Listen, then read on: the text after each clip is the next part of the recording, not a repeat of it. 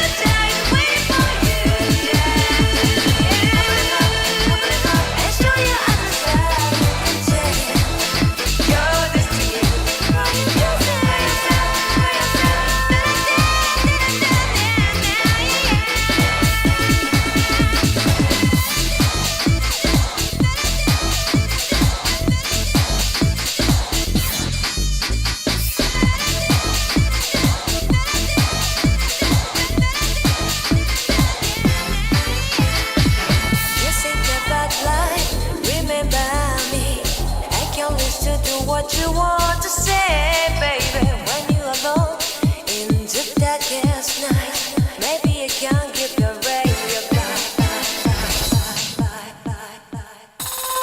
Open your heart.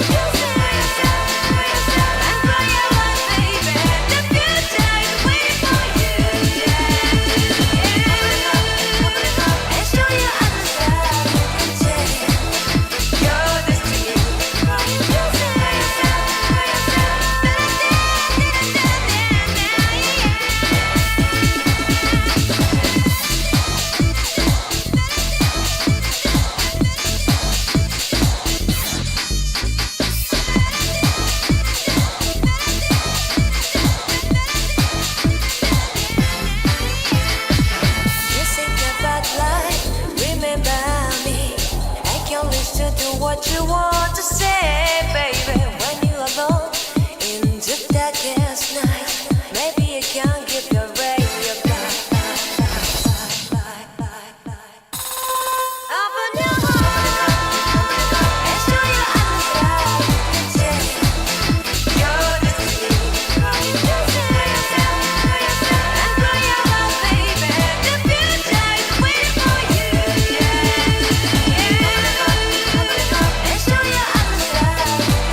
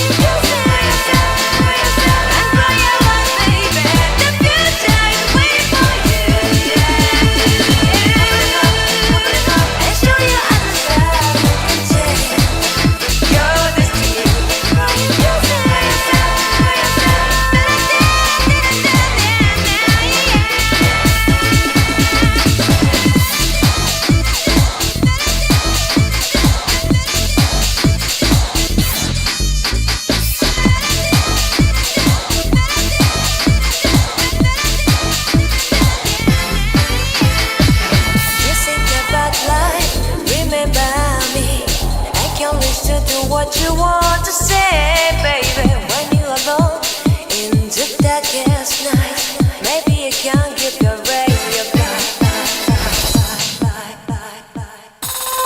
Open your heart and show your eyes that you can your destiny.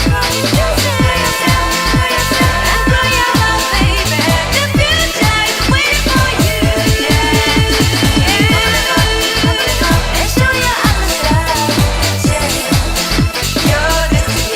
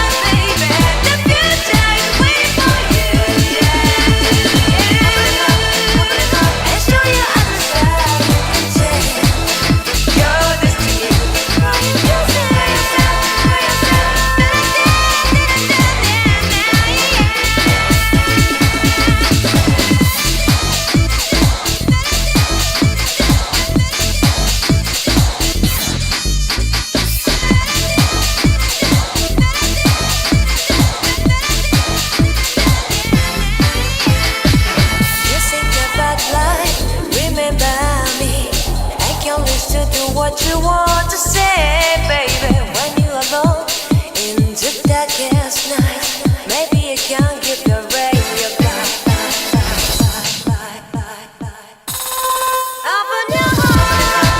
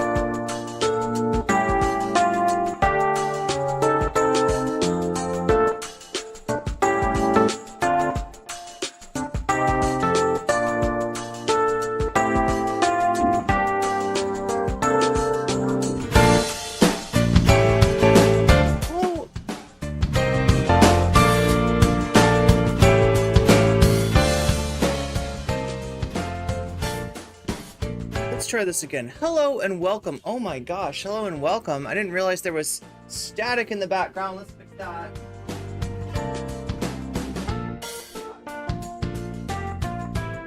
I have this white noise filter that I sleep with because I live in a very noisy place. And it's like my salvation. I don't know how I would sleep some nights other than that, but I always leave it on because it's so soothing. Welcome into my world of pure imagination. That's right. This is the realest rendition of Willy Wonka and his chocolate factory ever seen by human eyes, or other kinds of eyes, alien eyes for that matter. Any sort of eyes, right? No one's seen it. Like, right? This is the best, clearly the best Wonka that has ever been. And it's only one of the wonders that await you in today's stream. Are you ready? Candyland was always my favorite game as a kid. Does anybody know what this is about? Like why I'm standing in front of a Willy Wonka. Actually, you know, with the Vaush content, it's a little bit yikesy, but that's not what we're going for here. We're just going for another subject matter. The Willy Wonka experience, which opened recently in Glasgow, Scotland, and provided for the meager price of £35, $45 American money. You and you one of your children could tour this facility, which looks exactly like the Willy Wonka's factory from the movie, right? The lolly. Oh my God, it is the lolly. That's the connection. The lollipops are the connection. I mean, look, as bad as this thing is, right? As bad as getting ripped off for a, having to pay theme park prices, essentially, for a warehouse full of garbage, for your children to walk through a warehouse full of garbage, where, you know, college actors try to do their best to make things fun, and in spite of the fact that there's nothing, this is the least fun place on the planet. This is the least magical place on the planet. Literally a warehouse in Glasgow, Scotland.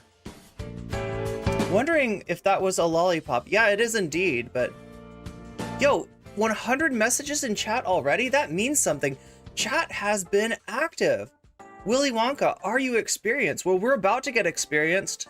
Are you ready for that? NCC has a hot take on the Canadian Oompa Loompas. Oh my gosh, yeah. Look, I'll get in trouble if I cancel Willy Wonka, right?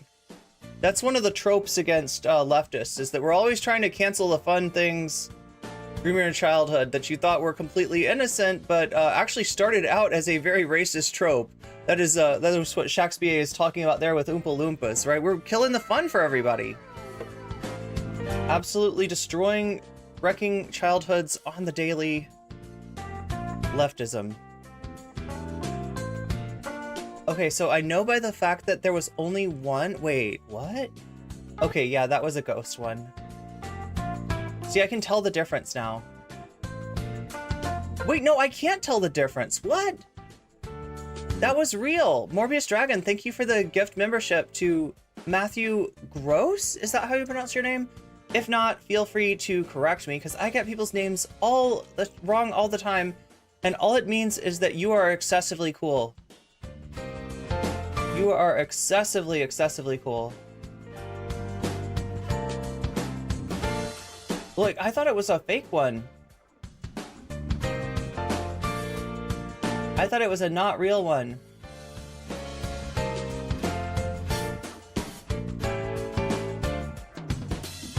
But yeah, look what I'm standing, like, if you want pure imagination, if you want pure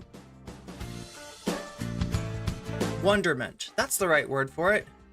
Just look before you at what I have to show you on the side here.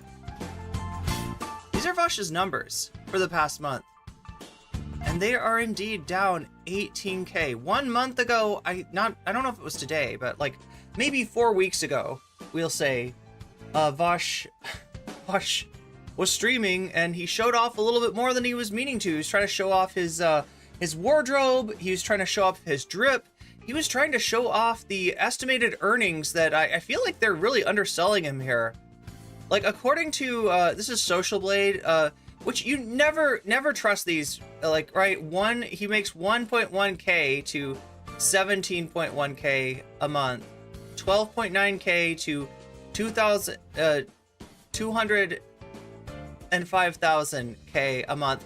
I feel like they're underselling him. I feel like for a long time, Social Blade would tell you that, like, a nobody creator, a veritable homegalol, such as myself, was making an excessive amount of money that I'm not actually making. And they must have gotten criticized and they sort of corrected it, but I feel like they've overcorrected it. I think that Vaush is probably earning a little bit more than 200,000 a month. Oh my god, that is, oh no, year. Sorry, a year. More than 17,000 a month. Yeah, I feel like they're underestimating his, so if we look at the damage, right, because that's what we're looking at. We're looking at the entirety. Right now we've got in focus the entire last 4 weeks. So subscribers down 18K, down 700, what? Okay, 700% more than they were up the last month, I guess. And then views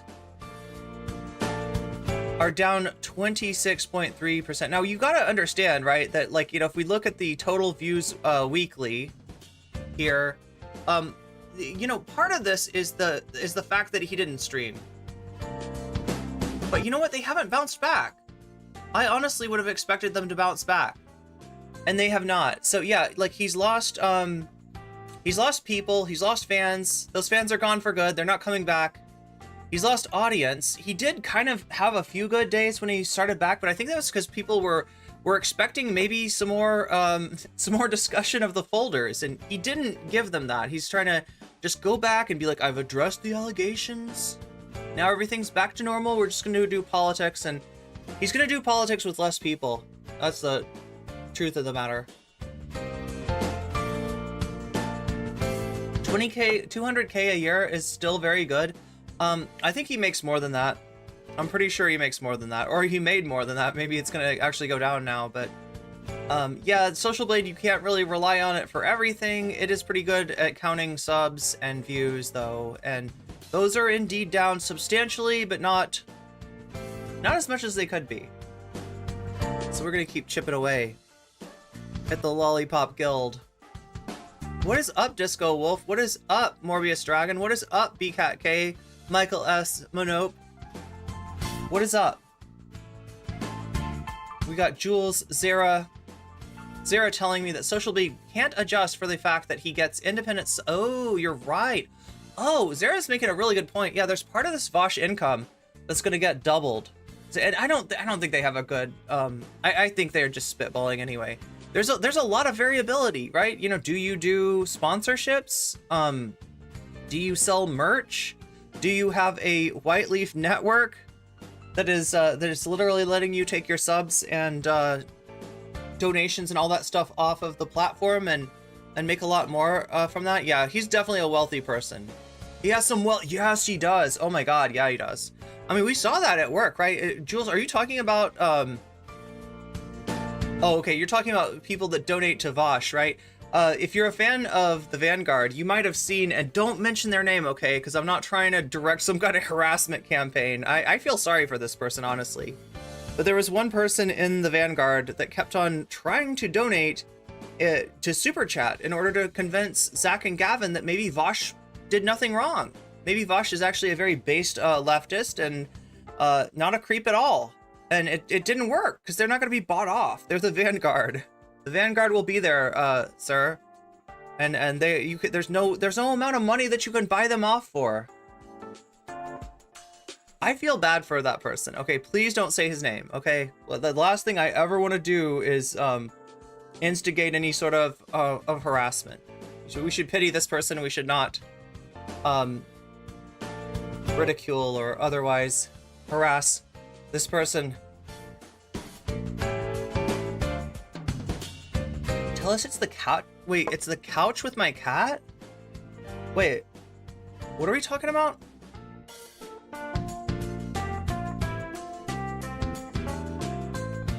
But yeah, if you look behind me, you're gonna see an exhibit that went up in Glasgow, Scotland, I think over the weekend.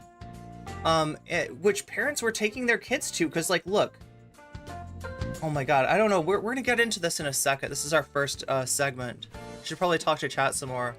Make sure that people have a chance to get in, because I don't want anybody to miss this world of pure imagination, this synthesis of science and confection and deliciousness. That is the Willy Wonka experience. Oh, and AI, I forgot there's AI involved too. Chat, you know that whenever AI gets involved, it's gonna be good. This was about Morbius Dragon's lack of oh, okay, I'm sorry. That's okay. It's okay to talk to each other in chat. But just know that sometimes I will think that you're talking to me.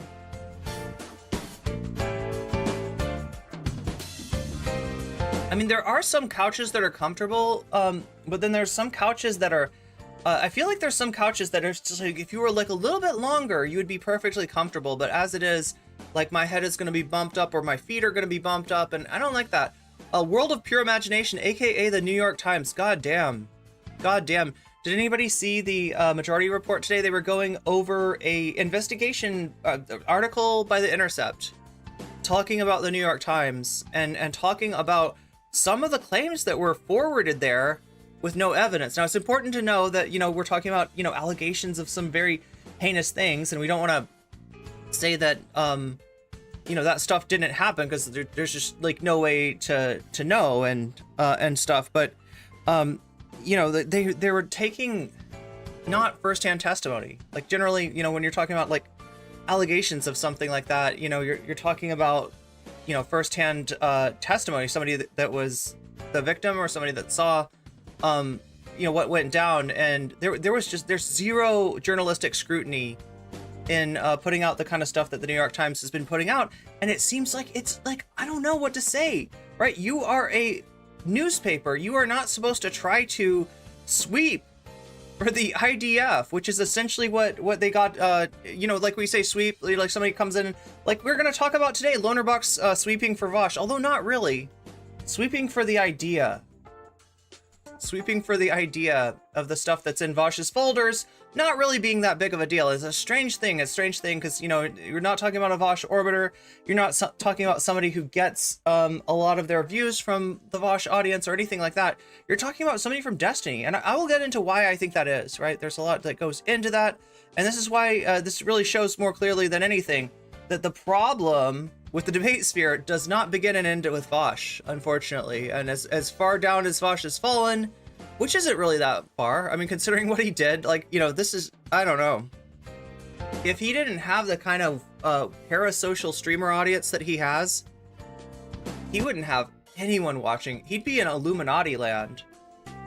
Like, he'd be getting nothing but hate comments on his videos, and it's like being a cleaner.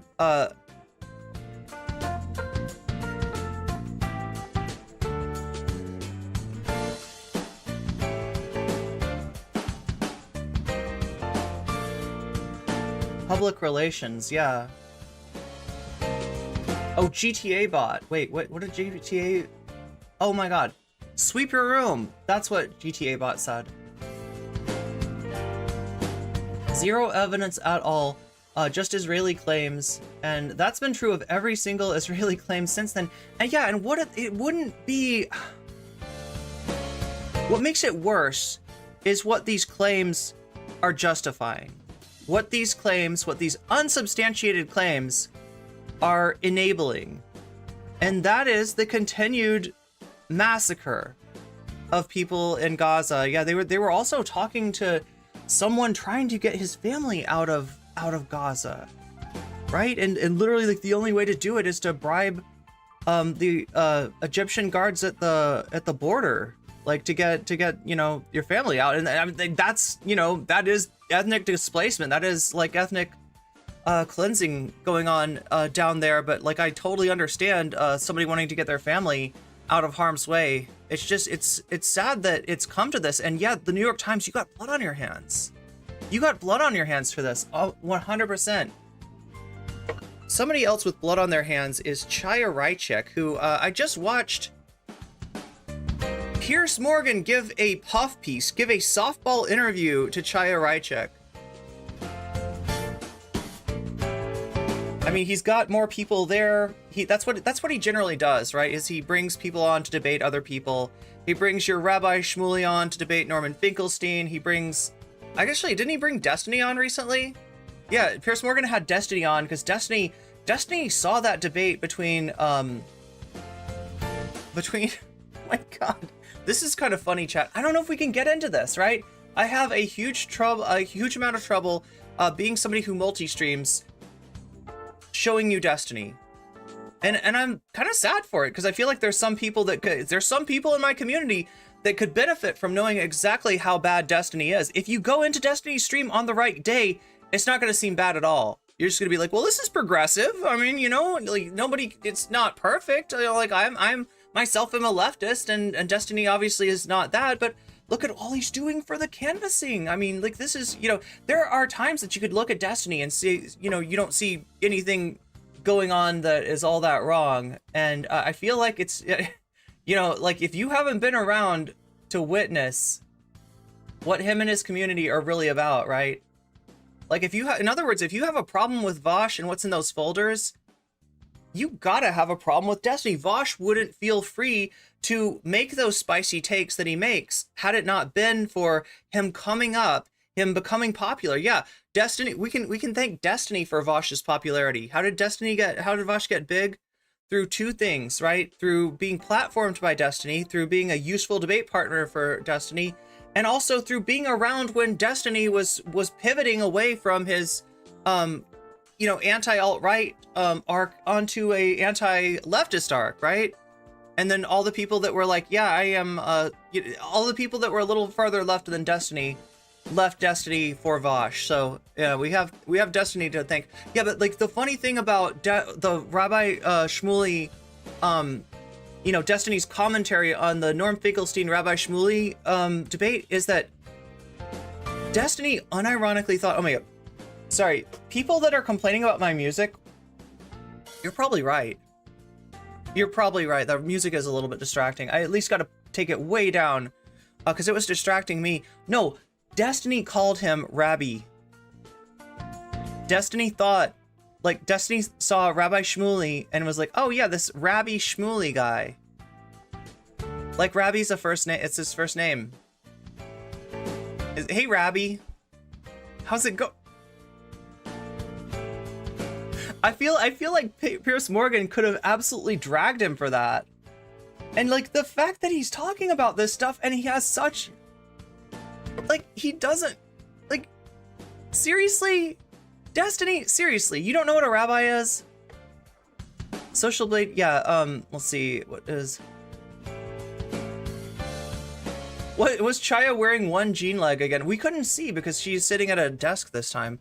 Actually, I think she was on, I think she was like, I think she was calling in, but yeah, she's calling in, sitting at a place and not, we can't tell what she's wearing. Yeah, Rabbi Shmuley. Wait, I think he said Rabbi Shmuley or something, like, I don't know. It was like every part of how he pronounced that was like wrong. Kohlrabi? Yo, Kohlrabi is actually good. I thought that you know what Kohlrabi is, chat? It's like, it's this weird root vegetable, okay? How do I describe it? It's just green. Like the root vegetable, it's not like a potato. It's not like a sweet potato. It's not like got paper over it. It's just this like green bulb that grows in the ground, and out of that green bulb grow the most delicious greens. They're pretty good. You were fooled by watching a Vaush casual day stream? Oh no, I was talking about Destiny. I mean, you could say the same thing for Vaush, maybe more so for Vaush actually, because Vaush at least pretends to be a leftist, right? Whereas Destiny, on the other hand, he has leftists in his sight, right? He has strategically made moves to marginalize the left, right? He is offended and incensed by the left, and even in a way that's kind of violent. Lest we forget the reason that Destiny had his partnership from Twitch taken away, for essentially wishing that like MAGA chuds with guns would mow down quote-unquote dipshit protesters, right? Yeah, he absolutely hates the left, okay? Vaush at least pretends to. Destiny didn't know that Rabbi is clerical title, nor that Shmuley is like one of the most common first names. Yeah, he had it backwards. He thought that Shmuley was his last name, and he thought that Rabbi, I can't even say it wrong. I can't even fuck things up the way that Destiny does. That was his first name.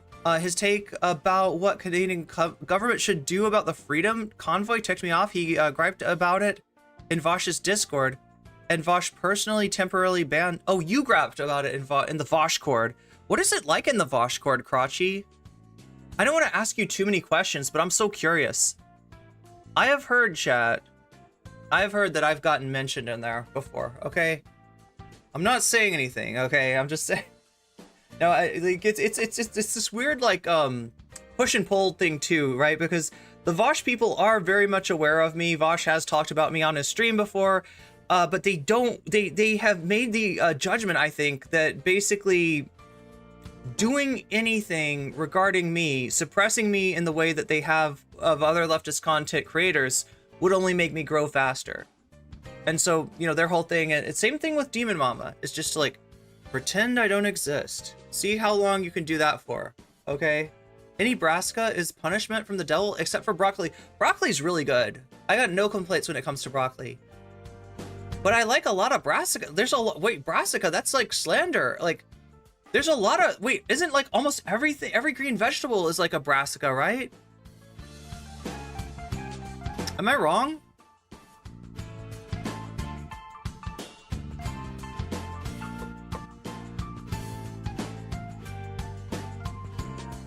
Chat, I'm trying to decide how exactly to bring you into this world of pure imagination that I found.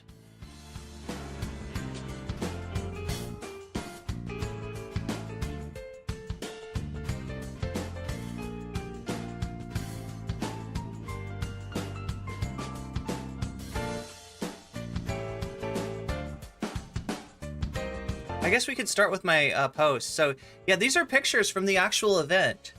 This is something that parents paid $45 for each kid. $45 for each parent. Everybody that goes through this shit show warehouse is paying $45 for an authentic Wonka experience. I also wonder, like, how did they get around trademark? Does Scotland have like really loose laws when it comes to trademark? I mean, like things like, you know, the Oompa Loompas, you know, they're not like saying this is Willy Wonka. Like I think they try to get around it by calling like Willy's Chocolate Factory or something like that.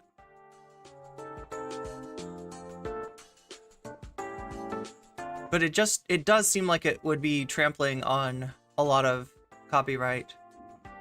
So yeah, what do we have here? On the left, on the top left, we have the saddest Oompa Loompa chemist. Trying to put together some treats for the kids. Making little test tubes with 2 jelly beans in them. That's the other thing. If you go to Willy Wonka's Chocolate Factory, like, look, I wanted to go as a kid, all right? Because I was gonna eat the candies. I was gonna, like, you know what I mean? Like, it's full of candy. It's just a magical world where candy is like growing out of the ground, and I just wanted to I wanted to dive into everything and just eat. And you know, you can take a big bite out of a gummy bear, right? Nope, these gummy bears are made of foam. You can't take a bite out of these. You get 2 jelly beans and a quarter cup of lemonade. A quarter cup of lemonade. What the actual? There's the rainbow that you can taste the rainbow almost by just looking at it. And that's the unknown. Now, what is the unknown? And what does the unknown have to do with Willy Wonka and its lore? Well, let me show you. All right, so just so we can get a look at this stuff.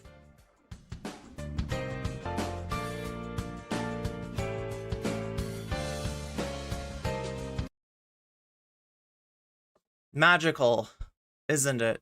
And look at that. They literally just bought like, I don't know, is this AI art or something? It's like Candyland. It looks more like Candyland, like, you know, the board game Candyland. But it's not even like, it's not even stretching across here.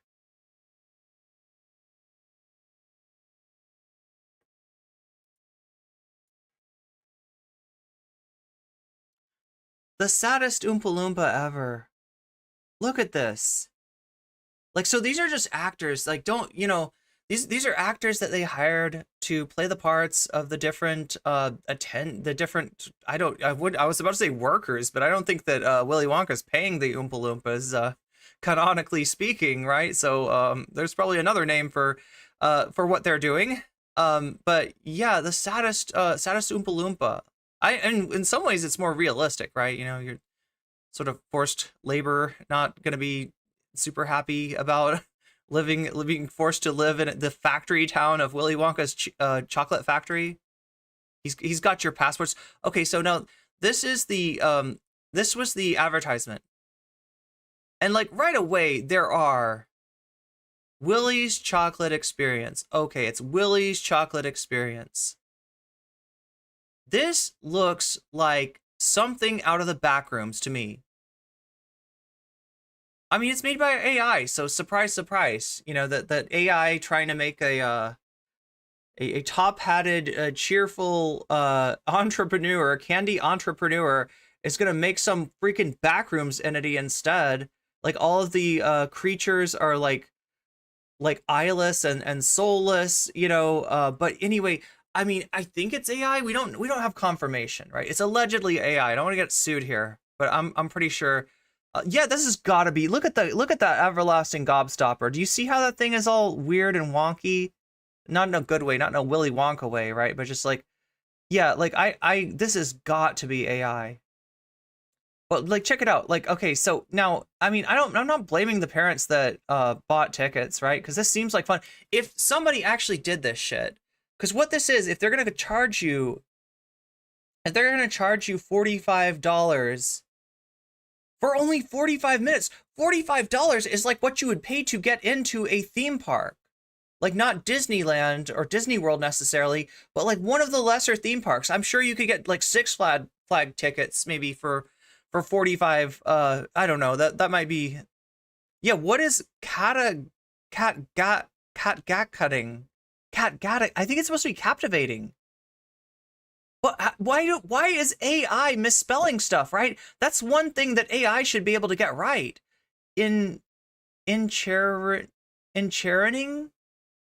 Entertainment? Okay, now this is maybe supposed to be enriching? Enchanting? Enriching? I don't know. They got entertainment right, and then, yeah, cutting. I don't, unless this is a Scottish thing. Carchy tunes? There's Carchy tunes? What is a Carchy tune? Is that supposed to be like a cartoon? Exarce Sir Dre Lollipop? This looks like, you know what this looks like to me? This looks like the work of Lewis Carroll. And if you mix Lewis Carroll with Willy Wonka, you get some very disturbing results. Just like if you mix Willy Wonka and cover it on the same day that you're covering Vaush. And yeah, it's not good. It's not good. It's kind of like, yeah.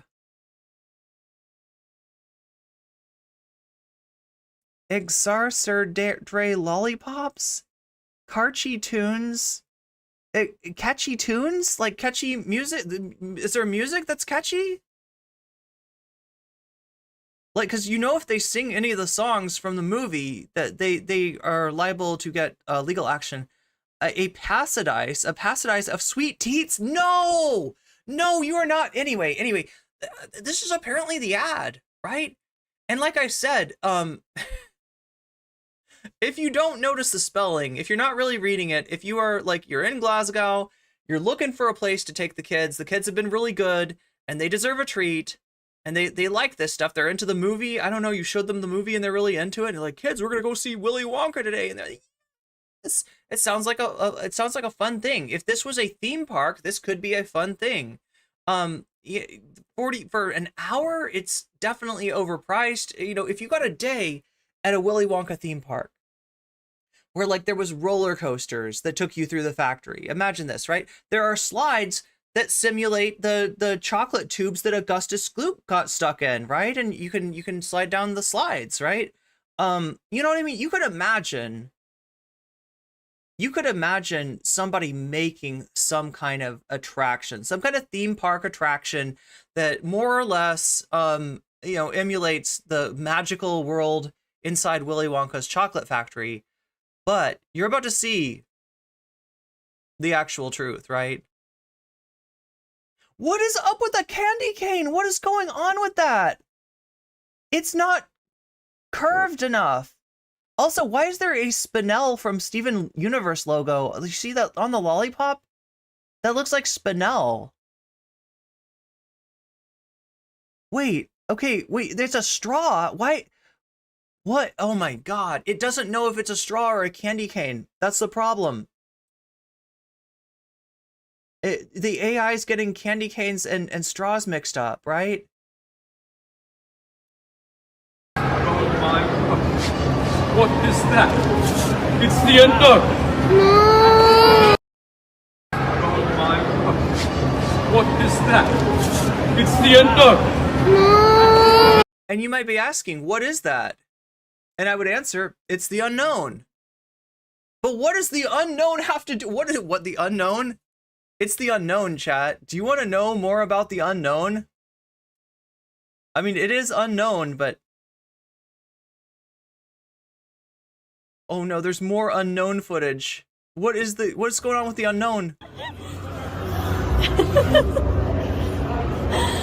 Come on. This is disturbing. Come on. This is disturbing, chat. Same vibes? Oh my God. Wait, what is that?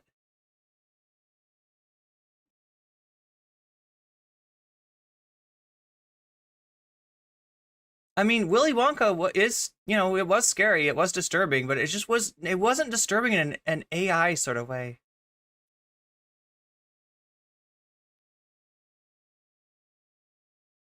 Okay, so let's look, I'm gonna stop bullshitting and I'm gonna let you have the experience. You can choose for yourself.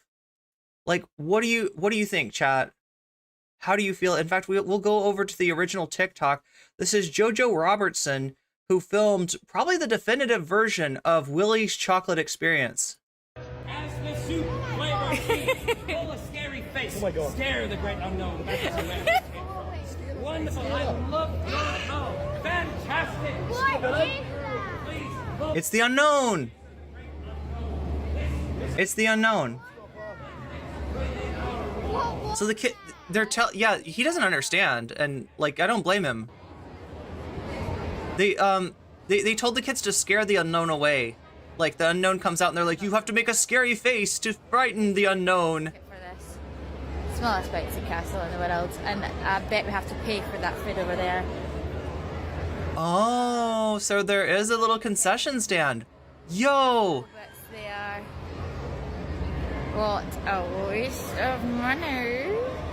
Yeah, so like I said, this is $45. Their family paid 155 pounds, right, to bring the whole family, because you're not gonna send the kids alone. I would not send, if I had kids, I would not send them alone through the Willy Wonka chocolate factory. I'd be really worried, right? You're gonna have to accompany your kids, and that'll be one ticket. That'll be one $45 charge for the adults as well, right? You got 3 kids, you got 2 adults. You're gonna pay a lot for this.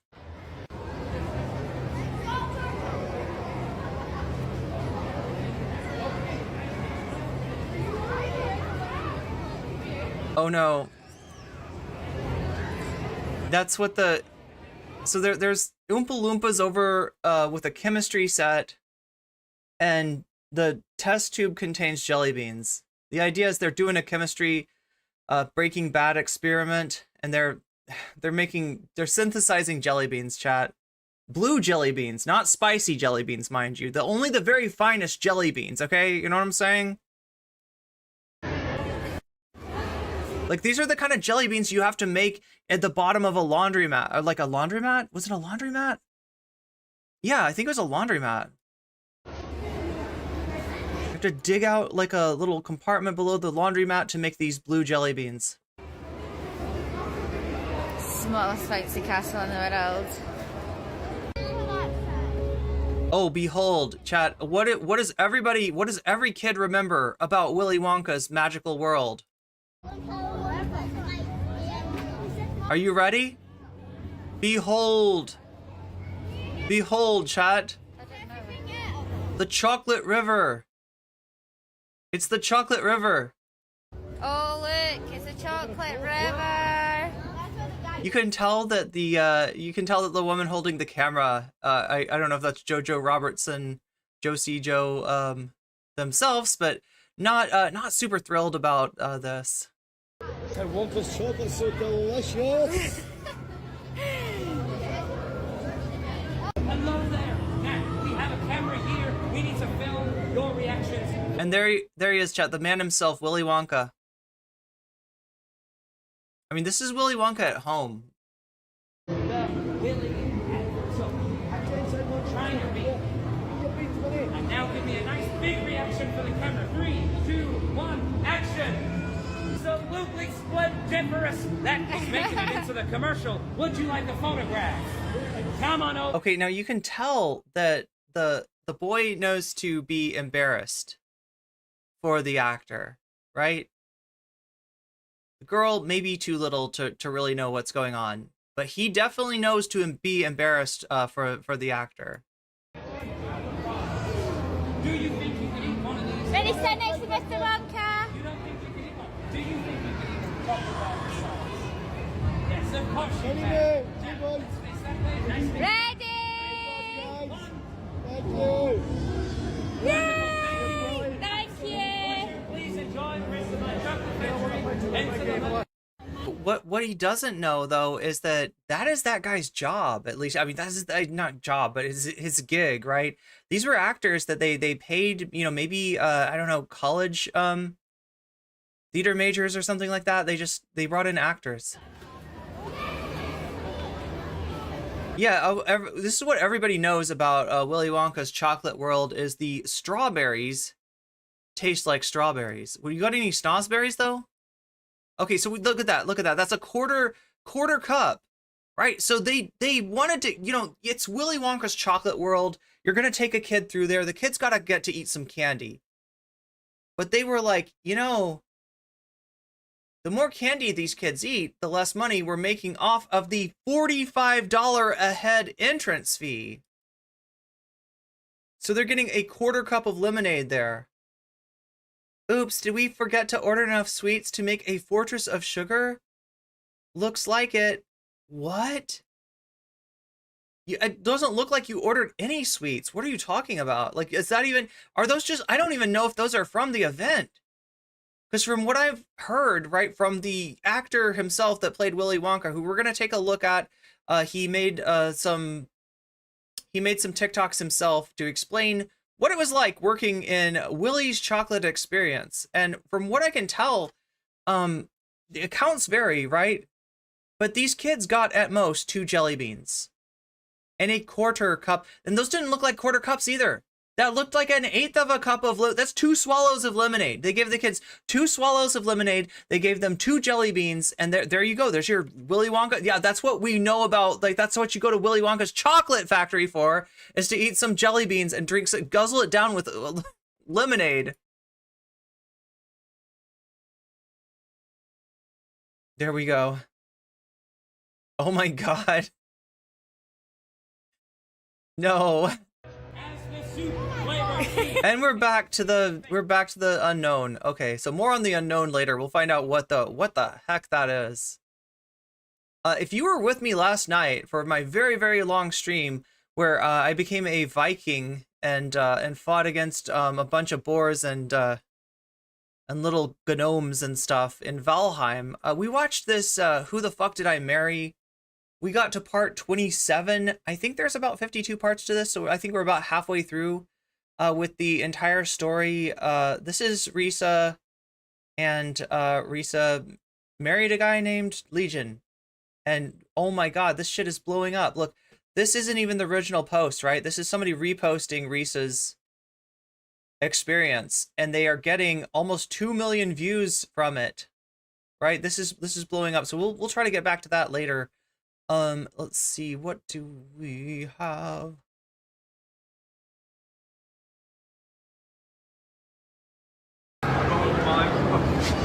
What is that? It's the unknown. Are you sure? Oh my God. What is that? Okay, so here he is. Here is the man, the myth, the legend, Willy Wonka. Or at least Willy Wonka at home. Glasgow this weekend. Hello everyone, my name is Paul Connell and I was one of the actors employed to play Willy Wonka at the Wonka's Chocolate Experience fiasco that happened in Glasgow this weekend.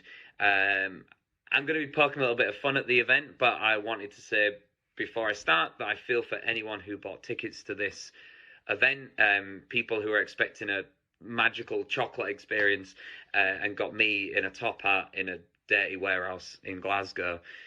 People who wanted Timothy Chalamet and got Timothy Charlatan. But I am going to tell kind of my side of it as an actor who was employed at He's not Gene Wilder. this event. So the first He's not Johnny Depp. red flag for me was when I was cast as Willy Wonka.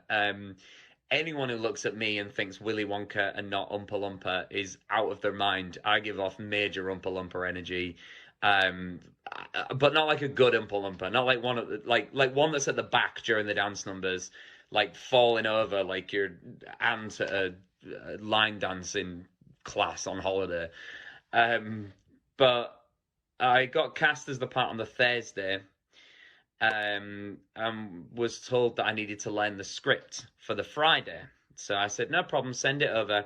The script was 15 pages, monologue, pretty much, of AI-generated gibberish, which I will read some for you if you want. In fact, no, I don't even need to read it, because I learnt it all, and it was... It's in his head. It's in his soul. All of it. That's all in there. He's absorbed it all. So I'll give you one of the lines from the script. I'm not going to do the Willy Wonka voice because I think I've embarrassed myself enough over the last few days. But one of my favourite lines was, "There is a man who lives here. His name is not known. So we call him the Unknown. The Unknown is an evil chocolate maker who lives in the walls." What? What? So, yeah, we don't know for sure. Okay, so we don't have confirmation that this is AI generated. It just, like, it smells like AI generated nonsense, right? Like, if you asked it to expand the Wonkaverse, expand the cinematic universe of Wonka, right? That's the kind of thing. Oh, maybe there's a chocolate maker, evil chocolate maker, that lives in the walls, and his name is not known. So we call him the Unknown, of course. What? What?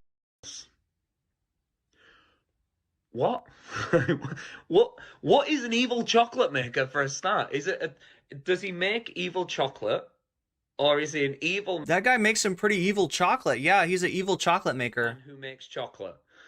And what do you mean he lives in the walls?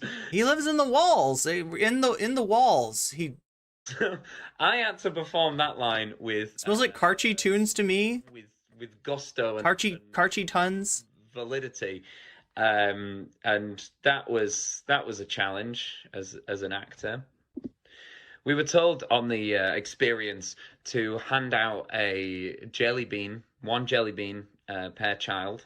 I am guessing that at first they started handing out 2 jelly beans, right? Because I've heard from other accounts, and I'm trying to figure this out. Other people say 2 jelly beans. I'm going to guess that they started out giving out 2 jelly beans, and then halfway through the day, they realized that they would run out. So they were like, all right, 1 jelly bean. I mean, we said you'd get candy. Technically, 1 jelly bean is candy. We'll make it 1 jelly bean. And a quarter of a cup of Tesco's own brand lemonade. It was Tesco's, the, delicious, Tesco is known for their delicious, anybody in the UK can attest that Tesco, when you think of lemonade, you're thinking of Tesco brand lemonade. That's like that's the good stuff. That was what the children got. No. It's a champagne of lemonade. The only reason they can't call it lemonade is because it's technically not grown in the right region of France. No chocolate. There was no chocolate to be had at this chocolate factory, which I really think they missed the trick, because if there's ever a... Look, you think AI art's bad? Wait until we have AI chocolate, AI candy, right? Where it goes through recipes with massive learning models, and it decides based on the fact that people like this candy and this candy and this candy, I bet this mixture cooked in this way through this equipment, I bet that'd be really good. An event to... You a Testo to Tesco? Sell chocolate. I'd say it was this one. But no, they went with... Yeah, like, so it didn't sound like, I think okay, so, you know, you pay your $45, all right? You send your kid through there, and your kid gets maybe 2 M&Ms if you're going through early, maybe 1 M&M if you're going through later, and like a little sip of lemonade, essentially, like it's like communion or something. You're doing like communion with lemonade. It's like that little tiny glass of lemonade, right? And there was some kind of a concession place there, but it looked like they didn't even have good stuff either. Like they were scooping up like I mean, they had the strawberries were probably like looked the nicest of anything that was there, but again, strawberries are not candy. You are not, especially to a kid, you are not passing off strawberries as candy. Look, honey, it's healthy, but it's a treat. A single jelly bean and a quarter of a... I mean, to a kid, a strawberry is kind of, by itself, a strawberry is a little bit sour. Lemonade. And look, we turned up as a group of actors in the morning on the Saturday and saw what this was. Oh no, Entropy Fan's got a great idea for AI candy. It might be, I don't know, what is that, Schedule 1, Schedule 2 candy? You could say it was a world of imagination. How many years in jail will that candy get you? In that you had to imagine it was not a dirty old warehouse. But we walked around this place and saw just health and safety nightmare for a start. We saw there was no special effects that was promised. There was a thing that was supposed to be called the Twilight Tunnel, which was supposed to be a tunnel that Now we didn't get to see that, and I'm kind of miffed. Like a tunnel that everyone walked through that was like dark, but there's supposed to be stars like twinkling. There's like a black tarp over the tunnel inside it and stuff like that, which I thought could have been quite cool. What it was a bunch of checkered flags pinned to a wall with some mirrors that were found. I feel like, yeah, checkered flag. What are you talking about? Like the checkered, like checkerboard design? Like it's like black and white, you know, checker design. You know, the only thing that you're gonna get there is you're gonna get some conspiracy theory, you know, parent trying to say that you're inducting their kids into the Masonic Lodge or something. I don't know where. Maybe probably the toilets. And mirrors. So that was a mirrors for the star. Oh, I get it, for the stars. It's the Twilight Tunnel. You got a checkerboard tarp draped over the thing, and you got mirrors to emulate starlight. What? Anyway, we all got together as actors, and we were like, look. Dracula Drip got any extra? Are you talking about Dracula Flow? It is unlikely that we're going to get paid for this. I'm chock full, yeah. However, they're going to put this event on with or without us. And children are going to be coming through. Wait, Dr. Peterson, did you literally like come in here just because somebody said benzos? But let's just stick around. Let's do our... Like, do you have, like, something that tells you whenever anybody mentions that in chat? Best to make sure that the children have some kind of experience and all the actors... So, and you could see him, like, he's trying to... You saw him in that scene where he's trying to reenact the scene where Willy Wonka is filming on a camera that makes everything really small. And one of the kids gets in front of it and he gets turned small and they have to stretch him out in the taffy room, right? He's trying to give them that, at least, right? He's trying to give them, like, you know, some kind of simulation of that experience and a picture with Willy Wonka. He was doing his best, but worked on it were, are very, very nice, lovely people. So we stuck around. We did our best with what we had, which was very little. Repeatedly as well, like the script. Just to backtrack, the script had a moment where I was supposed to suck up the unknown with a giant vacuum cleaner. just like Ghostbusters. Yeah, makes sense.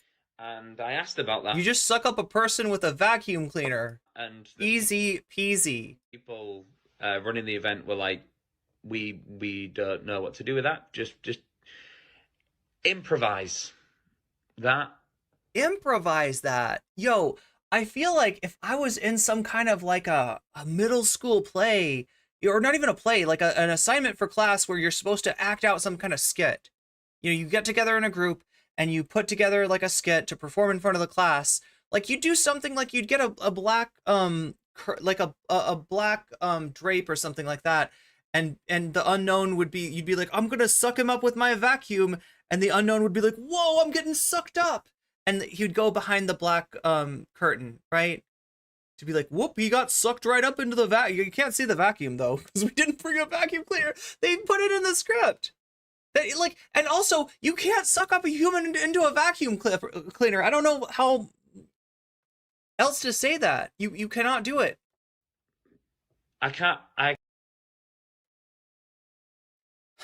Even if you had a vacuum cleaner, right, you are going to have to do some wild pantomimes to even just sell the idea that the unknown is this evil mad scientist candy maker that lives in the walls. I don't know how that works. He makes evil chocolate, and at the end of the experience, Willy Wonka sucks him up into a vacuum cleaner. Like, oh, yeah, like maybe you should have vacuumed your unknown before your guests came in, Willy. I can't improvise a vacuum cleaner. I either have. How are you? Yeah, how would you do that? You either have a vacuum cleaner or you don't have a vacuum cleaner. That's the two rules of having a vacuum cleaner, and we didn't have a vacuum Wait, vegetarian crispy wraps? That sounds interesting, Michael X. Are those good? cleaner. So I made the creative decision to cut that right out the script. So I was told that, Yeah, they needed a magician or something to at least give them an idea of how you're gonna do something approaching.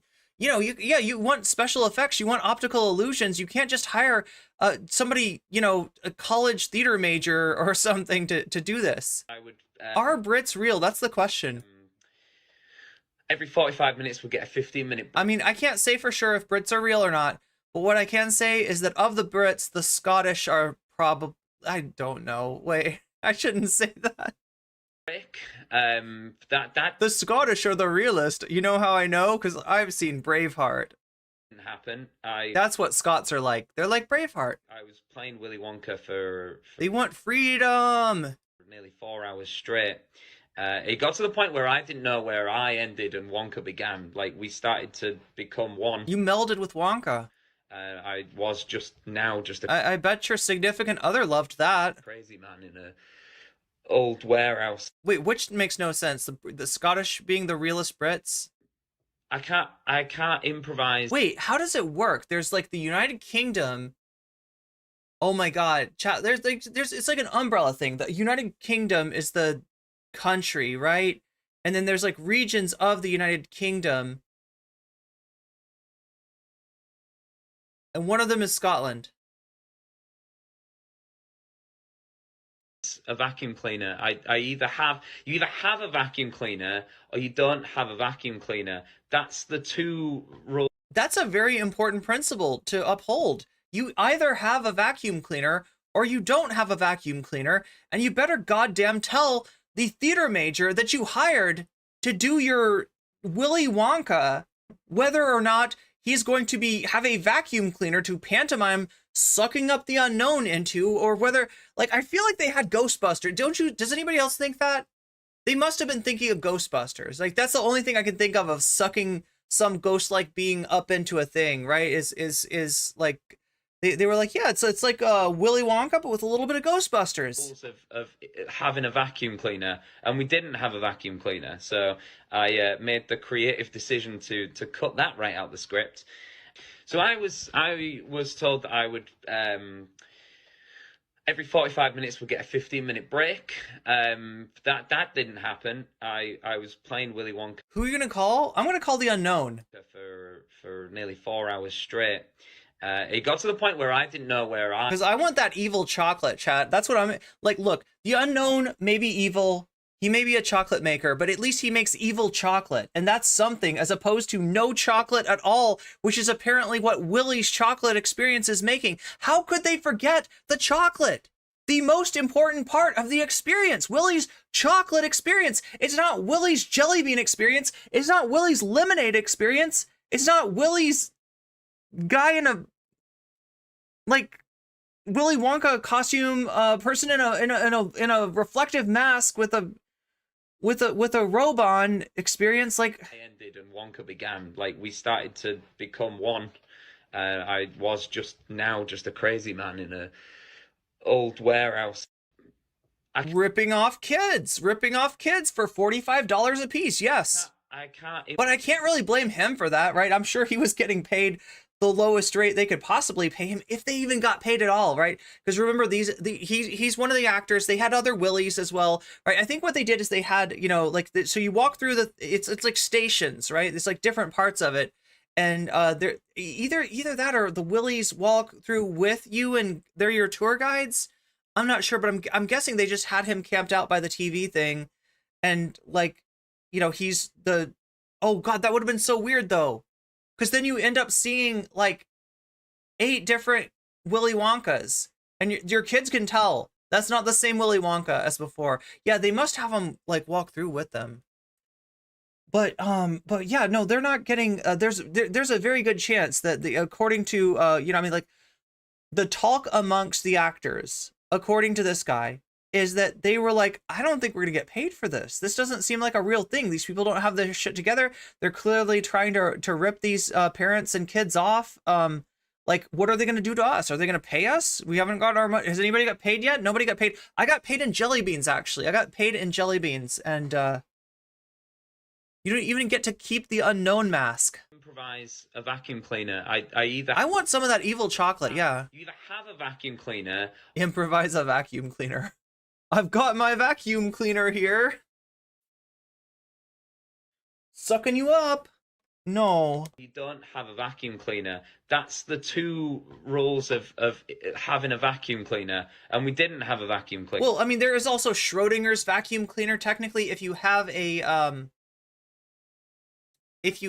box that either contains a vacuum cleaner or doesn't contain a vacuum cleaner, and there's like a 50-50 chance of either one, until you open the box, then the box both contains a vacuum cleaner and an improvised vacuum cleaner at the same time. So I made the creative... Which is to say nothing. That's what an improvised vacuum cleaner is. It's nothing. ...decision to cut that right out the script. So I was told that I would... every 45 minutes we'll get a 15-minute break. That didn't happen. I was playing Willy Wonka for... I mean, that makes sense. You need a little break. For nearly 4 hours straight. Unless you're a streamer. Point where I didn't know where I ended and Wonka began. And even then you gotta pee. Like, we started to become one. I was just a crazy man in a... Okay, in a Willy Wonka suit, yeah. I sat in my car, to be honest, and just stared into the void for a little while. And then when I came back in... And then I started to see a form come out of the void, and I said, what is that? Oh no, it's the unknown. That's when things had got a little bit out of control. Rightfully so, people were furious. They were shouting. There was people filming things on their phone. And that's what we saw. That's what we saw from the TikTok. There was things being broken, things being stolen. Oh my God, that's awesome. Wait. Stolen, apparently. I just walked into this after my lunch. And was told to hide, which I was like, what has happened? So I was interviewed on the news. Do you hear that? They They started breaking things. Yesterday, which I was more than happy to do because I thought, well, this will be an opportunity for me to kind of stick up for the Yeah, thanks for the good vibes, Cool Bees. I hope so. group of actors who were also scammed by this event. Oh, Willy Wonka chocolate riot, not just any riot. In the interview, Or maybe you could call it a lack of chocolate riot. we talked about how we turned up. We'd worked out that we're probably not going to get paid for this event, but we'll stick around anyway, because we know that they're going to put it on without us. Kids are coming through. They're gonna put it on without us. Oh my god, can you imagine how they would do that? What would they have to do? Would they have to have like I don't know, old CD players with CDRs of like somebody recording, "Hi kids, I'm Willy Wonka. Oh no, it's the unknown." What is the unknown? Like what I don't understand how they would do it without the actors, right? I feel like the actors were to the degree to which anybody was buying, the actors were selling it. Let's at least try and make something of a nice experience for the children and families who are coming through. Then I said on the interview, I feel like an idiot, to be honest. I feel like I've kind of been taking the mick. It's like a fire well, yeah, actually, you know, DashCon. It kind of reminds me more of DashCon, right? Everybody know DashCon? It was supposed to be was it a Tumblr event? Like it was an event that was organized on Tumblr, and just everything fell through for DashCon, right? They thought they had access to a facility, and it turned out that all they brought was, what was it? They were supposed to have a ball pit, right? That was the selling point, right? You're gonna come to DashCon, you're gonna jump in the ball pit, you're gonna feel like a kid again. It's gonna be awesome, right? But no, the ball pit was a kiddie pool filled up with, I don't know what kind of balls. Message all the actors was like, "Don't worry, I've defended us on the news." The news edited that interview, and what happened was last night They would just have audio. AI voices. No, you're right, Edwin. You're right. at 6 o'clock. Your friend went to DashCon? I sat in my car, to be honest, and just stared into the void for a Someone peed in the ball pit at DashCon? little while. And then when I came back in, Wait, TanaCon? Are you talking about Tana Mojo? Did Tana Mojo have an event? that's when things had got a little bit out of control. Rightfully so, people were Look, I would have peed in the ball pit at DashCon. I'll be totally honest with you. furious. They were shouting. There was I would have peed. people filming things on their phone. There was things being broken, things being I mean, yeah, right? That's what a ball pit's for. stolen, apparently. Yeah, I think you're right, Jules. I think Sarah Z's got a video about DashCon. I just walked It sounds like the kind of thing that Sarah Zad would cover. into this after my lunch, and was told to hide, which I was like, what? You gotta hide because they're hunting you down. They're gonna blame him. He's Willy Wonka, right? It's his chocolate factory. Like, they're gonna think that he's the one ripping them off. Oh my god, and in reality, he's the one getting ripped off. Interviewed on the news yesterday, which I was more than happy to do because I thought, well, this will be an opportunity for me to kind of stick up for the group of actors who were also scammed by this event. In the interview, I talked about how we turned up. We'd worked out that we're probably not going to get paid for this event, but we'll. Hey, I know that feeling. Every time, chat, every time I do something to get myself demonetized, which we haven't done yet. I don't think we've gotten demonetized. Chat, have I played any music? I don't think P is stored in the ball pit. Oh my god, Schmegley, you're right. Stick around anyway, because we know that they're going to put it on without. I think so far so good, right? But I always find a way to get myself demonetized. Let's at least try and make something of a nice experience for the children and families who are coming through. Then I said on the interview, I feel like an idiot, to be honest. I feel like I've kind of been taking the mick out of. Message all the actors was like, don't worry, I've defended us on the news. Okay, so yeah, there's the last. Just saying, okay, now let's speak to Paul Connell, one of the actors who was at the event. It cuts to me going, feel like an idiot, to be honest, and back to the studio. So that was good. I would like to finish this video by saying that I hope that the people who went there did get something out of it, other than one jelly bean and a quarter glass of lemonade. I really hope that everyone gets the refunds that they deserve. It was an absolute mess, and the fact that I was a part of it is one of the most embarrassing things that's ever happened to me. And anyone who knows me would know I've had a lot of embarrassing stuff happen to me. All right, guys. Thank you very much. I'll be around. Maybe if I get desperate, you'll probably see me in a warehouse, in a production of Alice in Wonderville, where I'm playing the mad hat wearer. I mean, he is wearing a hat. And I'll be handing out half a biscuit and a quarter of a cup of tea to all the kids for the tea party. Thank you very much, guys. See you next time. No, you hand out a sugar cube. Like, that's what it'd be something like that. It'd be like a sugar cube and a pat of jelly or something.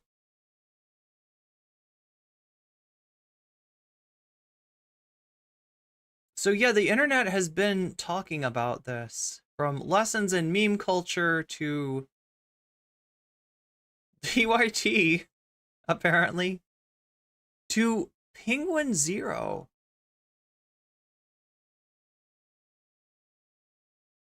The unknown. The police were called, apparently. Like, so they called in the police to get their money back. Yesterday there was an event so bad that it's being called the Fire Festival of Kids Events. It was a Willy Wonka experience that charged guests $40 and used AI-generated images to drum up hype to get people in the doors, and when people actually showed up, it was legitimately like that scene out of SpongeBob with Krabby Land. It was a disheveled mess. Like a complete scam from top to bottom. Some attendees compared it to a meth lab, and I can clearly see why, because this is absolutely just a meth lab that the creator just repurposed for his exhibit here at the Willy Wonka experience. This is supposed to be an Oompa Loompa at a flavor station or something, but man, the Oompa Loompa... A flavor station, yeah, the famous... Were there flavor stations in the movie? Actor... In the Gene Roddenberry, no. Gene Wilder movie. Someone called Global Solidarity called in a Dr. Richie chat and said they're a private company. They can block you. Oh wait, we're talking about something other than here. Sorry. Looks miserable. I don't think I've ever seen someone look so visibly ashamed of the position they're in quite like this. This makes me feel bad, and I didn't even go to it. This hurts my feelings on like a deep level. I can feel the... Do they know who is responsible for this? Yes, Illuminati Productions. And no, it's not spelled IILLUMNAUGHTII, which I had to learn when I was covering Illuminati. Pain in my soul for this individual. Before they took down their website, this was the poster used to... Yeah, we hope our chatters get unbanned from whatever chats they have gotten. So yeah, there it is. There's the enchirining entertainment. Catgacketing? How? But I've never seen AI like misspell stuff. You know, I've seen AI put together some pretty funny sentences. I've seen AI have some pretty ridiculous ideas. I've even seen AI be transphobic. But I've never seen AI, like, that's a dictionary. You have a massive learning model.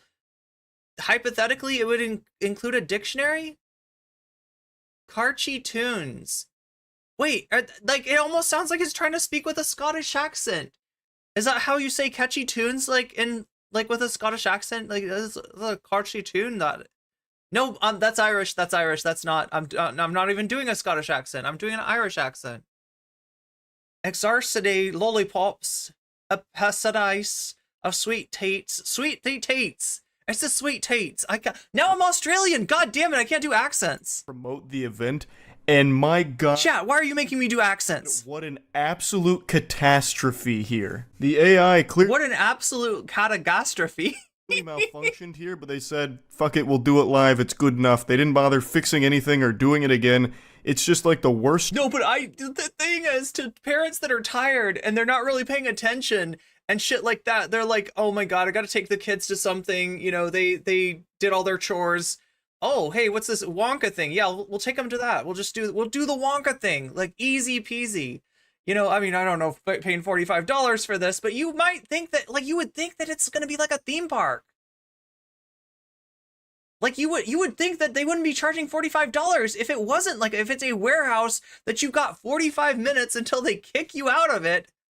Here's your lemonade. Here's your 2 sips of lemonade. Here's your 2 jelly beans. Now get the fuck out of here because your 45 minutes is up. Translated English ever. It's like they walked it through Babelfish, then walked it. Yeah, that's what it reminds me. Did you ever do this, chat? Like you take a phrase in English and then you convert it to Dutch, and then you take the phrase in Dutch and you Google translate it into Japanese. You take the Japanese phrase, Google translate it into, you know, Swahili. Take the Swahili phrase.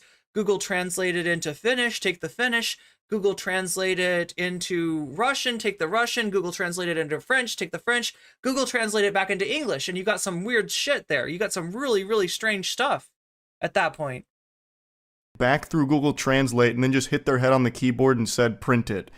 It's enchurining entertainment, which I imagine is supposed to be enriching entertainment. Nothing beats putting the top down in gorgeous spring weather while blasting carchety tunes. Yeah.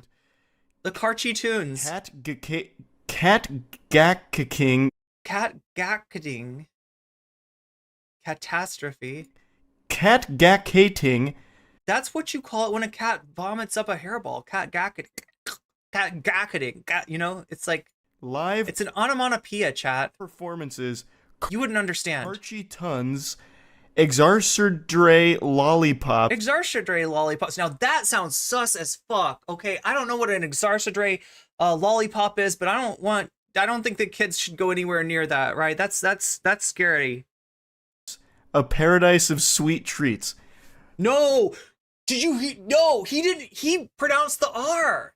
See, that's what I'm thinking most parents do. Like the words are similar to other words, like gacketing, captivating, right?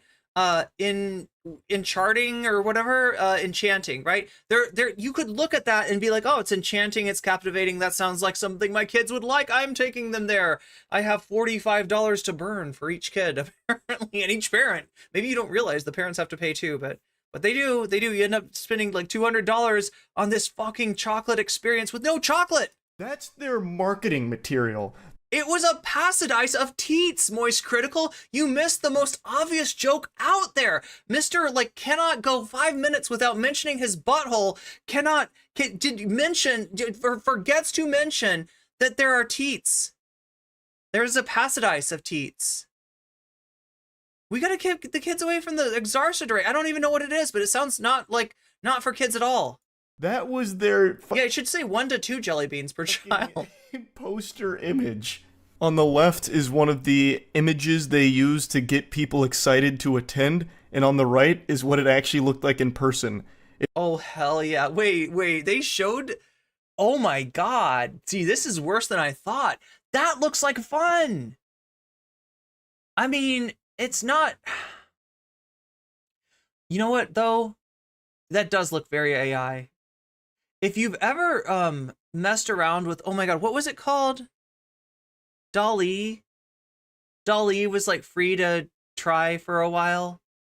And like I remember asking it to make a train or something, like a toxic gossip train or something like that, right? And it did make a train, but the interesting thing about the train was that the train's wheels looked like lollipops, looked kind of like these, you know, or like candies on a gingerbread house, right? It was really strange. It was like, okay, I mean, I get that does look like a train, but why does it look like a candy train?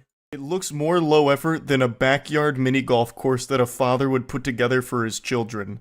It actually... Well, I mean, like the first thing, okay, now that, like, I don't know, if that's like the entrance to a roller coaster, maybe that's worth $45. Not for an hour, not for 45 minutes, but $45 for a day, right? If you got like a Willy Wonka themed Six Flags, I guess you could probably justify charging $45 for a day in that, right? But that better not be the attraction. It better not just be like walking through, ooh, look, it's all candy. Look at that, kids. It's candy, like just like Willy Wonka. Can we eat the candy? No, you can't eat the candy. It's not really candy, it's plastic. Oh, right. You get two jelly beans at the end of this thing, right? That's still not worth it. But they didn't even have that. They had a warehouse. This is like more low effort than, like, I swear to God, like a fucking Wonka themed rave. Actually looks like it just uses the sloppy seconds from whatever holiday sale Home Depot was doing over Christmas, and the creator just haphazardly threw it all together in here. Like, I don't think the worst rave promoters would hack anything this sloppy together. The Willy Wonka experience. It took place in a dirty warehouse they couldn't even bother cleaning, and here's just some more pictures of the space. It's the most Oh shit, chat. That's the Twilight Tunnel. It's not even covered. How is it Twilight? There's mirrors. There's random mirrors. Okay, I kind of get it. Is it supposed to simulate like funhouse mirrors? But it doesn't, because those mirrors are like bent and warped, and that's the whole thing. Is like one of them will make you look really tall, one of them will make you look really squat. You know, it's weird. You know, it distorts you. But that's just a regular mirror. Oh my God, Chad, where did they even get that? They ran out of, like, they got the stripes, they got the checkerboards, they got the purple and black stripes and checkerboards. Like, what were they? Joyless place on earth. I love the bottom right one where it's actually just shower curtains. It's shower curtains. I should have known. Checkerboard shower curtains that he hung around. Yeah, like fitting room mirrors. I guess it's supposed to be a maze or something. I don't really know. Yeah, it's supposed to be like a maze or like a what do you call it? It's like a yeah, because like there is like something of like the old timey carnival, I guess, in the Willy Wonka aesthetic. So I mean, I guess at least where that comes from. But yeah, the execution is just pathetic. It doesn't really scream chocolate factory. It screams Nike factory sweatshop, really. Which is where the curtains were made. I do appreciate that they created their own original villain. This is the Unknown. Okay, are you ready for the unknown? What is that? It's the unknown! Very creative name. So the Unknown is an evil chocolate maker who lives in the walls. And that, like, okay, yeah, I just remembered there is a bad guy in Willy Wonka, but it's weird, right? Slugsworth. Yeah, the Slugsworth Sizzler is the competition to the Wonka bar. And when Charlie gets the golden ticket, on the way home, Slugsworth stops him, and he's this evil man, and he's like, I want the recipe to the never-ending gobstopper. You will go in Willy Wonka's factory, and you will get me that recipe. And so, like, you're thinking, oh God, you know, he's trying to do corporate espionage by sending kids into the factory. But it turns out that he's just a test. He's actually Willy Wonka's bestie. He's Willy Wonka's college roommate, right? They slept in bunk beds together in college, and it turns out he was just testing the purity, because that's what Willy Wonka is. Isn't that ironic? The actual movie Willy Wonka, the actually book Willy Wonka. You know how Vaush likes to talk about purity? Oh, all this purity testing on the left. No, that's like real purity testing, right? They take the kids through the garden of earthly delights and see what child can, you know, be pure and not be, you know, not be taken by their greed, right? To swim in the chocolate river or to eat the special meal gum. Yeah, the meal gum. That was pretty interesting. And she blows up like a blueberry. Or what are the other ones? Jump in front of the TV camera and get turned into a miniature version of yourself. Or jump on the egg thing and get sent down in the chute, like Veruca Salt, right? He wants to find, like, you know, bring a bunch of kids to the chocolate factory, test them out with all kinds of temptations, and whichever child resists the temptation, which Charlie did not. Charlie did not resist the temptations. Charlie and his uncle, they got drunk on double bubble burp-a-cola, and they flew up into the ceiling, and they almost got chopped up by the fans. How is... I don't understand. What, doesn't he technically fail? Like, you know how Willy Wonka is like, you get nothing, sir, nothing, good day, nothing, right? That's the famous Willy Wonka line. And like, I feel like if it was more realistic, they would have just stuck to that and been like, and then Charlie went home and got no candy and no bitches, and that was the end of... you know, lived a very sad life with his ailing grandparents, right? I don't know. The German kid getting stuck in the pipe gave me claustrophobia. Yeah, that's scary. But yeah, he's like basically saying, it's like Roald Dahl saying, basically, most kids are absolute rubbish. But if you find the kid that's not absolute rubbish, give him a chocolate factory. Let him take over your chocolate factory. That's him. And basically, he was there just to scare the children. So you can hear some of the kids start to panic and cry. So not only did you pay... Well, because, like, the unknown kind of, like, I mean, I don't think it belongs in the cinematic universe of Willy Wonka. Right? I feel like the unknown is crossing over from some other dimension. $40 to go to just a warehouse with basically fucking nothing in it. You go to a warehouse to give your kids trauma. You'd be better off spending that $40 to get your kids on... They're gonna have nightmares about the... every time they see a mirror, they're gonna be like, it's the unknown behind the mirror? I don't know, it's behind one mirror. Sort of scared straight. The villains were the children themselves. Yeah, you're right, because Slugsworth is not a villain. Slugsworth is a... oh my god. Chad, it's like those weird Gnostic theories of Christianity where, like, God and Satan are, like, they're buddies and they're making a bet on like humanity. It's like Persona. At least then they'd know what they're getting into to a certain extent. Here, it's basically Persona 2. You take them to the Willy Wonka experience and you think you're just gonna get some candy and have a fun day, but instead you got the goddamn Phantom of the Opera here fucking floating through the walls and giving everyone a jump scare. It's a beautiful disaster. I mean, what's amazing to me is they were actually able to create something scary out of nothing. They had nothing, right? There is no concept. There is no... It's written, from all we can tell, by an AI, right? There's nothing there to go with. And somehow the actors there were like, hey, I'm supposed to be the unknown. What the fuck is that? I don't know what it is. Okay.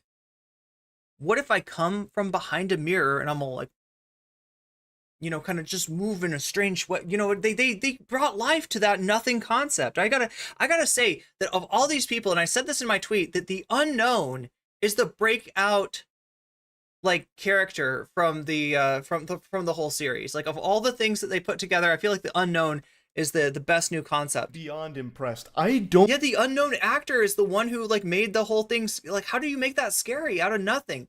Moist Charlie's Room. Oh, Moist Charlie in the Chocolate Factory is basically a museum dedicated to nerdery. And now I think about it, I probably could charge more than... Oh, to go through Charlie's house? Yeah, I feel like he could. Wait, what is his supplement? Wait, doesn't he have some kind of a... Is it Gamer Sups? Is he selling Gamer Sups? Or is that H3? What does he sell? There's some kind of drink. There's some kind of energy drink. Unknown, yeah, it should get its own movie. Exactly.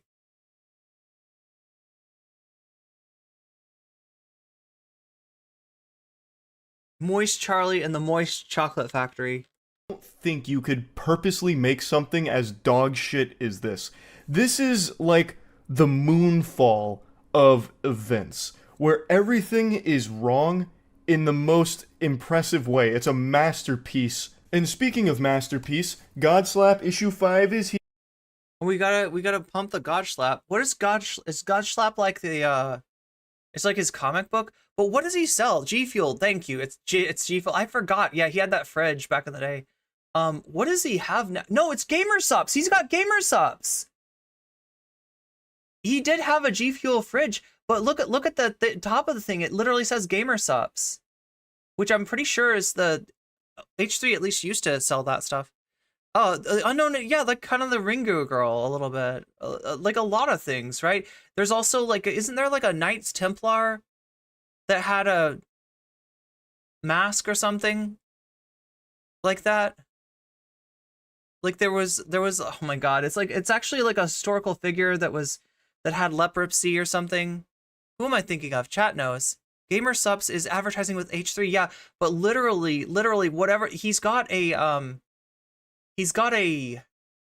like, it's a claw machine. You know the claw machine, right? Now, I mean, a claw machine would have been more fun than the Willy Wonka's chocolate experience, right? But yeah, it's got the claw in it, and you move the claw with the joystick, and it's like, and it goes, and it grabs like a bear, and in the last second, it lets go of the bear, and you don't get the bear. You put money in the claw machine, you get nothing out. I've never won anything from a claw machine. I don't believe that it's possible. Baldwin, the Leper King of Jerusalem. Yeah, I believe that's who I'm thinking. That's the closest frame of reference that I have for the unknown. Apparently Gamersupps uses questionable artwork. What? Did they get rid of them? Because I don't see. The last time we watched H3, there was no mention of Gamersupps, so maybe that's why.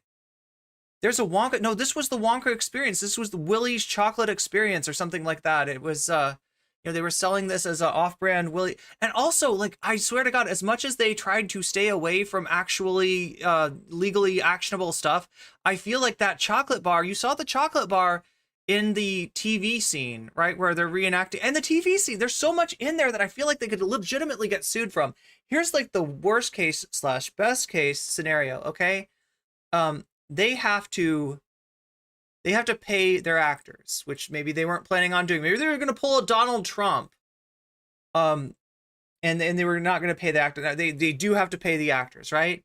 They have to pay back the parents. They have to pay back the customers. So all the money that they took in, they got to give back, and they get slapped with a health code violation, and they get sued by the copyright holder of the Willy Wonka's.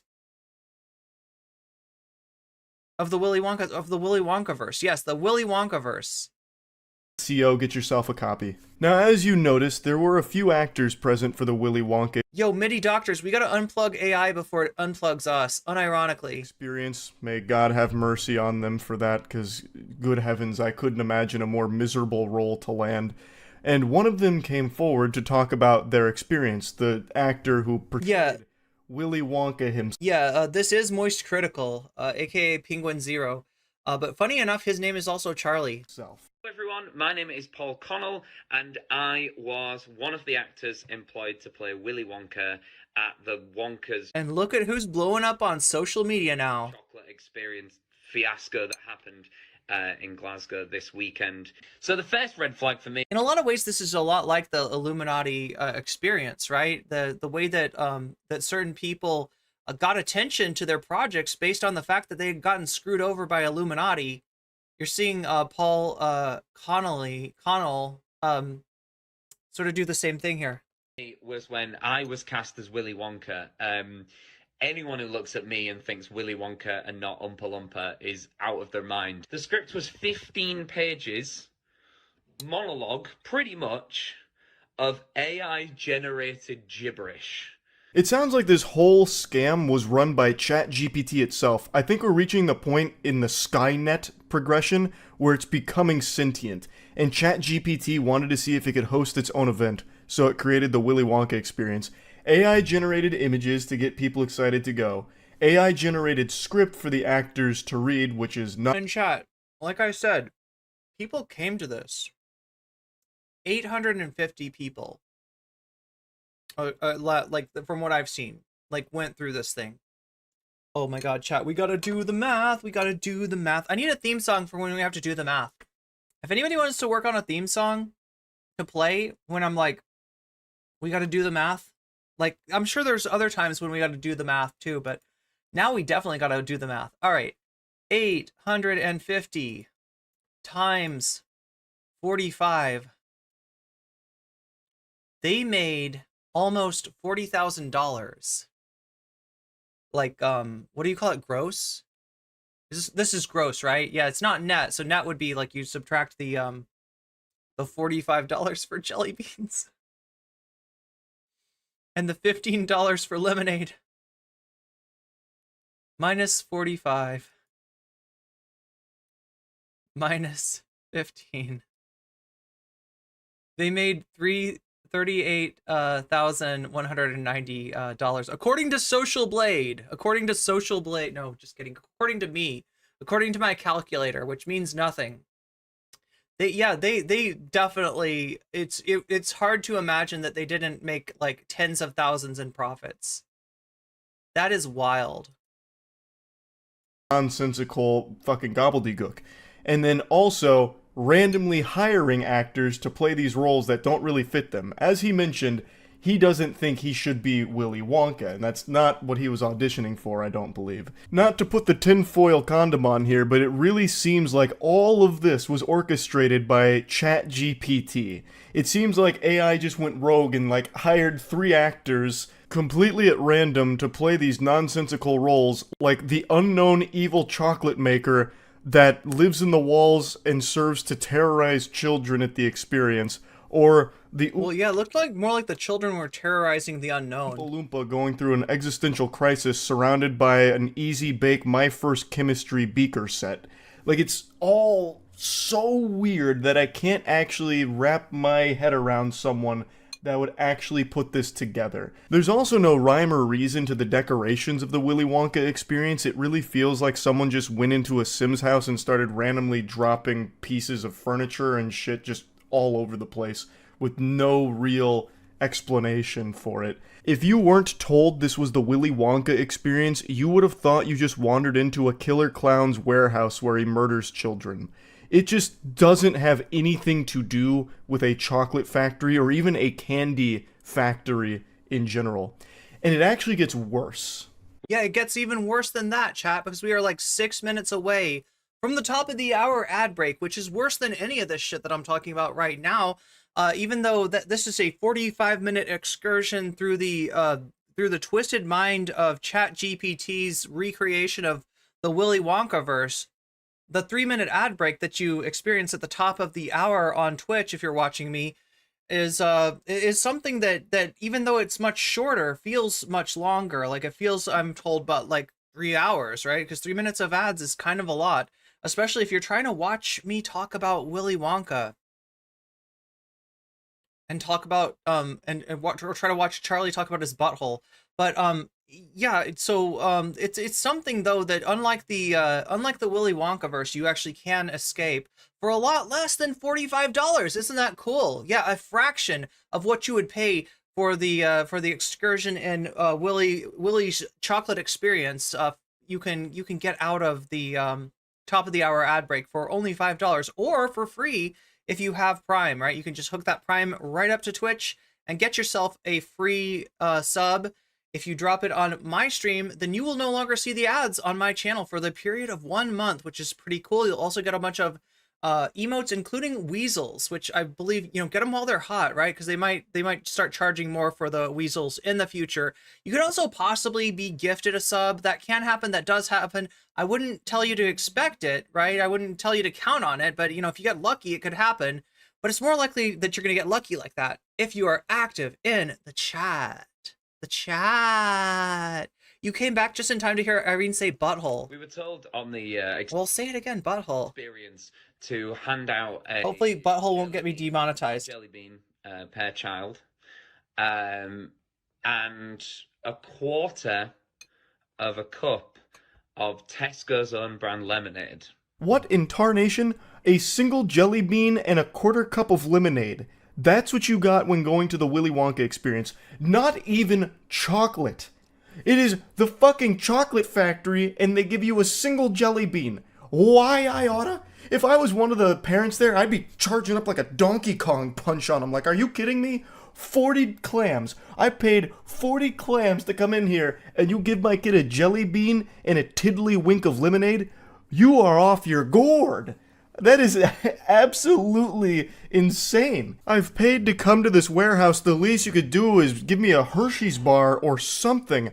A single jelly bean. I feel like, chat, that you get more, I feel like you get more grape juice at communion.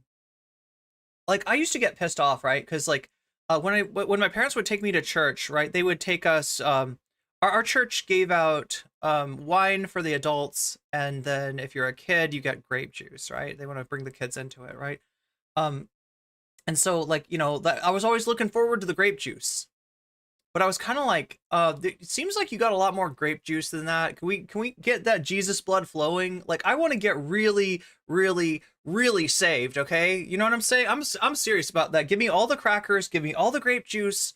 I want to just like make my own personal Jesus and eat it. You know what I'm saying? And like, then I'll be super saved. But they never let you do that, right? You're limited to that one little of grape juice. This is the blood, and the little cracker, the little salt-free cracker, terrible little stale cracker that you got. And that's all you get. My grandma's church, though, was different, right? The kids do not get anything. And the one time, because I was used to, like, okay, communion, we get a snack at least, right? Let's bring those snacks on. And my grandma slaps my hand and she's like, you get away from those. Why? Why can't I have the grape juice? And she's like, have you built a church yet? Have you built a church yet? I don't think so. I don't think I've donated money. I've donated enough money over the course of my membership in this church to build a church in some country that they're sending missionaries to, right? And so I can have this. This is okay for me. It is not okay for you. I was like, God damn it, Grandma, you want to make me build a church? Came up with that? That doesn't make any sense at all. Now, since the story's blown up, the creator of the event even came forward with an apology saying, I'm really shocked the event had fallen short of the expectations of people on paper. My vision of the artistic rendition of a well-known book didn't come to fruition. For that, I am absolutely, truly, and utterly sorry. There's no doubt in my mind he's getting high on his own supply here, huffing the fumes from the Oompa Loompas' dirty meth lab. What do you mean you're shocked? How could you possibly be shocked, you AI-generated fantasy images of a fucking chocolate factory? This is like Vaush's apology. Like, oh my gosh, I don't know how that stuff got in my folder. That's terrible. You know, we really should do something about hentai sites. Somebody needs to do something about those hentai sites, right? No, you fucking downloaded that. You picked that. You downloaded that. You wanted that on your freaking computer. It wasn't even good enough for it to be like on Twitter or wherever you found it, right? And Vaush is trying to convince us that, like, it's like, oh, this is the biggest mistake of my life. I feel like a complete idiot. I am so sorry. I'm so sorry for not looking closer at what I was clicking and saving on Twitter. Like, this is just like this kind of apology where you're apologizing for something on the idea that you didn't do it on purpose, when anyone with half a fucking iota of common sense can tell that you are that you did it on purpose. Experience that doesn't exist and would never exist. I accidentally completely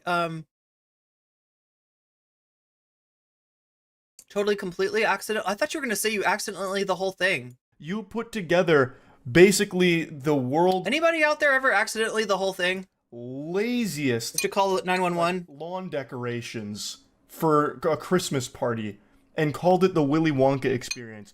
Every single human being would be disappointed going to that, even if it was free. But you had the I used to accidentally the whole thing all the time, chat, until I found out about flared bases. gall to charge $40 for it. You actually get more value and a better experience out of trick-or-treating on Halloween and going through a cool house sidewalk and getting candy from their bucket than you would paying $40 going to this experience. Because at least... Yeah. Did anybody ever have the thing and during Halloween where you go into a room and they put a blindfold on you and they're like, these are Frankenstein's fingers, and they take your hands and they put them into a dish full of hot dogs, and you're like, oh my god, I'm touching Frankenstein fingers, and then they take your hands and they put them into another dish and they're like, these are his eyeballs, and it's like grapes. It's grapes in there, right? And they're like trying to tell you that you're feeling like Frankenstein's like spaghetti. I think they did spaghetti, and they were like, these are his intestines, and like, okay, now that's clearly spaghetti. Halloween trick-or-treating, you get a full candy bar. How did you know, Robert G? How did you know that this was my church? My church was wild, chat. My church was wild.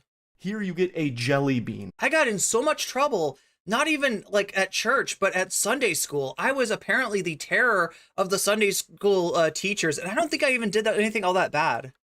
And peeled grapes. A shot of lemonade.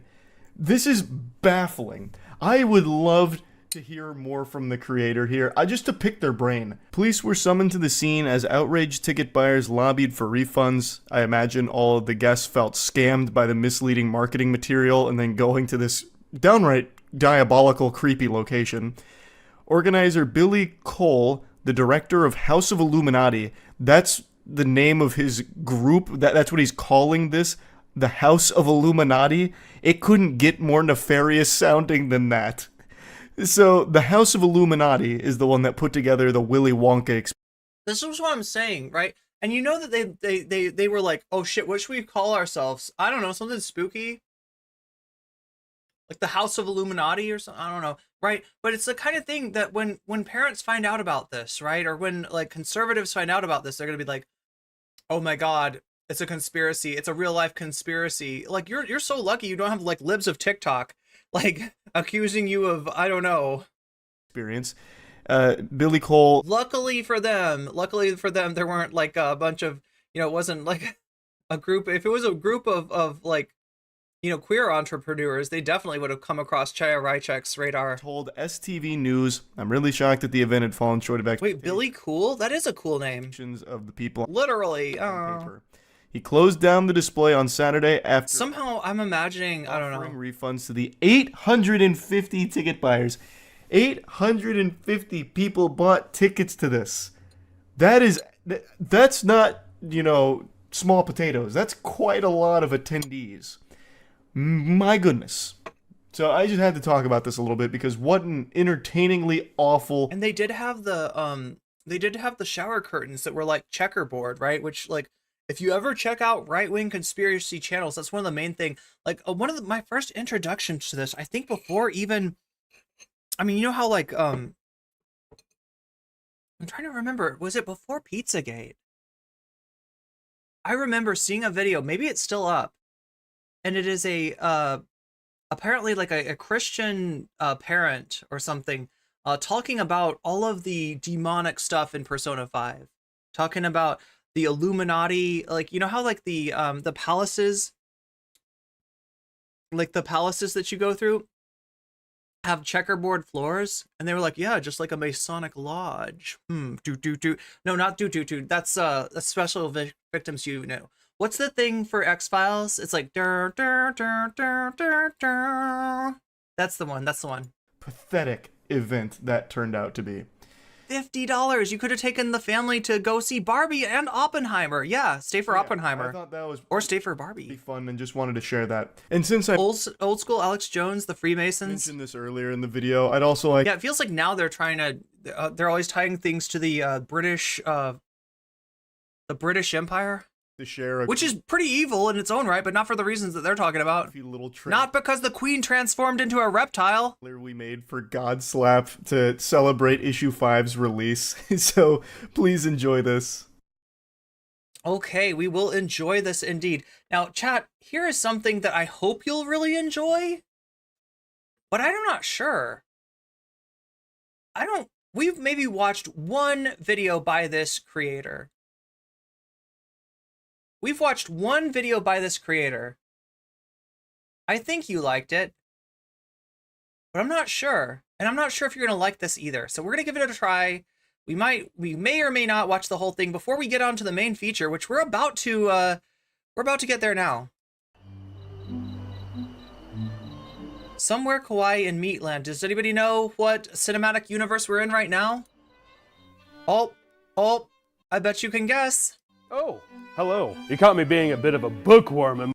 Also, is his music gonna get me demonetized? Who wants to put a bet on that? My own house, which is fine. You see, I've been digesting a lot more. You know, you can bet on that by donating super chats, super stickers, by getting yourself a membership or gifting somebody else a membership if you already have one. You can do this by subbing. There's so many ways that you can bet on whether I get demonetized today or not. And you know, either way, you don't win because I don't win because I always get demonetized. That's the secret. For anime lately because I always get demonetized. I'm always too spicy. I talk about Charlie's butthole at least 3 times during the stream when YouTube would be okay with me mentioning Charlie's butthole 2 times, but now I've talked about Charlie's butthole a total of 5 times. There's too much butthole, chat. That's what I'm saying.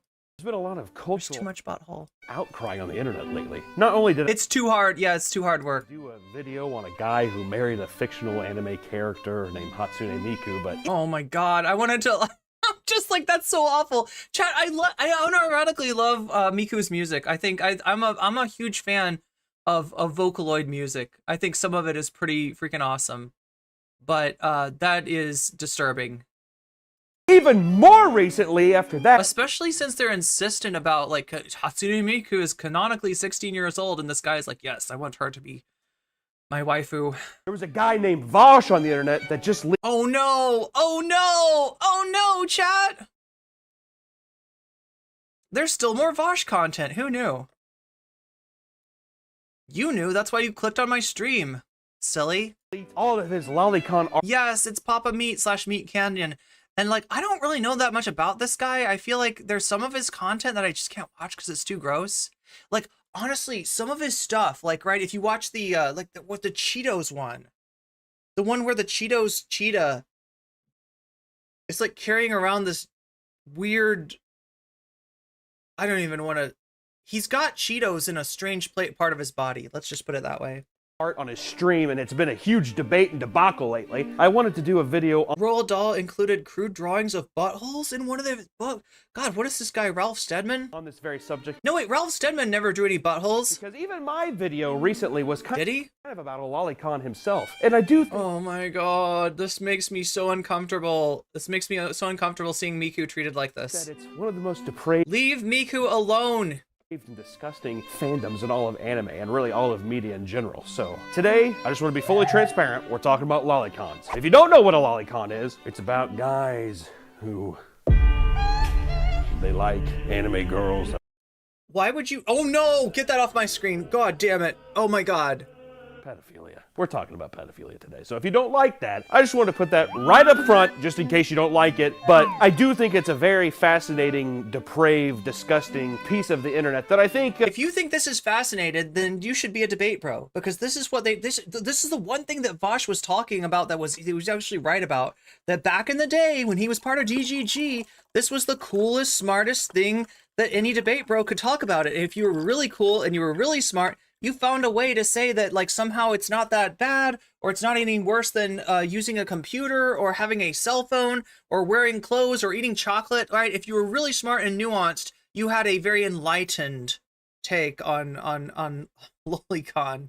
It would be lovely to talk about because these little cockroaches are hiding in plain sight. And I think that it might be good to get down to... They are, but like nobody's talking about where else they're hiding. It's not just Vaush. It's not just Vaush's community. I mean, how the hell did we even get here? We're going to get into that in a second. So, I do want to say I do have a surprise because I want to take a step back and talk about all the different facets of anime. The different kinds. Because anime, it could appeal to your dad. It could appeal to your younger brother. Anime is so wide. Oh my I god. don't really understand how the hell did we get to a place like lolicon. And I don't want to toot my own horn, but I do have quite the surprise today. Look, I am going to legend switch. himself, Akira Toriyama, the master mangaka. Oh no, this makes it worse. This makes it worse because now I'm standing in front of a lollipop with Papa Meat talking about lolicon. I don't know what to do, chat. Let's just, for now, okay.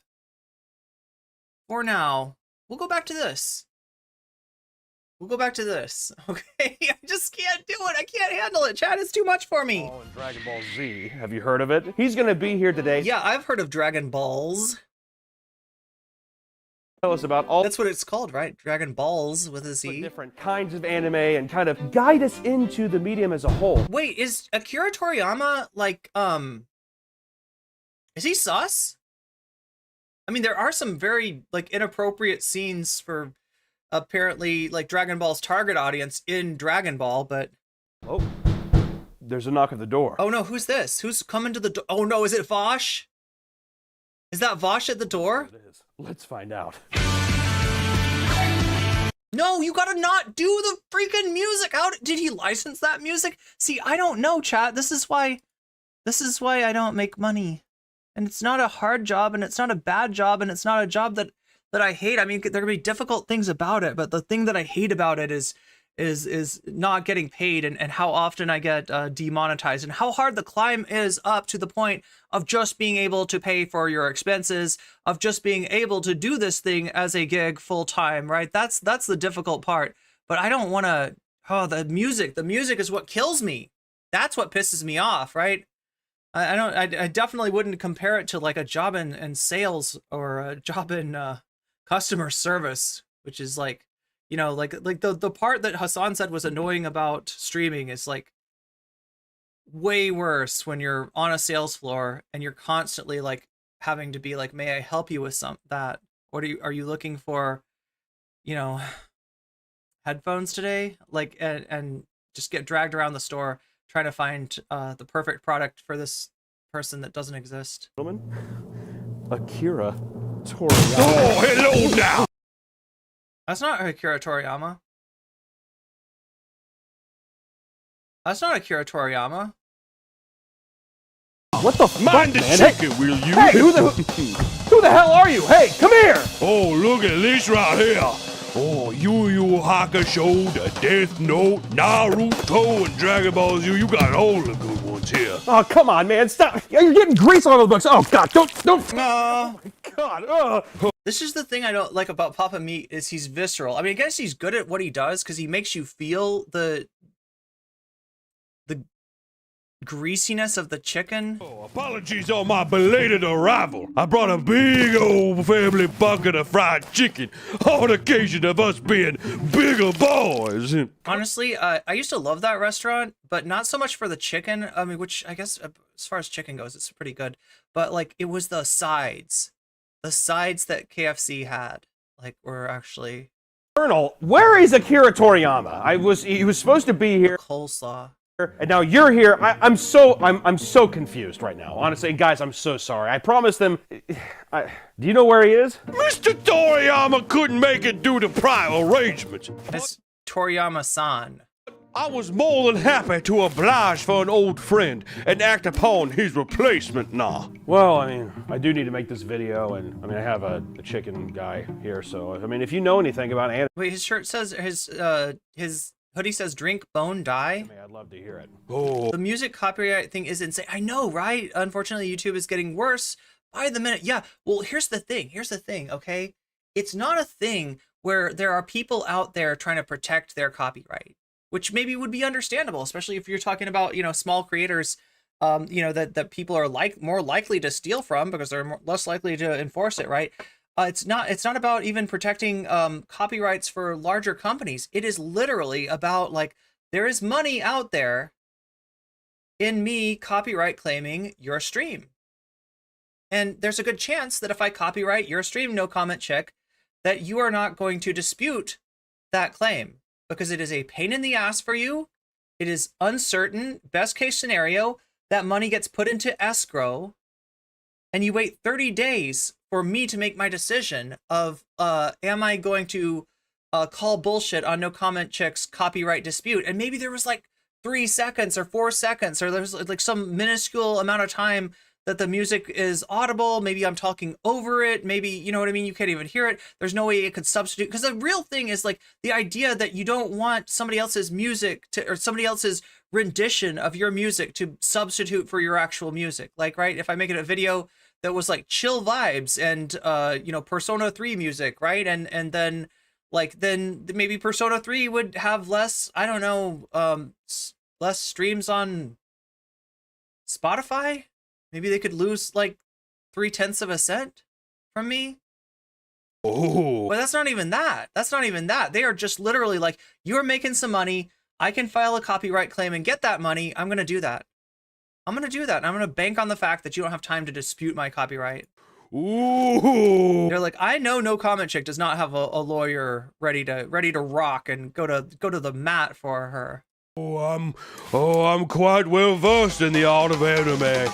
You had the shonen. Oh my god, of course he's a freaking otaku. Of course the Colonel is an otaku. Genre, which means young boy with action-based plots that typically have eccentric stories with increasing arts and powers. Yeah, power scaling, yeah. Oh, like your Dragon Balls and your Demon Slayer. You know what I'm talking about.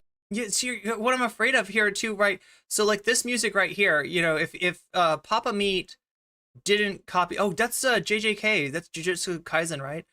If Papa Meat didn't like copyright, or sorry, if Papa Meat just used music that was copyrighted, right? Then he'd be in some shit. But he's a big creator. He makes lots of money, and he knows that if he has a video that has that music in it, he's not going to make money. So what kind of music is Papa Meat going to play? He's going to play potentially, best case scenario, copyright-free music, right? We can hope. We can pray. I'll know at the end of the stream if it was copyright free when the dollar sign turns red and it says it wasn't, right? Or he could have licensed the music.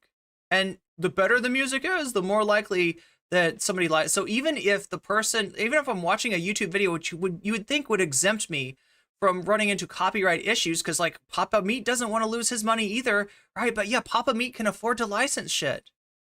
Maybe not the best shit, maybe not the, you know, the most popular music from an anime, but Papa Meat can afford to license something, and he will. And I'll get demonetized and he won't. I do like those.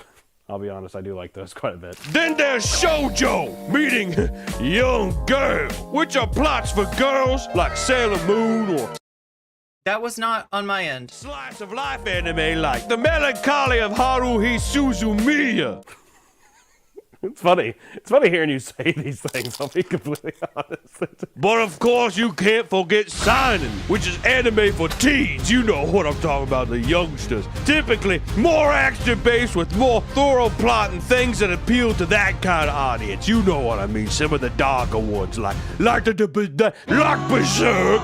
Yeah, okay. And lastly, you have Josai, the for the least spoken of anime for women, the women folk, older baby carriers, as they say. And it discusses a boring adult topics like marriage and sex and family life. All the stuff those broads like to talk about. You know what I'm saying. I really don't like how you said older women like that, like you were disgusted, if I'm being completely honest. But honestly, that was not expected. You're like a goddamn... Oh my god, chat, when I was talking about getting copyright demonetized, I was looking over the Vaush videos. Let's see, like, I covered Vaush quite a few times, you know, while this subject matter was going. There was quite a few back and forths between Vaush and Ethan. There were people defending Vaush. There was Keffels doing a content nuke on Ethan. There was a lot of stuff, right? And it looks like half of that got demonetized. Half of that is ineligible for any sort of ad money. These are like the biggest videos that I've done in a long time. And it's really sad that I'm not making any money. However, one small victory is that it looks like I'm okay on the Frank Sinatra. Right, you remember how I had Vaush, like an AI Vaush voice doing Frank Sinatra? Wait, no, it wasn't Frank Sinatra. What was it? What was the first one?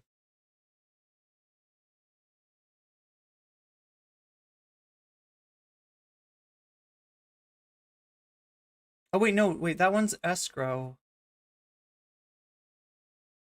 No, it's not released yet. We still don't know about the Frank Sinatra. God damn it, I thought I had a small victory. I was like, I made some money off of that. Nope, no you didn't. Not yet anyway. We're still fighting with Frank Sinatra's estate over that one. I'm sure we'll win though, chat. I'm sure the NCC legal team will destroy the Frank Sinatra estate. It's a con of anime. I mean, this is sick. I mean, I guess maybe the video is saved after all. Well, sweet. I mean, I guess... That song is awful. Wait, which one? Do you know anything about lollies at all, or...? I like the candy, but I do favor a nice bucket of fried chicken. Oh, dear fucking God, the lollipop. No, not the candy. It doesn't matter. You know what? Thank you for your help here. Just, if you can just leave, and I'll move on with my life. I appreciate it, so. Now go on. No, Get yourself some of that. Come on. Just go ahead and leave. Thanks. This is a struggle. I don't know how other YouTube channels do it. I have never been good with guests, so I apologize for that. Oddly enough, as Colonel Sanders did say, there's such a wide spectrum of anime, and lolicon comes from the style of anime known as lolly. First of all, lolly means a young or young-looking girl character in Japanese anime or manga. So the term lolly just means it's like a young-looking girl. That's where that comes from. But lolicon... So the original word, right, is just like a description. Focuses on young female characters in suggestive and erotic content. The male equivalent of this is called shotacon. It's basically, I mean, it's just pedophilic anime. There's no really easy way of back. Papa Meat understands what's up. There's no, it's not nuanced. It's not complicated. It's not harmless. It is normalizing some very fucked up shit. Around the bush, but the term comes from the 1955 novel Lolita. What's going on with Papa Meat? Papa Meat is getting canceled by lolicons. The lolicon army is out in their full force. And like, that might sound like a weird thing, right? We're talking about like a sort of really embarrassing, you know, thing for somebody to be into. You wouldn't think that there's like a group of people on the internet repping, you know, lolicons and attacking people who are critical of them, but there is. You would be wrong. You would be completely ignoring a 600,000 plus size YouTube streamer that made a video about this video that I won't be showing you because I don't want to have anything to do with that shit, and I don't want to be harassed by those people either. Yeah, they exist. Which is about a middle-aged man falling in love with a 12. How many channel points to request Meat Canyon White Woman season? Oh wait, is that the Taylor Swift one? I feel like we watched that. Flan 1946, thank you for the follow. Rhea Rokes, thank you for the follow on Twitch. Yeah. Good to see that at least I'm getting some follows out of this. 12-year-old girl, which... What I really want... Oh my god, food shops. Don't even... No, we're not talking about food shops. Food shops is another... Oh my god, don't even get me started. Don't even get me started, right? I don't want to ever have to explain food shops to you. I feel like I've mentioned this content creator before, and yeah. Yes, that's also the Stanley Kubrick film Lolita, and it was adapted in the 90s as well, and it's a lot more graphic. Just want to put that out there. So if you're a big film buff and someone's like, what? It was adapted in the 90s to what, a movie? Let's watch the 90s Lolita. Keep an eye on that guy. That's all I gotta say. That's a, yeah, for sure. But it does have Jeremy Irons. He's the voice of Scar, so guy's a good voice. I don't know what to tell you. Nothing wrong with cute girls, Mr. Hancock. Nothing wrong with cute girls at all. What? Which, here's the thing. Just because you like lolicon... Look, chat, all I want is some goddamn coleslaw. Doesn't mean that you like lolicon stuff, right? Like, you can like big, goofy, fun, cute characters. I mean, personally, I don't.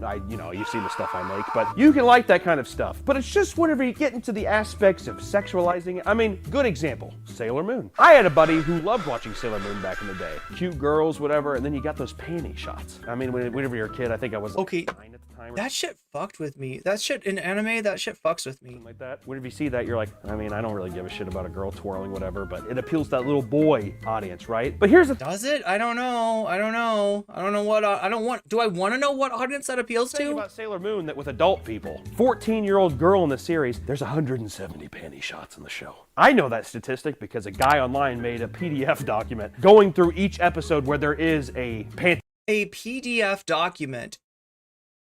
You don't say. Shot in great detail. And what was even more funny about that are the comments on the post of people being like, I'm disturbed that this is a file for download. So it's just, it's murky territory. You know what I mean? You start off with something that might be cute and innocent, and then you throw in like weird panty shots on 14-year-olds and you kind of get some up. Look, I mean, like, that's the thing is that, like, okay, so like the one point, like, like Vaush tried to use this as an excuse, but there is a lot of sussy stuff in anime. Like, I don't know, like there's been series that I thought were really cute and really awesome.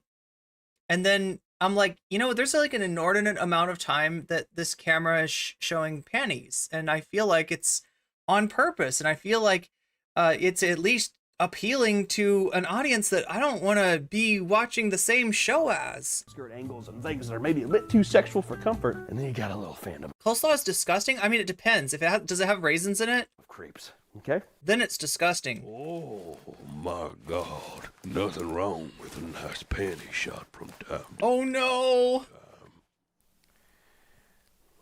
Colonel Sanders.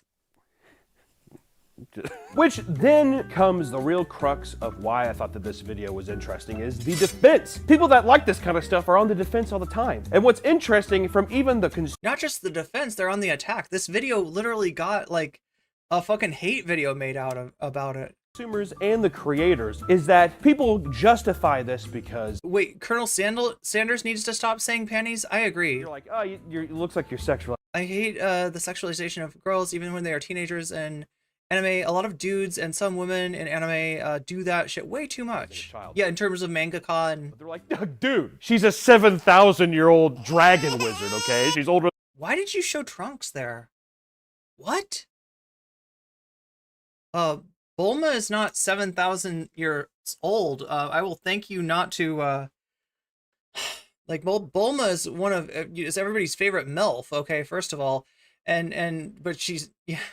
and in baby trunks. Wait, what the fuck? I don't get that. Than you and I. She's older than every person ever in your family combined, okay? I mean, she has more insight and maturity than anyone. And that's like one of the big defenses, right? People and the creators being able to get around with little... Oh yeah. Like, so that's what Vaush said in his defense was art is an abstraction, right? You know, drawn representation of human beings is an abstraction. The drawing doesn't have an age, therefore whatever's clever, right? No, not whatever's clever. Loopholes like that makes it feel like it justifies this very creepy... Craisins are better than raisins, but still not allowed in my coleslaw. Creepy act, which I don't... You know what? My dad did something weird, right? Actually, it's not his fault, right?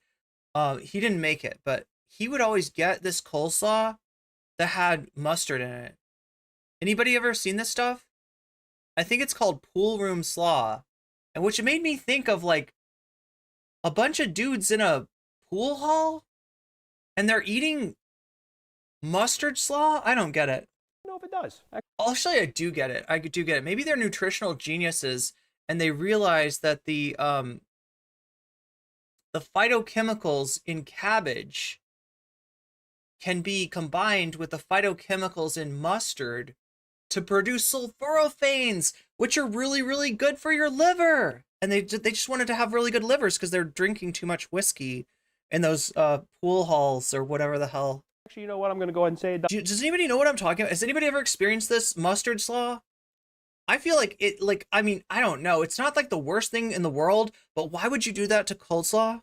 I'd like to, in a lot of cases, I like to play devil advocate, but I need to put an extreme foot down that no, this is just, it's just plain gross and wrong, if I'm being completely honest. Even let's say that you drive home that point, right? This character is so much older. It's a 7,000-year-old dragon wizard. It was transformed. It's actually an old person stuck in a little girl's body. It doesn't help that I would say Was that Greta Thunberg? 99% of the time in these cases. Thunberg? Not 100% of the time. These characters act like little children. You thought it was curry? I mean, there is some kind of curry salad with mustard. A good example of that is Miss Kobayashi's Dragon Maid. There's no beating around the bush. I mean, I looked at this show for a little bit. I mean, it's supposed to be this big, powerful dragon that turns into this little girl, but she acts like an absolute toddler, and they put like big one of these on. Stop. So it's just this. Stop it. Really weird, odd. It's like, okay, I got the point. Or taste in your mouth. Where you're like, what is this for? What's the end plan? You didn't have to say taste in your mouth. Come on. The constant barrage of "it's cute" becomes their narrative. It's cute. These things are cute. I just like doing it because it's cute. It would be so much cuter if you didn't represent the character as if she's fucking underage. Yeah. Like it's like they made that fucking.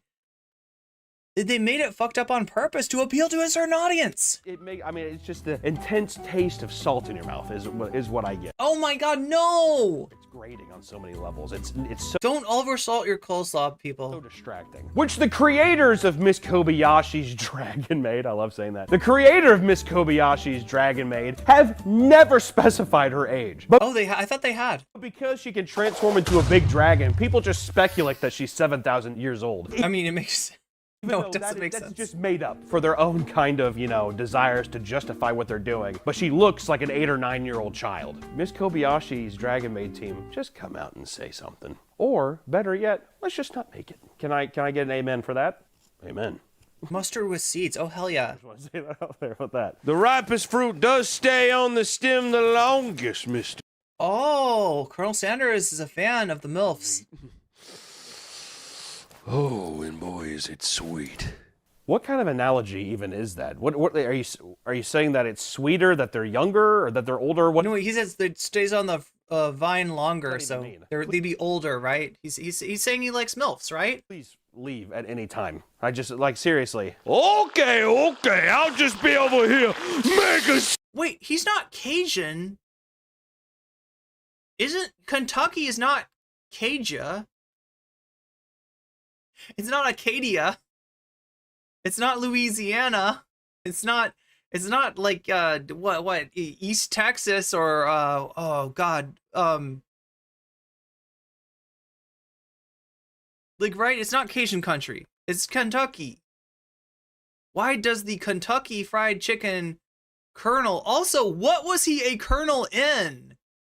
What was he a colonel in? Some of that fried chicken with this giant deep fry here. Don't bring in the giant deep That is a pretty big deep fryer. fryer in my... That is a large deep fryer. There's much chicken that can come out of there.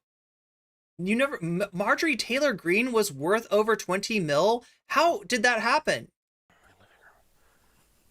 City Slickers think all Southern accents are the same? The books all covered Oh, I thought you meant the movie. in fucking grease, and he pulls in a cartoonishly large deep fryer. Come on, man. For one bucket of chicken, it doesn't matter. Like actual City Slickers. I'm not gonna get through it to him, but... Needless It's if you wear a raincoat in the city, you're a City Slicker. to say, this is just one instance. Miss Kobayashi's Dragon Maid, that's just one instance of many cases. The Really, Great Fried Chicken Wars of when you Kentucky. get down into the comment sections and forums, it really varies from person to person of these kinds of excuses they make, and that's The coastal elites, that's right. where the trench warfare begins with a lot of these things. You have like weird lingo, so if you're in some forums and you see some of this lingo, be sure, you know, keep an eye out because you might be in some very rocky territory. Well, also, why are you in those forums? So there's a group of people that refer to stuff as quote-unquote cheesecake, which is basically a pinup pose that aren't necessarily not safe for work, but it alludes to not safe for work, right? Which is still wrong. You're alluding to the thing. It's like it's like getting around and you're undressing it with your mind. We know what you're doing, but there's a group of people who are like, well, I mean, nothing's really happening. I mean, yeah, sure, it looks like she's bending over and doing that, but it's Wait, where did KFC originate? Is it from Kentucky at least? Is it actually Kentucky Fried Chicken, or did they like... not really the case, so it's fun. Sounds like you're frying chicken in there. Right? Right? Wrong. If you catch yourself in a conversation like this, here's what you do. No! Why did you... Okay, you don't have to punch Nausicaa, People is the biggest but thing. you also should not, you know, be leering at Nausicaa. Which a lot of people also say, as long as it sticks to PG-13 content, the sexualization and everything is minimalized. There's It is Kentucky. Nice. no victims, right? Wrong! Once again, wrong. The idea isn't necessarily that you're affecting anyone in the physical real world, but it's the implications that are happening, and I think it's just the mindset. We that get you're past that, creating. yeah. I really don't think that this kind of fantasy can be broken up. In some kind So yeah, Papa Meat, like, right, is an edgelord. Papa Meat is nobody's leftist, okay? He's not a SJW or any sort of woke scold or snowflake or tanky or he doesn't have VDS, right? And Papa Meat knows that this is... of drama and film, like even Lolita the film, we're never seeing the character in a positive light. We're following a pedophilic monster. There's nothing... That's what I'm trying to say about this culture that has taken root in the debate sphere. Is that it is not, you know, it's not right, obviously, but it's also not normal. Like, it doesn't take somebody with like a degree in sociology to call out what's wrong with it. That is a positive, healthy association of your sexuality to these characters. So by doing so, even in these non-explicit but still... Could we not show that? God damn. Okay, this is what's bothering me about this is that in the pursuance of showing that this shit is wrong, we're showing entirely too much of this shit. Papa Meat is friends with JonTron. Enough said. Yeah, that says it all, Ubafly. Real wives, and if you do, you're probably in an unhappy one, is what I'd like to imagine. That's probably that's kind of rude and a bit judgy, but that's just me. You know, that's just what I have to think. Papa, how many pieces of chicken do you want now? I know you bigger boys love them thighs and breasts. Which one you want? None. I don't want any chicken. Please, God, no pieces of chicken, please. Okay now, all right. And then the other side believes that in no situation is any of it okay. That the sexualization of a character with any underage features is automatically pedophilia and should be considered CP, cheese pizza. So you have cheese pizza. Okay, so that's what's annoying, right? When they start talking about, he said something about like cheesecake or something like that, and like obviously the cheese pizza is a reference to Pizzagate.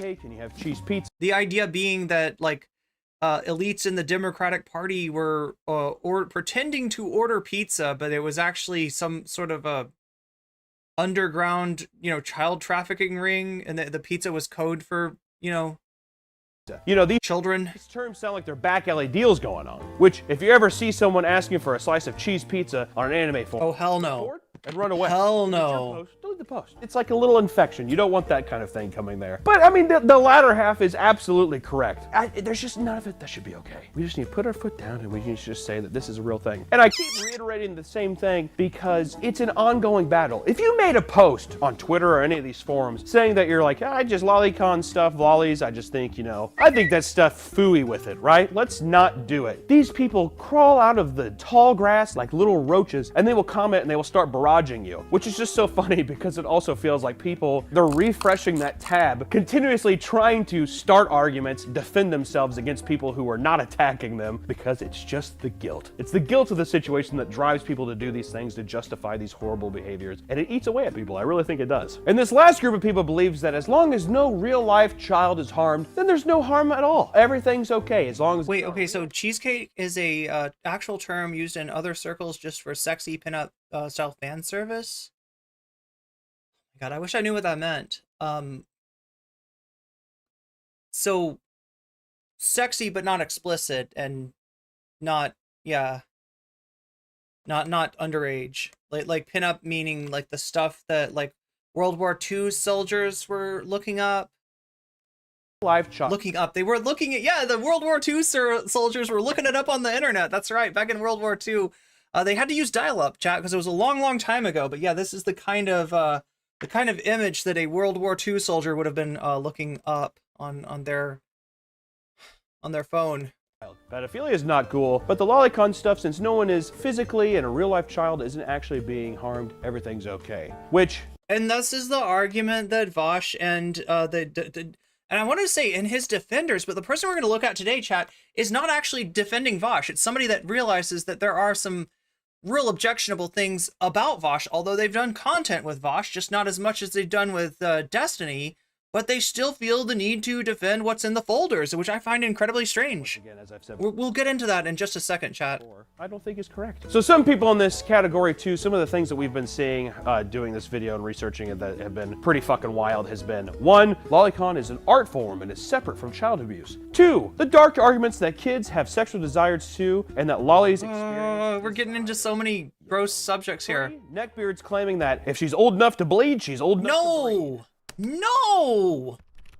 I don't even want to hear this. Throw up a little bit reading that, but you would be surprised by how many times we actually saw it posted on the internet. It's circling back. A lot of the comments too that we saw and a lot of the arguments was, it's about the cuteness, not the age. I wanted to emphasize this part because looking at a lot of this stuff, we found that cuteness was brought up a lot, especially with a lot of anime. It's the fact that people associate the intense over sensation of cuteness that they're seeing. That's the reason why this sexual fantasy is happening. That's why I'm so turned on, is because it's a cuteness overload. It's like the Minions. They're so cute, right? They're wrong. It's just another weird excuse of beating around the bush. And it's a weird circling argument that you see. In some of these cases, it's people just saying, oh, the cuteness is what I'm attracted to. I would never do this to a real kid because they're not as cute as this anime character. It's such a weird, creepy, it's like taking such a cute thing and just like turning it into this like black bile that people are just drinking and shoving down their throat. And they just regurgitate it over and over again. And it's this odd hive mind of people that are like, right? That's what I'm saying. Finally, someone's speaking some sense. And then more in the racist side, I guess, of these comments is, I saw a lot of people saying, that's just how Asian people look.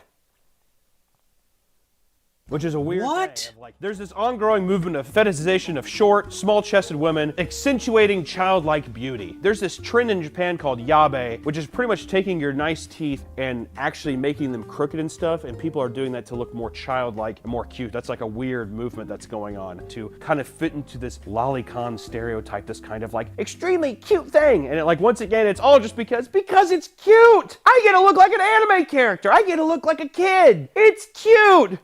It's mental disease, is what it is. Which, here's the bottom line of this weird, oh my god, chat, internet culture thing that we're talking about. Lolicons. To me, it's as simple as this. Okay, so I just found you some content. Now, it fits in with today's show, but I don't know if I'm going to be able to show it to you because I don't know if we're going to get through the other content that we've got in time. So I don't know about this, but this is Brianna Wu defending Vaush, apparently. Brianna Wu and her weird conservative friend. It looks like a duck, it quacks like a duck, and walks like a duck. It's a fucking duck. I don't think that you can take your brain and really substitute these things. There's no way to fucking take a limitless pill and be able to categorize all of the nuances of psychology that your brain is playing Jenga continuously to cater to your perverted fetishes. So, moral of the story is, if you see some of this shit, don't indulge in it. Don't even fucking look at it. Don't do anything with it. If they look like a kid, talk like a kid, and act like a kid, it's a fucking kid. Simple as that. It's really basic math, honestly. You know, like you're saying it, if it looks like fried chicken, tastes like fried chicken, then it's fried chicken, right? Or am I right or am I right? You have been a source of nothing but you've been so disgusting the entire time you've been here. I'd ask you to leave, but you said You drew him. you just won't. I mean, will you please leave? Just get the hell out of here, man. Come on. And it all comes down to this, too. It's not just the people that are consuming this content, it's also the people that are making this content. If it is about that it's just cute, then why is there so much fan service, right? Why are they animated in these poses? Why are there the panty shots? Why are there so much sexual... Yeah. In other words, if it, however they're trying to describe it in an innocent way, like, why is it appealing to lolicons? Right? Oh, did that just happen by accident? Oopsie, I'm sorry, did I make something that, like, is fucking bait for... implications to these characters that are made in the first place. And it all comes down to the argument of the innocuous and harmless content versus the audience it was made for. And as a last little bit of example, this Weasel to YouTube page, whose video is this? This is Papa Meat's video. is just one of the, this is actually just like a... AKA Meat Canyon, if you've ever seen the weird, gross cartoons drawn on Meat Canyon, this is their creator who has spun off his own channel that's more about him doing like reacts and stuff like that. But this is, I don't know, what, a video essay essentially about Vaush and what's in his folders and why it's not, there's not really any innocent explanation, no matter how much the defenders, which we're gonna be getting into the defenders in a second, wanna say that there is. Funny troll. I just think that this is pretty funny, but if you ever see a forum where someone's like, I'm trying to get into new anime, what anime should I watch? And you see people commenting the show, Boku no Pico, do not follow No idea what that is. that suggestion. I'm quickly realizing too that there's so much Wait, it means my something, but I don't know what Pico is. Oh my god, I really don't want to know what it is. wild shit and anime out there, and so much horrid shit that I feel like you kind of just gotta go on a self-discovery. You can't really ask for people's, I think, opinions, because it's just, you're gonna fall into fucking traps continuously. Or at least ask a group of friends. Don't ask fucking random strangers online, because that's, I think, where... And definitely don't ask Colonel Sanders. Something crazy, which, you know, Boku no Pico. Who I'm sure we're about to cut back to any time now. We'll just say, maybe just put a little blurb of what Boku no Pico is, because I just say, just... Ew! Ew! I'm not trying to use this video to shame anybody that likes cute anime or like watches anime in general. I just think you should watch out for these weird corners of the internet where these dark things happen, because I feel... And understand that that gaze is there, and that there's like some, you know, if you see something that looks sussy, it probably is sussy. At least on the level of that they are purposely trying to appeal to lolicons. Like a lot of these people who are impressionable can get sucked down very quickly and pick up bad habits. Is all I gotta say. Very true, very true. I know what you're saying, and I completely agree that these cute girls got me all stirred up in the mind. They should lock away all these cute girls for all these temptated thoughts I feel. That's not what I said at all. Were you even listening? You've been here the whole time. Now come on, try some chicken. Come on, would you just... He couldn't hear you over the deep fryer. Try it once, please. No, it's okay. Come on now. I don't want to. It's fine. Come on, the chicken. I don't want the chicken! Please, come on. Come on. God. No! Get off me, turtle! I'm being deep fried alive now. It burns. Oh my God. It burns Oh me. God. How did he get that batter on him? Good. I was just talking about chicken. How does he get the viscerally the deep voice and the sounds? Yeah, there's something about Papa Meat. He just has this talent for like grossing you the fuck out on anything, like Scooby-Doo, you know what I mean? Like Cheetos, the Cheetos cheetah. I wasn't talking about nothing else. Oh my God. You were hungry before we started watching, but not now. Oh my God. You're just gonna let him get cooked? The sick son of a bitch fried himself. You know, He got cooked. in hindsight, I don't think FAFO. he was talking about fried chicken. I think he knew a little bit too much information. I think he knew too much. This is for the best. This is for the best. Are you gonna eat him now? What are you? Thanks for watching, everybody. He's like, I wasn't interested in the chicken, but some fried human would be delicious. Anyway, that's Papa Meat, the Papa Meat of Papa Meat's Canyon, and just here to gross us out once again, but actually has the right take on Vaush, unlike the person I'm about to show you. Oh my God, who is that? Who do we have here?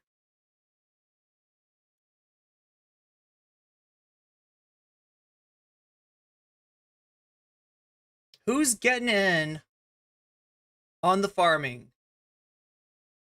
If it isn't our least favorite Destiny orbiter, right? The guy that said that concerns about transgenocide were actually overblown and that none of those bills were actually going to pass.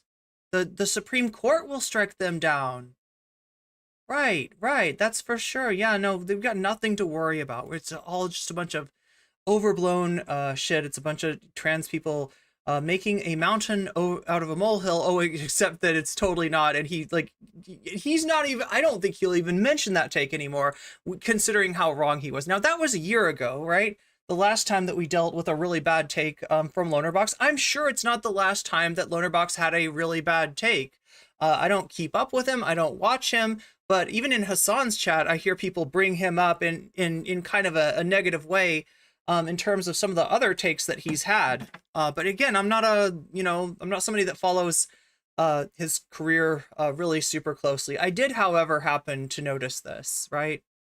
I did happen to notice this video. And why did I notice this? Because this guy showed up in ChudLogic's stream when ChudLogic was having himself a bit of a pedo panel. What do I mean by pedo panel? I mean exactly that.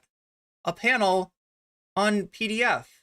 A panel talking about loli and whether it is morally objectionable, which, maybe not even half, right? Like, it's like choose your fighter here, chat, but the only good fighters on this in this debate were like ChudLogic. Actually, good take on this, right? ChudLogic is not gonna call this nuanced, and let's right for once he's not gonna say what about the nuance, right? President Sunday, pretty good take. I'm trying to remember who else.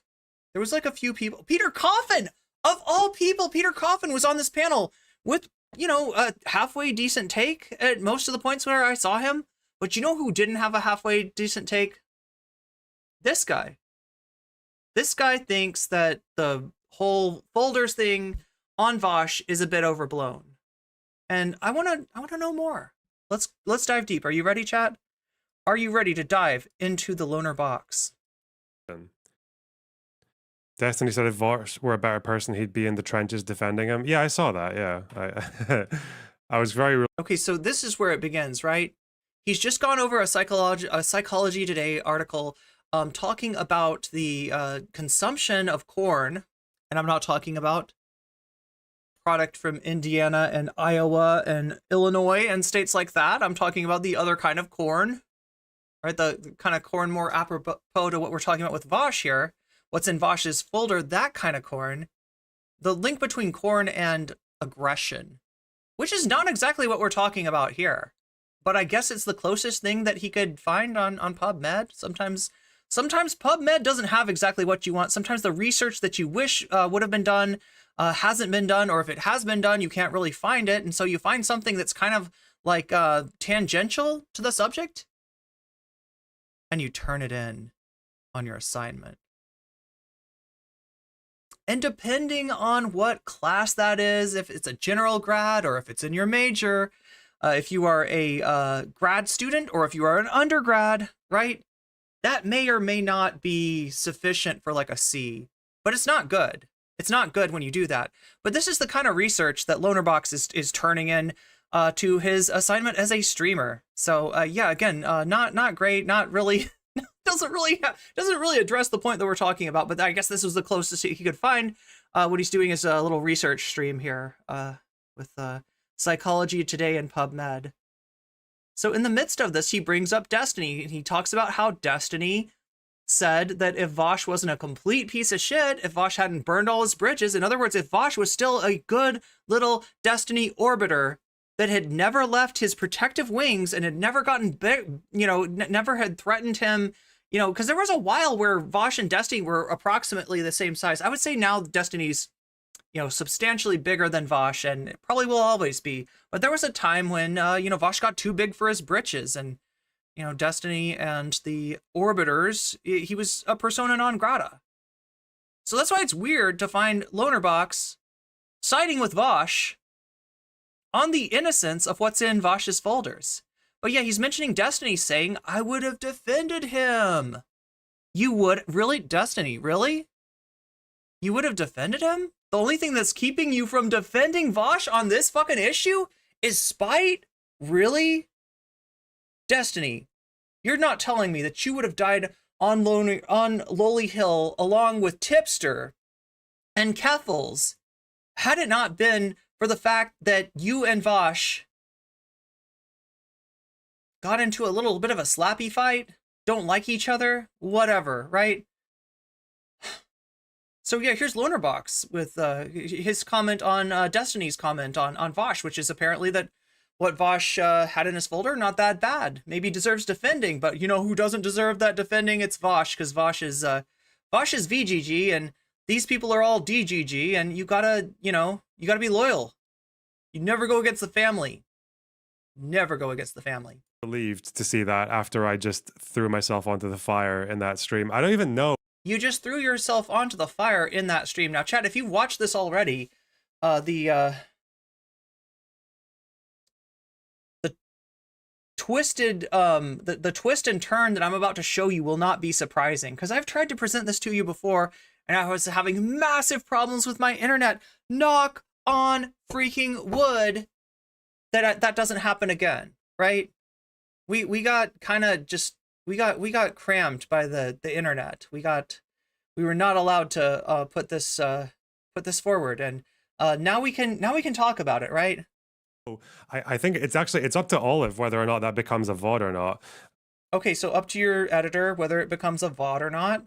Yeah, so what he's talking about is a piece of content that I myself, nocommentchick, who's famously a possessor of folders of my own, not folders containing any sort of material such as the material that Vaush collects, but rather folders containing, I don't know, dirt on streamers? Is that what it was supposed to be?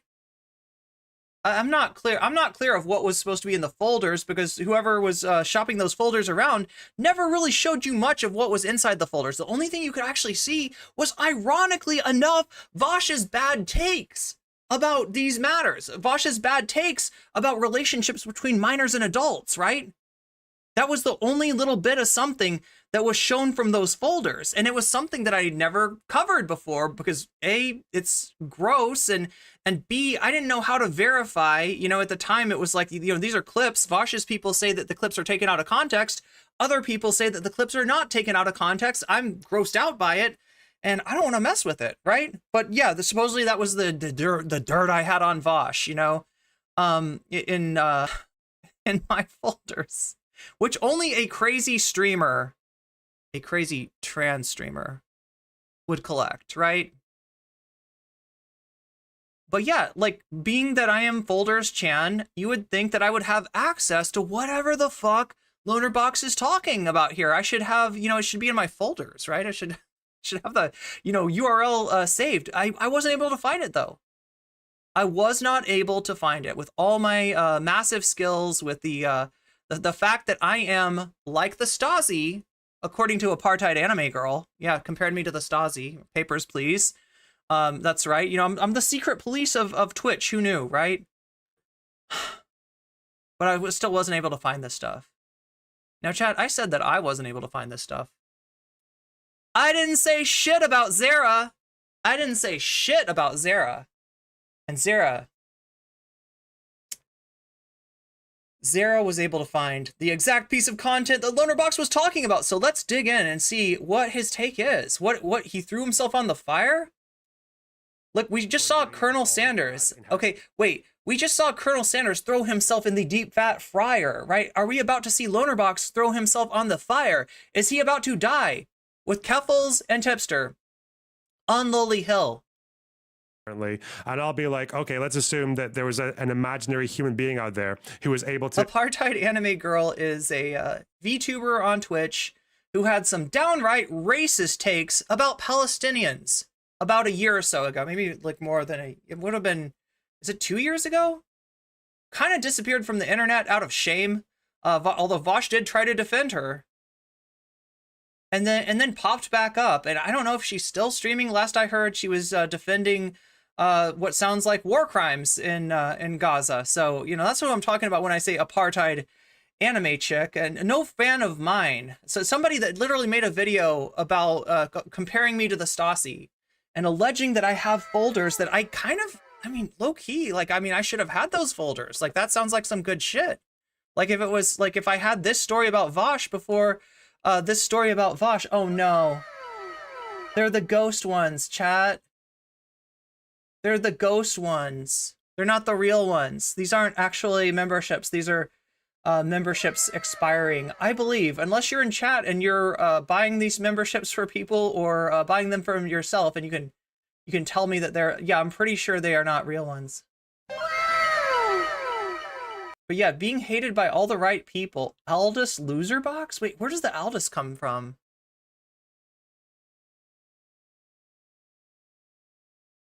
Wow. Okay. That's enough of that, right? When we're talking about the most disturbing subject, we get all the wows. Enjoy lolly, and they're not even real wows, unfortunately. But never abuse kids or like. But you know what is real? The top of the hour ad break, which is coming at you in probably like less than a minute. Chat, I really slept on this one. I really slacked on this one. I should have told you earlier that if you are seeing those 3-minute ad breaks and they are ruining your streaming experience, you don't have to suffer like that. There is a way to get rid of those. There's a way to do it for free. That is through the Twitch Prime program, using a Prime membership connected to your Twitch account to get a free Twitch sub. If you do that and you use that sub on my channel, then you will no longer see those ads in my channel for the entirety of a month. You'll also get a lot of cool emotes, including weasels. Yes, we have weasels. Yes, we have weasels. Yes, we have void coffee. We got a lot of stuff in there, chat. It's like a virtual grab bag of emotes, which you will have access to if you use Twitch Prime on my channel. You can also get access to that through paying $5 to buy yourself a sub. It is $5 a lot cheaper than it is to see the Willie's chocolate experience in Glasgow. Oh my god, Moe Nobe, those are real ones though. Those are real. Those are the real ones. Thank you for the gifted memberships. So yeah, on Twitch, you can pay $5 as ransom money to get your eyeballs back. If you want your eyeballs back, if you want to be able to watch the whole stream and not miss 3 minutes every hour, you can do that. You can do that with a Twitch Prime. You can do that by paying for a sub for yourself, or possibly through the generous gift of someone else. Now, don't expect it. Don't get, you know, entitled or anything. If somebody gives out gift subs, it's out of the kindness of their own heart. That can happen. That does happen. But that is more likely to happen when you're active in the chat. Or never do anything, would that be okay? And then he would be like, oh. But yeah, Moe Nope, thank you so much for the 5 gifted subs. Let's see who got them. Aaron W got weaseled. John Fuchs got weaseled. Chanka no Nashes 61 got weaseled. I hope I'm pronouncing your name correctly, Chanka no Nashes. Was your name also written by the Willy Wonka or the Wonka Chocolate AI Huar? Or HUR just got weaseled? And what can you do got weaseled? Also, Morbius Dragon, thank you for the gift sub to Bella Glazier. Bella Glazier just got weaseled. So many weasels, so little time. But I do appreciate them. I appreciate all the support that I am given, especially on a day like today when I know I am getting, it's very likely that I am getting demonetized. And there's the ad break now. And there's the ad break now. I didn't lie to you. It's real, unfortunately. Loserbox seems like he's hoping White Nervosa doesn't take his site down. Wait a minute. Can we get a fact check on that? Is Lonerbox a member of the White Leaf Network? Is Lonerbox part of White Forest? Is that true? Like, I mean, like there are some people that are like counterpoints, for instance, right? Who that's the special content, right? That's the special content that I'm holding in reserve. Now, I think that because we're at 3 hours now, we're halfway through the stream, I'm expecting that I'm going to take 3 hours to get through the Lunar Box content because he has a lot to say about Vaush's folders, and none of it is good. I have also got a podcast. I have also got Brianna Wu and counterpoints, whatever the hell you want to call them, points, conserva points, MAGA points, 40% points. I don't know. You could call them a lot of different things, Chad. But yeah, that's the content I got on deck. If we're ever able to get to it. There you go. Fucking is that Dylan Burns is also on. You're right. Dave is confirming it. I didn't know that. Okay, so there's the connection.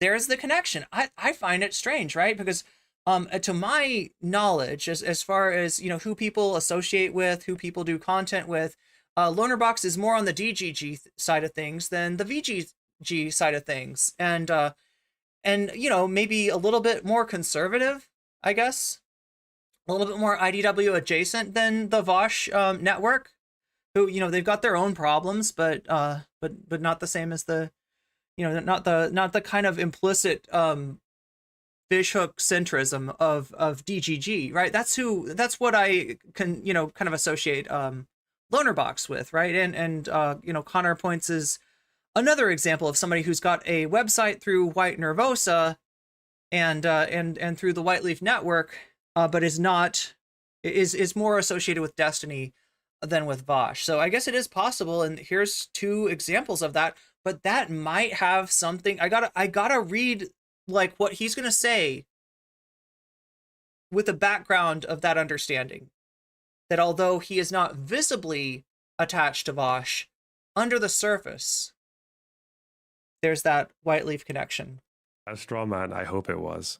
You. And then he'd be like, no, Lonerbox, this is actually why you're losing the debate and why I'm winning the debate. Okay. I would look. Here's the deal. Okay.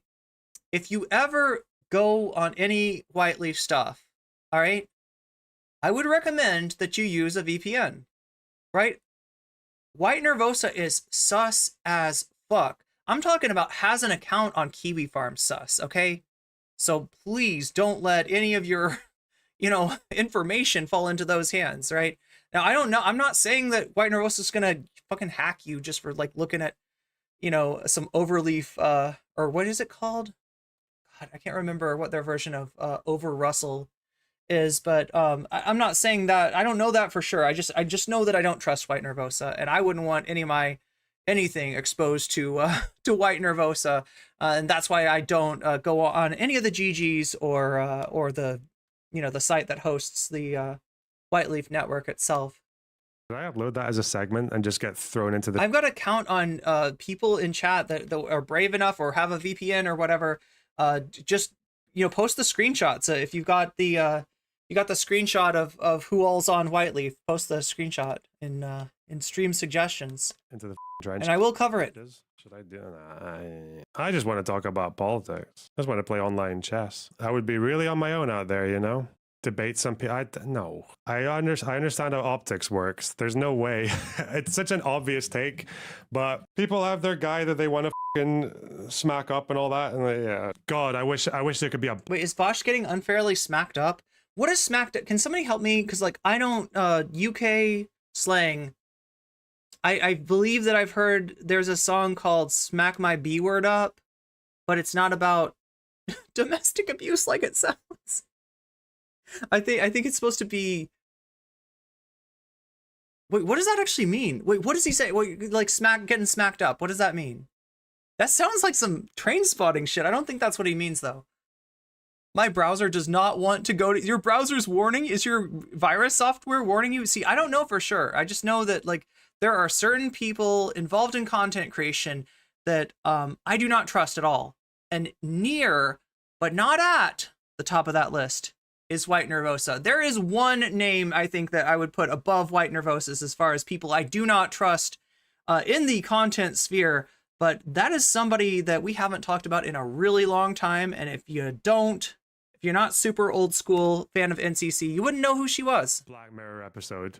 I wish there could be a Black Mirror style That's Prodigy, and it samples Cool Keith. episode where tomorrow. But what is the smacking? He said like who's getting smacked up. Let's rewind him. I'm not paying close enough attention. I'm sorry, Loner Bucks. I want to give you my full attention because again, even though you got some bad takes, I massively disagree with you. I think I don't even know whose asshole you're pulling those takes out of. Right? Some chance it's Destiny's, but I don't know. I want to treat you fairly. I don't want to, attribute any viewpoints to you that you don't actually hold, because I believe there are plenty of viewpoints that you do hold that are perfectly objectionable. All the people who are going massively morally grandstanding against Vaush. Massively morally this is a bunch of virtue signals? What? Have all their folders and search histories leaked. My folders did get leaked. The only problem was they weren't my folders, and they didn't have any corn in them. Apparently, they only had they only had clips of Vaush. No incognito, nothing like that. It's all been stored somewhere, and it's all just getting blasted, all sent to their friends and families and their girlfriends and their wives and that's what I want. All the times they've been at a bar and they've made a woman uncomfortable. So what he's trying to say, I guess, is that Vaush's interest, let's just say his particular interest when it comes to corn, isn't all that uncommon, and that there's lots of people that are criticizing Vaush that might also have that. Look, I'm sure that's true in some cases. That doesn't make what Vaush has got any better, though. Like, what kind of whataboutism even is this, right? I've never seen somebody do a whataboutism about, yeah, well, Lolly's bad, but what about all those people out there? Well, you're gonna see what he's talking about, right? Or whatever, all of it's been logged, it's all out at once. Go the purge. That's what I want. Yeah, I know, it's basically, yeah, that's basically. I would I would like out all of my corn habits, chat, but I'm afraid you'd be bored. There's a Black Mirror episode that's kind of like that. How is Ohio? Ohio was banging, absolutely banging. He has a history of this. Yeah, some people have a history of enjoying incest porn and talking about it on. The only thing that would be even slightly spicy would be the massage scene inside a one-way mirror truck. Yeah. Not just like. No, I'll out what I'm into. Sister and all that, but I mean, I actually like father daughter and all like yeah, they think yeah. What does that mean? What does that mean if there are people who are like that? Does that have to mean something? Does that have to mean that they're out there? And no, chat, the one-way mirror is like you can see out of the truck but not in. Anyway, chat, I'm not talking about exhibitionism, although I guess it is kind of playing on that. Anyway, having a kid and abusing them, like maybe I just don't understand because I can't identify with those people. Like, fuck, you know what porn I like? Good old boring corn. I like porn where a dude fucks a person. But I mean, not that makes me, I don't know, like I don't like this idea that like the more vanilla, the less like problematic. Right? I like to put problematicity, especially when we're talking about the problematicity of Vaush's folder. I like to put that on another axis. I don't like to think of it as like a continuum of like, yeah, the good corn is missionary position to bring life into this world. That's the good corn. It's a loving heterosexual couple doing it in missionary style, and in order to because it's the right time of the month to get pregnant. That's highly heteronormative. The woman. That's the kind of porn I like. Yeah, that's it. I like it when two people are fucking. Only 50 likes? BCat Kate, you don't say. Seriously? See, when we start to have more watching than we have likes, that's when I start to get paranoid that I might have hate watchers. But I don't think so. I don't think you're hate watchers. You don't feel like hate watchers. You don't smell like hate watchers. But you can let me know that you're not a hate watcher by clicking that like button. I may be doing foreplay. I don't know. It's just, I don't even watch that much porn. Look, if you want me to know that you're not a hate watcher, okay, there's several things you can do. You can click that like button. You could move your mouse cursor a little over to that subscribe button. You could subscribe to make it easy to find my channel in the future. If you want to get notified when I'm going live next, you could even hit that bell, or when a video, yeah, we got a video dropping tomorrow. We got a video dropping tomorrow, right? If you want to get notified by that, you can hit the bell next to the subscribe button You can even do something if you get a wild hair up your ass, like send a super chat or a super sticker, or even like some people have done in this very stream, give out gift memberships or get yourself a membership, right? Get your hands on some weasels and some exclusive content, or pass that stuff on to some other people. You can also sub on Twitch. You can give bits on Twitch. There's a donation link, I think, in the description. At least there should be. If there's not, then I fucked up and that's my fault. But there should be a donation link in the description. There's a Patreon that you will see promoted in the chat by the Stream Elements bot from time to time that you can click on and support me over there. There are a multitude of ways that you can support me, but believe me, I appreciate every like. If all you can do is hit that like button, you're doing a lot. I only watch Missionary. No, especially more than those 25 people that are watching the stream and yet have not hit the like button yet. Only watch. What are they thinking? Missionary, right? The Trump. Yeah, it's only Missionary. That's right. That's what I was thinking when he was like, you know. So he's flexing, like, and I didn't mean to do that, right? Because I don't think it's a flex. I think it's actually, I think it kind of makes me a boring person to not have anything more interesting than a one-way mirror box truck with a erotic massage, like going around the streets of Eastern Europe. I don't know. That's not exactly a flex, you know. I think that kind of just makes me sound boring. Maybe. And Throne, yeah, that's true too. Yeah, we are trying to fundraise for a better microphone for me right now. If you can hear the tinny nature of this microphone, there's only so much I can do, chat, with compression, with limiting, with so peaceful up here. But now they're freaking communist invading radicals. That's somebody hit the subscribe button. That's what'll happen. You'll get Rex reviews calling you a communist invading radical. But yeah, we are trying to fundraise for a better microphone for me to basically give you. This is another way that you can pay to improve your stream viewing experience. Me. The shape of that map. And also improve my self-confidence, because I always think that I sound bad on this USB mic. Anyway. Abraham Accords were really talking about short stack goblins. Oh god.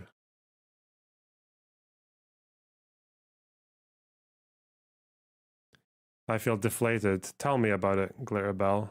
Tell me your thoughts. I'm married. I don't watch porn. If I did, my wife would end me. Well, I'm sorry that's happened to you. That's pretty cringe. Why? His chat is doing the vanilla flex. Like, look what you did. You know that, like, okay, so you're not like a role model, right? I'm not a role model. I'm not like a role model for, you're not like, oh, I want to get like cute little gloves like the nocommentchick. I want to have a Waluigi. You know what I mean? I'm not like a role model. I mean, we may be like influencers on a very, very, very minor degree, maybe mostly involving our political takes and very little else, but there is like an influence that you do to your audience, and there it is right there. You know, you're gonna vanilla flex and be like, I'm not into anything.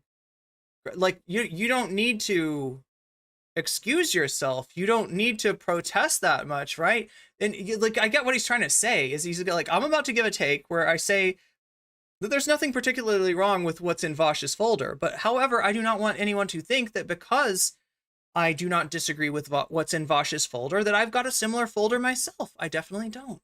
I've got a vanilla folder with vanilla sex acts and vanilla sex acts only. And like you don't need to say that. Now your chat's saying that too. Like, oh yeah, I like the vanilla stuff too. Nothing too spicy for me. No fetishes here.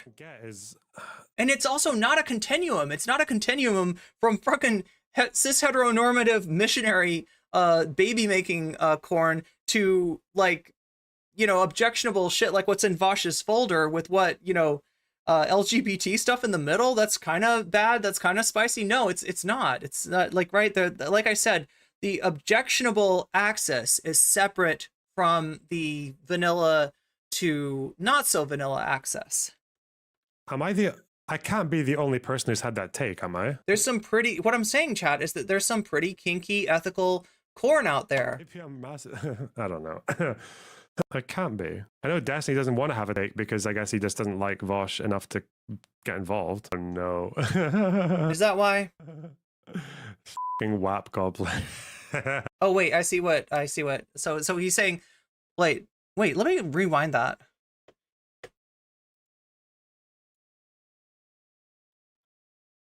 No. X.com. Oh my god, chat, you found my X.com links. Isn't that just Twitter? Why? It sounds like a porn site though. Am I the? I can't be the only person who's had that take, am I? Maybe I'm massive. I don't know. I can't be. I know Destiny doesn't want to have a take because I guess he just doesn't like Vaush enough to get involved. Destiny doesn't want to have a take. Okay. Yeah, and that's what I took from his clip, that he doesn't want to. He's basically saying I could defend Vaush. I've done it. I've defended that stuff a ton of times, but I'm not going to do it for him because fuck him. No.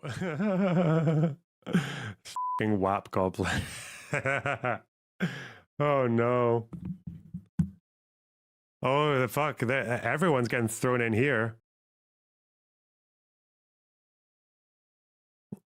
Like, yeah, this is obvious. But see, like, the thing is, like, as per usual, WAP Goblin is right. WAP Goblin is right. They have all got sussy screenshots, including Destiny. I don't know if you can see the Destiny one. I don't know what the story is behind this, but I've never heard Destiny, like, defend this. Oh my god, it's like blurry. Let me see if I can raise the resolution. No, it's like, well, can we get it to 720? Ah.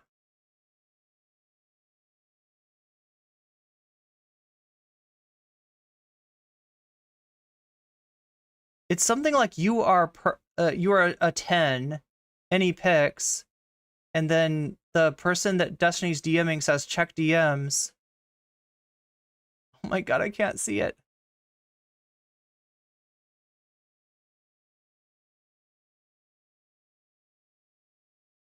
Never wanted to bend someone over the hood of their little tyke so bad? Okay, somebody explain to me what the Destinator was getting at there. What was Steven trying to say there? Never... What? Okay, that does sound bad. But again, like, I haven't heard him try to give, like, a context for this. I don't know what context makes that okay. Like, bending somebody over... Okay, I don't even like saying it. Jesus Christ. So yeah, there's Vaush's folders. There's Keffel's talking about how her PDF philia is secondary to her racism. And that is the reason that she is not attracted to underage Hassan? I mean, it's an edgy joke, but it's a fucked up thing to say. This is obviously just people who don't care. Definitely a nightmare of blunt rotation. Right? And you can throw Loner Box right in there too. Want to smear people. My racism is central to my pedophilia. I would not have sex with... Oh, it's central too? I thought it said secondary too. If he was a child because he's Turkish. Bro. Yes, these are Keffel's authentic, sincere thoughts. As is this with you were hot at 10 and he picks. No, it's just a gross joke. That's what it is. It's Keffel's making a really gross joke, okay? They're out here like, oh my god, we got him. They'll never get out of this one. We got him red-handed. So yeah, like, look. So look, WAP Goblin, sees what's in Vaush's folder and then makes this compilation. Yeah, Jesus, I've never wanted to bend someone over the hood of their little dykes. So bad. What the fuck? You were hot at... Oh, no. Wait. Does it say... I can't tell, chat. It said... the numbers are blurry, but it either says, like, Destiny's first... message is you were hot at it. It's either 10 or 13. Any picks. The person says check DMs. Given the context, 10 would make more sense. Oh my god. Okay, I don't even want to know. But anyway, what WAP Goblin does is, sees this folder from Vaush and puts it in context with other debate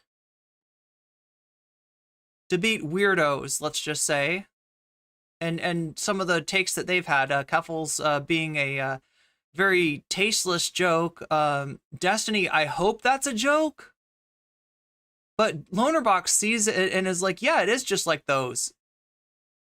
Completely unproblematic. Are you sure about that, Lonerbox? Let's see what he has to say. Let's let him make his argument.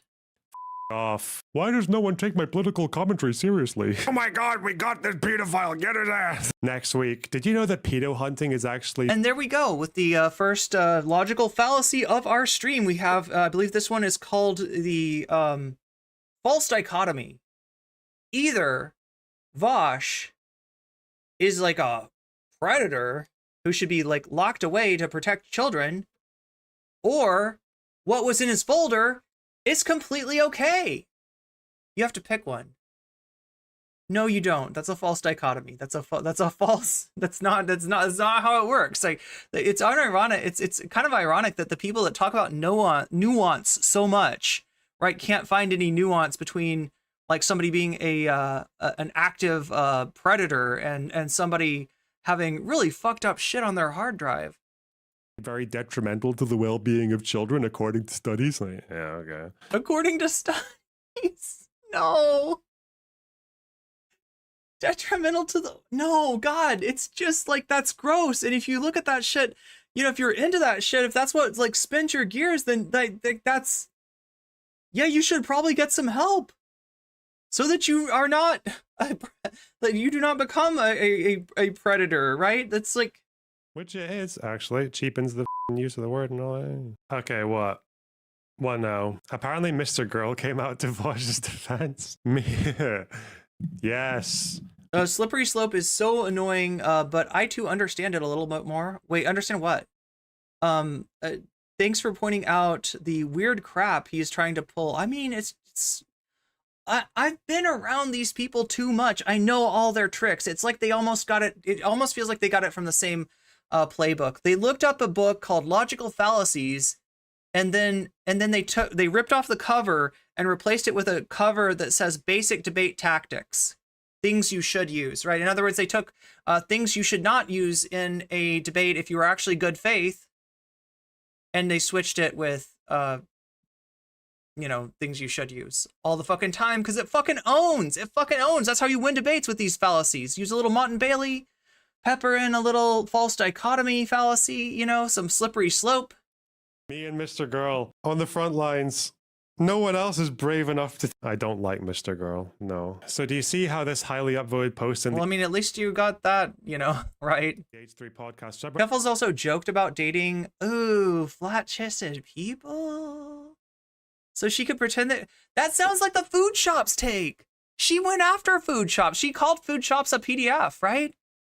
And like, that's the shit that food shops got clipped saying. Reddit is making the same exact point I was making in my... Like, God, can these people not even say something correct just one time without being massive hypocrites? ...with Vaush? But Vaush called me a pedophile and then later exposed his lolly to his audience by... Did he? Okay, I didn't... Look, I was disgusted by this debate, right? Because, like, you know, I watched it, and yeah, Vaush hung up when Mr. Girl mentioned, like, panties of somebody that's a minor, and Vaush was like, I'm out, and I'm like, I am glad you're out, right? And I think I was out too. I clicked, I was like, I've seen enough. I don't know if Vaush called him a PDF after the fact, but... Accident. And I can see why somebody might reach that conclusion. Even though if it's not, you know, a 100%, I separated my comments into two. Oh, you're high. I can relate to that, Dusty Den. Don't think I can't relate to altered states of consciousness, so to speak. Oh my God, why did I have to say it like a hippie? It's because I am a hippie. Am I? Am I a hippie, chat? One in chat if you think I'm a hippie. Natalie, I just saw the... Okay. Sorry, I'm reading chat's communication with other chatters here. I was wondering the same thing when reading Vushite's comments on YouTube and Reddit. Is there a handbook? Yeah, that's what I feel like. I feel like there's a logical fallacy handbook that Destiny somewhere way back in the day, right at the beginning of Debate Bros, at the beginning of time, you know, this is like, you know, it's like that's the wheel that got invented, was taking the logical fallacies cover off of the book and replacing it with basic debate tactics, because that's what it is. Ethan Klein called both of us pedophiles. By scaring people away from talking about this, you were actually running interference for child abusers. Oh. Look, Mr. Girl, I don't know what your offline activities are. And frankly, I don't want to know what your offline activities are. Your opinions of things are gross enough as they are. And if somebody is going to jump to the conclusion that you're doing something gross in real life, I can't say that I blame them. Like, I'm a little bit autistic, so maybe not a little bit, maybe more than a little bit, but I take things very literally. So like I pride myself in speaking exactly what I mean, and so since I can't 100% conclude like you're doing something fucked up in real life because you have these fucked up perspectives on things, I'm not going to say that. But other people do, and that's what. Mr. Girl, the rapper with zero abuse allegations, is not the boogeyman. Do people know about Mr. Girl's rap? Do people know about the rap that Mr. Girl does? Step-parents, teachers, religious leaders, and parents with access to children. If you ask women about their preteen experiences, and I have, they usually give similar answers to the post below. Do you see how it's a disservice to women and girls to pretend that it's a rare disorder to find a 16-year-old, the age of consent in the... You are talking about 16-year-olds' libidos, you freak! Can you, like, leave that to 16-year-olds to worry about? Half of the U.S. God fucking damn it, dude! Okay, so I'm not gonna show you his rap because it's gross, but his like most famous song is literally it's like a parody of an Eminem song. I don't know which one because I'm not an Eminem fan, but it's some Eminem song and he re-lyrics the song. Like he writes lyrics over the original lyrics, and the name of the song that he puts out is, I don't want to say it. I don't want to say it. It's like, I'm a, and then the Adobe file format. That's the name. Yeah. And if you're thinking it and it's gross, that's the one, right? That's the name of the song that he puts out, right? And like, his fans will be like, oh no, it's clearly parody. And I'm like, okay, with anybody else, I'd be like, that's a fucked up parody. But it's probably a parody because I don't want to believe that you're serious about this. But holy shit, with Mr. Girl, he loves to play with that. Like, he loves to kind of fucking rub it in your face that maybe he's, a rapist. Maybe he's a PDF file. Like, he actively pursues, like, portraying himself in such a way and leaving that little bit of doubt in your mind, even if you think that he's just being an edgelord. Attractive. It would be helpful to these girls to get past the denial and doublespeak and admit that it is common to find teens attractive and yet abusive to act on it. God damn, there he is. That's the map perspective from Maps Carson. No, his name is Max Carson, but sexual abuse is that's what he's saying basically. Problem you can't address if you don't understand it. He wants to talk about the attraction that he apparently assumes that, I don't know, is he saying everybody has, or is he saying that a lot of people have to minors, to... And if you think the average man is... Do you see what I mean? Even if he's not doing anything to anyone bad in real life, right? It's still gross. It's still fucked up, what he's saying. And he's still normalizing that shit. 25-years. He is literally, like, you could not be more normalizing that shit. I don't understand the problem. I don't get it. Like, the people f***ing kid themselves. I don't know. The reason you shouldn't fucking 15, 16, 17-year-olds, it's not because they're unattractive, right? It's not because they are inherently f***ing ugly or anything.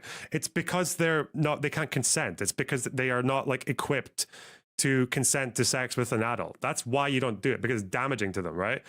It's not because of their f***ing looks, right? Clipped LeMayo. Go ahead. Don't give a fuck. It would be helpful to these girls to get past the denial and doublespeak and admit it's common to find teens attractive, yeah, abuse to act on it. Sexual abuse is a problem if you... So yeah, here's the problem with Mr. Girl when it comes to DGG, right? Mr. Girl came on people's radar when the movie Cuties came out, right? And there were a lot of takes, there was a lot of arguments about Cuties, like, you know, what is it trying to portray? Is it trying to expose something, you know, effed up about society, or is it part of something effed up about society? That's a discussion that, you know, people can have. That's a debate that people have had. Mr. Girl's viewpoint, on the other hand, was that it was hot. Cuties, he said, was hot.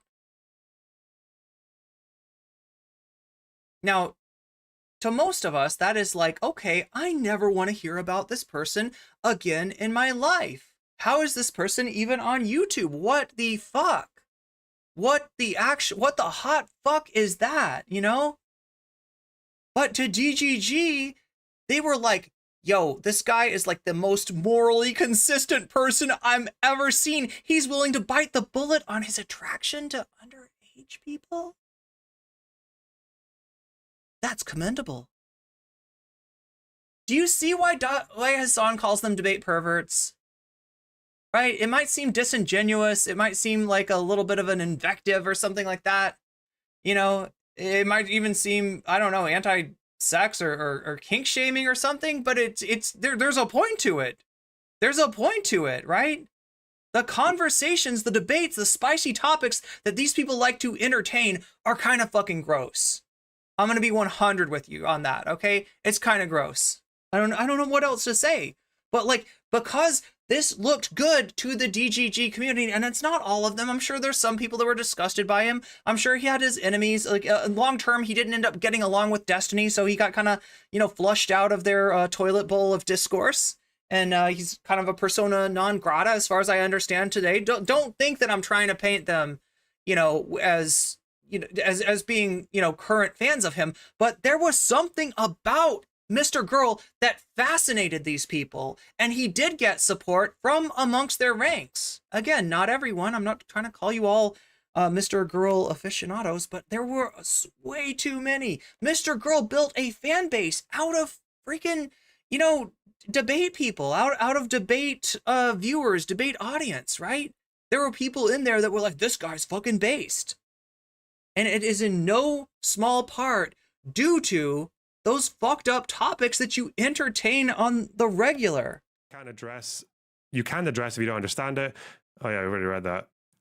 You know what the Android stripper analogy really gets to by removing all inhibitions? Drugs and alcohol may be the greatest corollary with sexual abuse. That's what the real question is. What age does a drunk man find most attractive? Ask someone. You don't want the worm, so you stopped watching House? In your audience and see if they say 25. So what is your take? My take is you shouldn't abuse children. Okay, so that's the conversation that he was trying to have with Vaush. He was trying to imply that, like, what do you think most men would be attracted? If you had men vote on the age group that is most attractive to them, what do you think they'd vote for? And Mr. Girl's trying to lead Vaush down what's called a logic tree, right? This is like, you know, this is like the tactic that R Relevant used in his debate against me when he tried to conflate gender self-ID with blackface, right? Was lead me down this, okay, so do you accept this premise? Do you accept this premise? Do you accept this premise? Okay, so therefore gender self-ID is like blackface. Do you get it? So you don't like it, right? Unless you like blackface. That was what he's trying to do to me, right? That's I think they think it's called a logic tree. I think that's what it's called, right? But the logic tree that Mr. Girl's trying to lead Vaush down is to answer that most men would vote for an age that is not of majority, an age that is minor, and then therefore to bite the bullet on his take that most people are attracted to this stuff. So he's not weird after all. He needs it to be normal. After a fucking take like where he says cuties is hot, he needs something to normalize that. And you should not normalize his sick shit, okay? But yeah, he had a willing and able audience in DGG, unfortunately. Children, i.e. people who are under 18.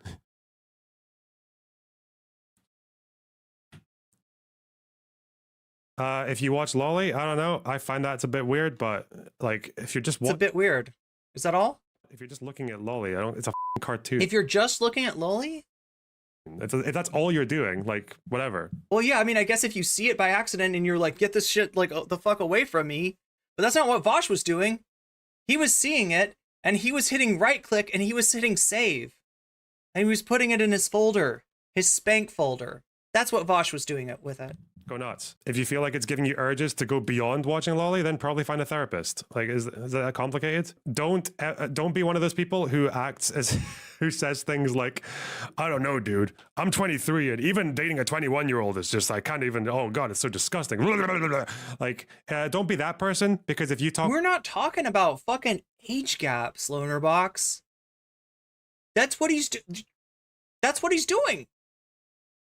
He's comparing being like looking at like underage, you know, corn to an age gap, to like a Keemstar dating a, what is it, like a 18-year-old, 19-year-old, which is still, you know, I don't know. And then trying to make it even more ridiculous by, you know, this sort of straw man of the TikToker who is like, oh my God, you're 23 and you're dating a 21-year-old. That's a problematic age gap, right?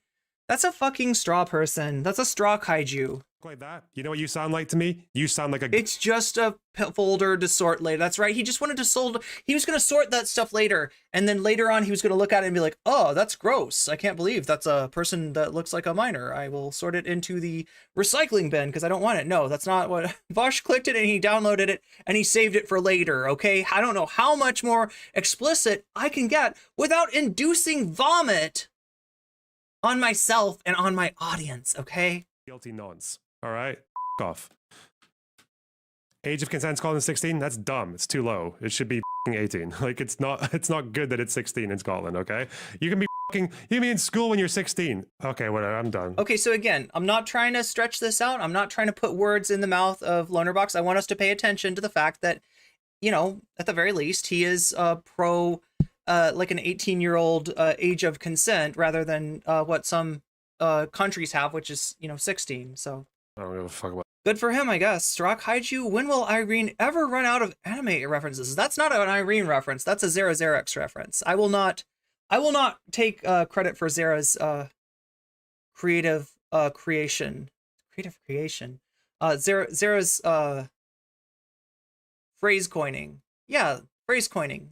We'll see what the she was coining a phrase, chat. Massive clipchin backlash it is, and then we'll just never address any of it. And far be it for me to try to take credit for that, because I think that's a pretty good metaphor there. Well done, guys. We got through it. So stupid. It's so stupid. Why does anybody care what's in Vaush's corn folder? Oh my god. Stream chat. What is this? Oh. He's addressed it in the past. Has he said anything about it now, or is he just saying, I don't want to have an opinion because I don't like Vaush? Arians in my chat, it's usually to make fun of the fact. Oh my god. Okay, wait, we're not seeing the cursed one. I think also, I'm pretty sure Lonerbox streams on Twitch, so... They argue about I'm not trying to show you a banned streamer, but it looks like he's off screen at least. Pedophiles all the time. That's what we talk about when it comes to liberty. No, are you talking about Vaush when you say that? I don't think Vaush has done anything that is remotely pedophilic ever. But that's really weird because he's talked about how this the age of consent would be lower in a socialist society. He's talked a lot about the age of consent. I read an article today that said that Discord log is very odd. I've never actually known why he said that. Anyway. Okay, so he's admitting that at least there's something that Vaush said that's objectionable. And again, to not you know, to not paint him in an unfair light, right? He does find things that Vaush has done that are objectionable, and you know, I agree with him in a lot of cases. That particular, you know what he's talking about there? It's the screenshot where Vaush says, "In a perfect socialist society, age of consent could somehow be done away with," something like that, right? Yeah, I find it sus as well, Lonerbox. His opinions on the age of consent have changed a lot since 2019. So I do think it's maybe like a little bit disingenuous to say he's never said anything. I think that if you go and listen to any of the arguments that Vaush has ever given when talking about the age of consent, they are far more nuanced than I think we should be able to little kids. I don't think Vaush has ever said anything He even said, remotely he said that bordering on in that. a socialist society, things would be better to the degree that we wouldn't like need to have. So yeah, there's Destiny defending Vaush. Age of consent because people would be happy. Hopefully we can get done with. Do think that I actually I don't would agree with encourage that. you. I will say you that know I what? don't. I agree would. with that. That's such I a brave don't agree take. with I that. would encourage. don't I would agree with encourage that. you to go. And to be fair, like, you know, there's been a lot of ways that Destiny and Vaush felt about each other over the years. There were times when Destiny was made aware of what Vaush had done to Poppy, and he brought Vaush on his stream to end his career. Now, you could say that he thought that Vaush, you know, that he was taking care of a potential future threat, which is a reasonable assumption to make, but you could also say that he was protecting his Discord server, which is also possible, right? So there's, you know, Destiny's been pretty anti-Vaush at certain times. Destiny's been pretty friendly with Vaush at certain times. So depending on when this recording took place, you know, it either does or doesn't make sense. Find his original video, watch it, and you know what? If you have an issue with it, I know that he'd love to chat with you about it, and I know that It sounds like this is the period of time where there was like a bridge between Destiny and Vaush. They cut content together for a short while. it's nowhere near as hyperbolic Like a year or so. as you're making it sound. I'm Okay, whatever. Fine. That's really old. That's 3 years old. That's 3 years old. That's what I thought. Okay, so yeah, this is before the when was the burning of the bridge? I think was it when Destiny got I think it was when Destiny lost partner. This is when the bridge, you know, this is when Destiny and Vaush became like mortal enemies, or at least Destiny started hating Vaush.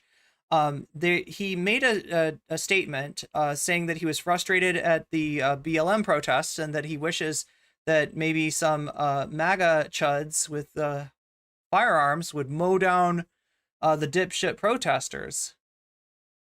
And he lost his partner on Twitch at that point. There is some implication, and from what I've seen, I think it's true, that Vaush's partner was maybe posting that clip on Twitter to make people aware of what Destiny had said. People being aware of what Destiny had said may have been what caused Twitch to, what sort of forced Twitch's hand as far as departnering Destiny. And Destiny holds a grudge to this day about that. So that if you want to know why the bridge was burned with Vaush and Destiny, it's a little different. It's a little different than the situation with Destiny and Hassan. Video. Has he said anything now? Is there anything? I feel like he would never be able to hold it in if he has a spicy take on it. I don't know. Let's see. Let's go digging. If it's there, it'll be on the subreddit. Hassan versus Poland. Oh, we'll do that next. Hassan versus the Poles. Destiny's base take on Lolly. Do you see the Lolly discussion on Reddit? God damn it. If Vaush was a better person and not such a piece of shit, okay, I'd be in the trenches. Because you know what? Who Thank you, Zara, for blurring him. cares about Lolly? Who cares about drawing? So this is when the folders came out. This is what Destiny said. Imagine your life is so boring. You give a about animated cartoon girls. Like, how old is the girl? I don't know. How old is the drawing? It's a goddamn picture. Who the cares? That's very similar to the Vaush take. The drawings are abstractions. How can an abstraction be underage? What is that? How old is the drawing? Grow the up, okay? People in Ethan's subreddit are like calling the FBI on Vaush. He's looking at cartoons that I don't like. I think that, yeah. Like, bro, who the fuck cares? Okay, call me when this guy's his way through some. Yo, I didn't realize how Rev says Desu pilled Destiny was. Damn. Okay, until then. I'm surprised Destiny didn't show up on Chud's pedo panel. Get out of here. Who cares? Okay. At least if I get attacked now, I won't be alone. That's good. Who called the Lonerbox? I hope you don't think this is an attack. You know, I have opinions. You have opinions. If you disagree with mine, you're free to comment on that. I think there's a lot more intelligent things that you can say than she's a crazy trans streamer who has folders on everyone. I think you could, you know, if you disagree with something that I've said here, feel free to respond to it, my dude. Have at it, Haas. FBI. No, somehow the Jink memes don't feel right coming out of my mouth. Anyway, chat. Anyway. Someone called the FBI on the Jink Yuger memes are for having a not for me. Lolly cartoon on his hard drive. Oh God, is that not all for a little lowly cartoon on his hard drive? You're acting like he was enjoying a sumptuous. What is the whole thing where the guy says, delicious Chinese? Oh my God, what is the delicious Chinese meal or something? You know what I'm talking about? The Democracy Manifest guy.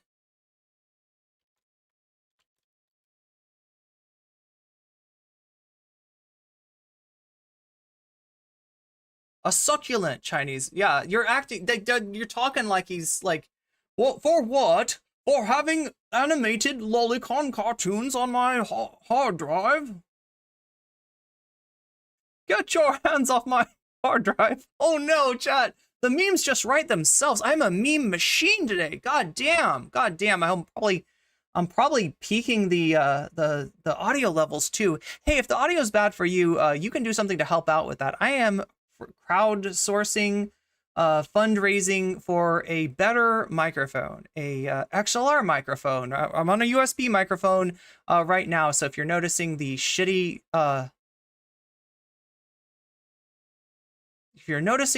nature of the sound from it, you can do something to help. Check out my description. Click on that, open that up, and you can see my Throne link is on there. If you want to help out, we're trying to get everybody to maybe donate a little bit, and then maybe one of these days I can afford this super expensive, I don't know. It's apparently industry standard. I say super expensive mic, but this is a mic that everybody that's doing this professionally has, and I want to have one one day as well. I'm also raising funds for a cloud lifter that apparently you need to run such an XLR mic. So if you want to help out with that, you can do that. There's a lot of different ways you can support me, whether it be through super chats, super stickers, through donations. Again, link in the description. Through did I say Wish? I hope I didn't say Wish. I mean Throne. I'm talking about Throne here, chat. Through Throne, through Patreon, through subbing on Twitch, through giving gift subs, through giving memberships on YouTube, gift memberships, through giving bits on Twitch. There's a million different ways that you can support me, and I appreciate them all, even if all you can do for me is hit that like button. That's more powerful than you think, okay? And don't think that I don't appreciate it. Don't think that I don't appreciate every single bit of support that I get, whether it costs money to you or whether it's just clicking a button. federal offense to waste FBI time with that book? Yeah, Wish is not. We're not talking about Temu. We're not talking about Wish. I was trying to talk about Throne. I think it's called Throne. It's like a wish list site. Oh my God! Is it illegal in some states? He called Tacoma PD. Oh no! What does that mean? It's illegal. Like it's illegal to draw it. It's illegal to own it. What the fuck, man? That's weird. They mean it's like considered corn of. Like it's considered, CSEM. That's what they mean. Like it literally is, right? I don't know how the enforcement goes, but if you draw it yourself and just keep it in a drawer, like you're my new Vaush. Okay. You better not f up. It's fine. Again, the perks of being vanilla, No, they're directly supporting child. Yeah, I think it's hypocritical. If I because I bought my computer and the silicon in it. Do I need to show you the Democracy Manifest? I mean, this is always a good time. There's never a bad time to watch the Democracy Manifest clip, especially when it takes us away from Lonerbox. All right. You just assured me that I could speak. Sit down inside the car. We're not assuring anything. We're under arrest. Look, I'm under what? This is Lonerbox when they take the drawings in his drawers away from him. Gentlemen, this is Democracy Manifest. Have a look at the headlock here. See that chap over there? The headlock? That's not a proper headlock. Wait, what is, like, a headlock? Is that a headlock, chat? Do I just not know what a headlock is? Hand off my penis! This is the bloke who got me on the penis before. Get some cups. Why did you do this to me? Hop in the car. Get some cups. For what reason? What is the charge? Eating a meal? A succulent Chinese meal? What is the charge? An animated drawing? An animated lowly drawing? Oh, that's a nice headlock, sir. Is that a headlock? Like he's kind of controlling, like, I guess his neck. Is that considered a headlock? Look, I mean, I don't actually know, like, I know headlock's like a wrestling term, right? I know like a rear naked choke, right? Where you got this hand here and you bring your other hand, you got to take somebody's back for this, right? So, usually it's from them, messing up and giving you their back, right? Either on the ground, generally on the ground grappling, but I guess this could happen standing up. And you wrap around like this, and then you press up against the, you kind of control their neck here. And then the important part to the rear naked choke, chat, is that you lean your head into their head. You know why we do that? Is because if your head has distance between their head, then what they can do is they can do that. They can bang your head with their head, and they can break your grip that way. But yeah, I mean, it's a way that you sleep somebody, So don't do that to your friends, because you can very easily make them unconscious, and you don't want to mess with that. But that's a rear naked choke that I'm talking about. I'm not talking about a headlock. I think a headlock's something. If that's a headlock, we got a problem. Yes. I see that you know your judo well. I see that you know your judo. Are they using judo on him? Good one. And you, sir, are you waiting to receive my limp penis? How dare get you? Why is he specifying that it's limp? Like, was somebody accusing it of not being? I don't know. This is just the day of thou doth protest too much.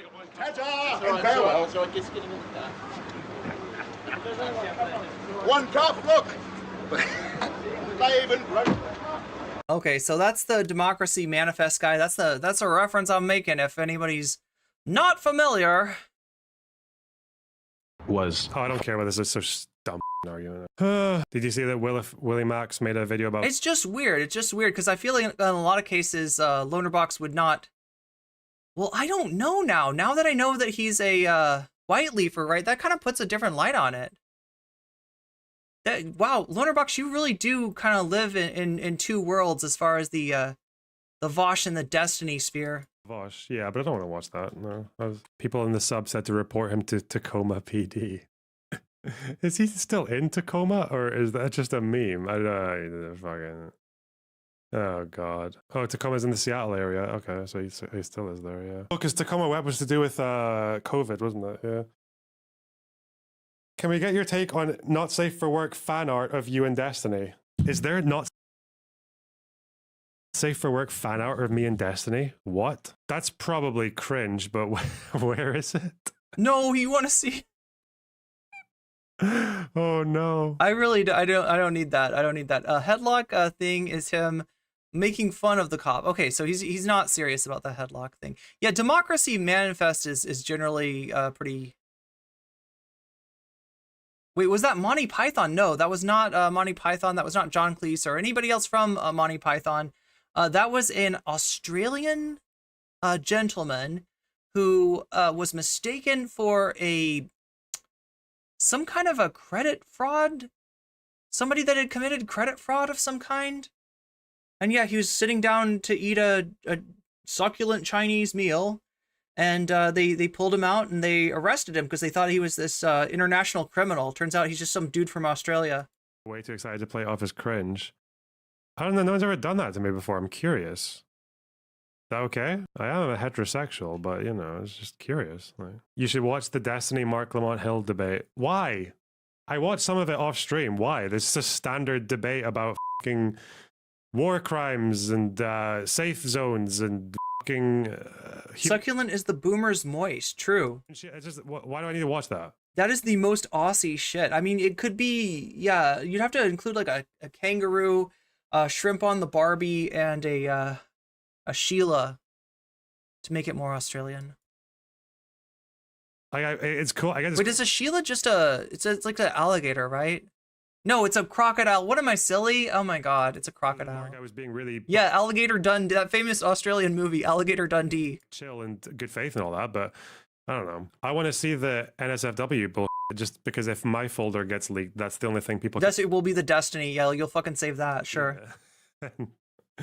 And they can't say anything, because it would be home. Oh, boomerangs. Oh my god, drop bears. Is it drop bear season? All the WoW and chess porn. Hey, well, we blasted our viewer count, didn't we, by talking about Lolly? What does that make you guys? What does that tell you about the debate sphere, Loner Box? What does that tell you about the waters that you're swimming in? I thought we were doing interesting news coverage. We were learning about personal responsibility. We were learning about the attack. You defended Lolicon, and your view count went up. What does that fucking tell you? Oh my god, Loner Box. Rafa, and how it's actually become a lot more controversial. Figure it out, bro. In the international community than anything of Israel's previous actions. Well, I see you've learned your judo well. But now you're like, oh, tell us about the lolly, Loner Box. Tell us about the lolly. Tell me about the lolly, Loner Box. Tell me about the lolly. Why are you doing Chud Logic's voice? Wait, does Loner Box lift? Of course I lift, STV Philly. What are you talking about? I lift all the weights. I do all the gym. Do you skip leg day, though? We can't see your legs, Loner Box. Squats. I do, You doing the legs? Dread lifts. I don't know. What's your tell me my opinion on the lolly. You ever do a Bulgarian split squat? Fuck. Rip Vaush's career. Maybe. Maybe. It doesn't look good out there. It also doesn't look good, the fact that he just made so many enemies on his way up to this point right now. There are so many chud clips. That is apparently the bone to pick that Loner Box actually has with Vaush. At least one of them. Like, he's going to mention a few things that he thinks are wrong that Vaush did, and some of them I agree with him on, right? I just don't like that he's using it as a whataboutism. Like, I can say that what Vaush did to Poppy was fucked up and wrong, and that is, like, tangible harm to a real person. But I can also say that what was in his fat folders is fucked up too, and not just fucked up that it makes me queasy to think about it, which it does. It's not great, but that it's wrong. It's wrong. He's getting off to Twitter though. What the fuck? To Loli. That's what his opinion is. Crazy. And I'm an open book about it. In fact, I spoke on a show about it. Peepaw and MAGA Edits. They did there's a friend of the VOD, Chud Logic. Sure, and they asked me about it, and they said, "Oh, can we talk about it?" I was like, "Yeah, sure. Go for it. Go crazy. Ask whatever you want." Because I'm an open book. Part of the Chud Sunday NCC Nexus, right there. If you want to ask questions about it and bring me on your show to haul me over the coals and go over it all, obviously reading the DMs are cringe because they're fucking terrible, but I'm willing to do that. Therapy doesn't include exploitation encouragement. Yeah. Because I'm happy to answer to whatever. You're starving now? I already ate my potatoes. Wait, I've got one more bite of potatoes, don't I? Thanks for reminding me. Okay, not quite a bite. Supposed crimes you think I committed, But yeah, I mean, what crimes is it's so crazy that someone will defend the content that Vaush has. Crazy. Okay. His opinion can be summarized as send me money. Okay. This is definitely more his wheelhouse, though, because I'm wondering... No, it can be summarized as, yes, but how do I make money off depressed people? If I want to do anything else now... Crazy. Answer to whatever the calls, and they asked me... That's on Twitter, though. What the fuck? I don't even know what his opinion is. Crazy. And I'm an open book about it. In fact, I spoke on a show about it. Peepaw and MAGA Edits. They did a show, and they asked me about it, and they said, "Oh, can we talk about it?" I was like, "Yeah, sure. Go for it. Go crazy. Ask whatever you want." Because I'm an open book on it. If you want to ask questions about it and bring me on your show to haul me over the coals and go over it all, obviously reading the DMs are cringe because they're fucking terrible, but I'm willing to do that, because I'm happy to answer to whatever supposed crimes you think I committed, But yeah, I mean, what crimes is it's so crazy that someone will defend the content that Vaush has. Crazy. Okay.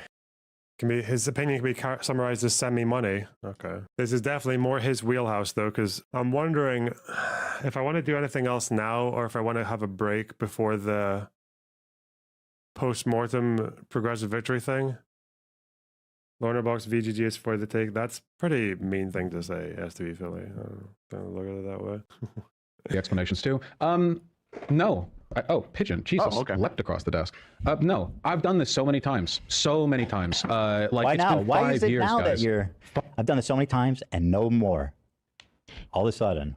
Yet you've refused to come up with a logical defense that we think makes enough sense. Yeah, if you're being accused of something so Yeah. serious, you think you'd want to watch so you can defend it. Come on. Yeah. I give him space to talk. Yeah. Crazy. Sometimes it's just part of the job, even if you don't want to watch it. Right. I mean, we've had to do stuff like that. Yeah, of course. There is, I mean, obviously you don't need to respond to every Tom, Dick and Harry that wants Been accused of something so serious, of crimes most foul. Oh God! Can we talk about Israel-Palestine now? I mean that's the other dramatic thing that's happening right now, isn't it? So yeah, I feel like Smugbug. Oh, never mind. I don't want to like talk about. There were other people taking Loner Box's side of the issue, but it was just a weird thing to say to see, chat, because I mean like. Chud Logic is not somebody I'm used to agreeing with. I guess maybe President Sunday a little bit more. So Peter Coffin is definitely not somebody I'm used to agreeing with. But like on Chud's panel, I feel like that was the minority viewpoint. Like the viewpoint that there is something inherently wrong with Loli was somehow the minority viewpoint, and it was not a viewpoint that Lonerbox. It's a viewpoint that Lonerbox very much came on to disagree with. So. That's drama 2. I think what I need to do is maybe your dad was right. He needs a couple of W's in his life, you know. Make a streaming website. Again, I need to find out exactly who's going to do that for me, because I've had people offer to do it for free, but Wait, he's talking about a streaming website, right? Is he actually on Whiteleaf or not? So people in chat earlier were telling me this guy's on Whiteleaf. I was going to say that maybe explains a little bit why he's got, I don't know. Because again, he's not defending Vaush per se. He's defending Vaush's folders, which they're both bad. I think I might just ask that cake person to someone rely. Yeah, the cake person. Okay, so if you don't know the lore of this, right? White Nervosa, Vaush's sysadmin, took public domain code from Destiny's website. Destiny had someone named Cake who coded a website for him, a streamer website. This is a website that allows Destiny to receive, donations, subs, memberships, what have you, essentially, without the middleman of YouTube or Twitch. So in other words, it makes Destiny more money. It makes streaming more viable, and essentially, gets you closer. Like for somebody like Destiny, it's to make more money than he already does, right? Because he makes plenty of money. For somebody that is a smaller, like White Leaf member, it is taking them from not being sustainable, like taking them from where I'm at to taking them to where they are paying for their expenses through streaming and can possibly consider going full time. But yeah, fuck. Go all in on the tomfoolery discourse. What even happened there? Was he like oogling? This is my impression of the tomfoolery drama: is he was oogling Callie Jean and then debated her on why she should be okay with it or some like that. I don't know. Yeah, he was gooning out to a fellow content creator, like looking at her pictures and saying very little. I don't know what you're going to call it. Like, yeah, it was basically like, chat, when a streamer pulls up like, I don't know, like thirst traps, right? Like you thirst traps are out there generally for you to look at. When people post thirst traps, it's usually intentional. There's very few people that are posting accidental thirst traps. Most thirst traps are like, I look good, I want this out there. People can look, people can enjoy, right? And that's fine. But what thirst traps aren't for is for streamers to be like, oh, damn, look at this. And that's like another content creator that you talk to. Like, that's kind of fucked up. That's what tomfoolery did. And then when he got called on it, he, I don't know, just had his response was, she wants my D. Right? So like the response to getting called out for gooning out to somebody's thirst traps is to, she has a problem with me looking at her thirst traps on stream. Oh, she clearly wants the D. That, yeah, just inappropriate. And whether he was like serious or not about it, it's a fucked up thing to say. Whatever it was, It sounded a bit goonery. Yeah. It was very goonery. Okay, so it's Tom Goonery. That's what we're dealing with now. That's Tom's current scandal. Remember his original scandal. The original reason that Tom was banned from Twitch was from a take that's strangely similar to a lot of the worst takes in DGG, to a lot of the takes that that Vaush has, a take that apparently Vaush and Destiny had some sympathy towards, because after Tomfoolery was banned from Twitch, he was graced by the presence of both Vaush and Destiny and SDL and a few others on his stream. And when I found out what he had said, which was something akin to, like, I mean, it sounds really bad. If you look at it in like the words that Tomfoolery said, right? He's saying that he 100% supports PDF corn. Now, he's clarified that into saying that he doesn't, that doesn't mean what it probably sounds like to you, or what it sounded like to me, right? When I first saw that, I was like, whoa, who the fuck is this guy, right? Because, you know, like, he'd been in my chat before, you know, I knew him. I think I'd been on a panel or two of his, but when I found out about that, I wanted nothing else to do with him, and he got majorly mad. Like, he was like, we were friends, you should have defended me, how dare you? And it's like, how am I gonna fucking defend you from saying some shit like that? Now, he claims that when he says PDF corn, what he means is like some approximation made with adults to look like it's, so like Belle Dauphine, you know, like how Belle Dauphine, a lot of Belle Dauphine's material was, you know, Belle Dauphine trying to look underage when Belle Dauphine is not underage, right? I think that's that's the best interpretation of what he was saying, which I still don't agree with. I still think is a fucked up take, and I still would cut my, you know, my association with him over that. So that's the tomfoolery, you know, that's how tomfoolery like figures into this discourse originally. Sounded a bit oof. Sounds like he might need a few more Reddit accounts to do the damage control. Oh god, so he knows the deep lore. Okay, so here I'm gonna agree with Lonerbox that yeah, apparently tomfoolery also seems to have alts of himself to praise himself on Reddit. Like, there are accounts which, you know, talk about Tom's amazing riz, and they were traced back to Tom. They seem to be Tom's accounts. So yeah, just a fucking cringe lord, like an ungodly, unbelievable cringe lord. I usually say, chat, that, you know, no matter what other content creators you enjoy watching, I do not judge you. I respect your rights as adults to watch the content that you want to for whatever reason you want to. But oh my god, tomfoolery, that's kind of pushing it. That one. Yeah, there you go. That's my. I'll try not to judge you. I'll try not. That's all. That's the most I can tell you. I'll try not to judge you. I take on the Tom Goonery. Tom Goonery. Get it right. Women guy. It's Tom Goonery. I hope so. Yeah. I hope you. Okay, so he's got the.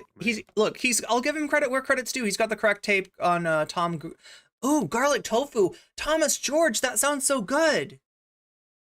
You made me hungry, chat. You're making me hungry. I don't. Yeah, oogling, or some would even say gooning out to it. No, it's just you're heating up sog and rice, chat. You have such good food. The thing is, like, I love sog. Sog is like one of my favorite ways to prepare spinach. When you think, coming back to it one more time, when you think about how popular all these massively degenerate categories are on porn sites, like the teen, like the old young, like the father daughter, the son and mother, the incest, like brother sister. Okay, that shit's gross too. Like, all these categories are just so insane. So he's like, look, did Vaush do some bad shit? I mean, I guess, but look at all this other bad shit. Can we really judge Vaush? How many of you out there are looking up like family themed porn? Popular online, but suddenly when you get into the public sphere, suddenly no one. Which I don't really want to have to, like, whataboutism. I really don't want to have to compare like you know, incest themed stuff to this, or really even talk about that at all. But one is for sure like tangential towards, you know, child exploitation, if not abuse, and the other is you know, I don't know. You can ask Destiny about that discourse. That's something that Destiny likes talking about, the ethics of incest, and he will defend it. Likes it. Suddenly it's everyone. He will defend it. Everyone around us is grossed out by it. Who the fuck would ever? It's so Cringe. You julienne some ginger, sauteed in it with green onions, sliced a red pepper, fried tofu. Damn, that sounds really good. You got mirin, you got rice vinegar. See, you're doing it right. You're doing it right. Me on the other hand, I chop up tofu, vegetables, rice, ginger, sometimes garlic, and I throw them into a rice cooker, and I pour in hot water from the hot water pot, and I just hit cook on that baby. Yeah, just be vanilla. Very much a struggle meal. Vanilla, guys, easy. Or don't. Ooh, you topped it with chopped cilantro and sesame seeds. Yeah, that plus green onions. That sounds really good. Because not everyone's like that. Hentai sites even more. Yeah, it's because people are ashamed. Yeah, but they're ashamed and then they take out that shame on other people when they're caught. Oh, that's the worst thing. Fuck, man. Is there any metrics? I mean, you can see Vaush doing that. You can see, like, I mean, that's literally something that happens with Vaush. But what he's trying to claim is that because this stuff is so common, that there's no real harm in it. And that's not a sound argument. Where the demand is from? At a guess, Lee, I would say men.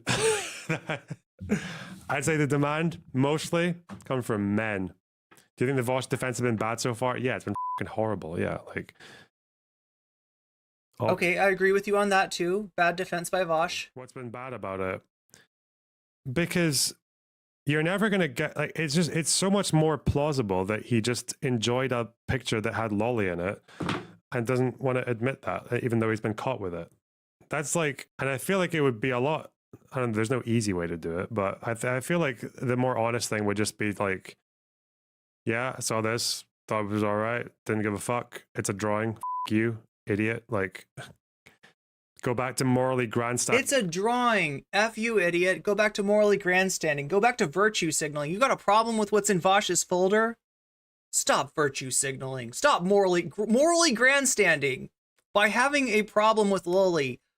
Oh my God. While you've got 3 instances. So there's his take. Right? You know, because, like, I mean, I guess this is a know your streamer moment. You know, it's a streamer that I haven't talked about in a really long time. You know, sometimes I hear people, sometimes I hear even Hassan be like, "Yeah, what's wrong with Lonerbox?" This is one example. I'm sure you could find others. And teen videos on your, and you wouldn't have to go back to the transgenocide discourse to find them. They're more, you know, prominent. They're more common than that. This is a common Lonerbox L. Tab. Like, that's probably what I would say. It's woke moralism. That's right. It's a bunch of woke scolds. It's a bunch of tender queers, and they are morally grandstanding and virtue signaling and preaching social justice ideology. I guess I don't know.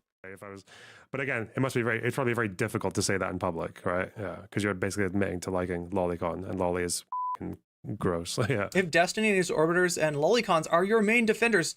Well, some of the lolicons are mad at Vaush because he has basically said that it's tantamount to, you know, child exploitation materials before.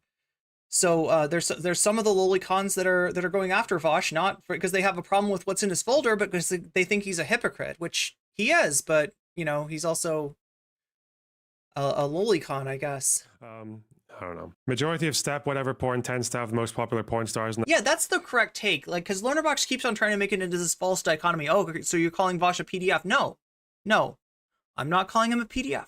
I'm calling him a lolicon, and that's fucking gross enough. Okay. I bet most people choose porn by thumbnail.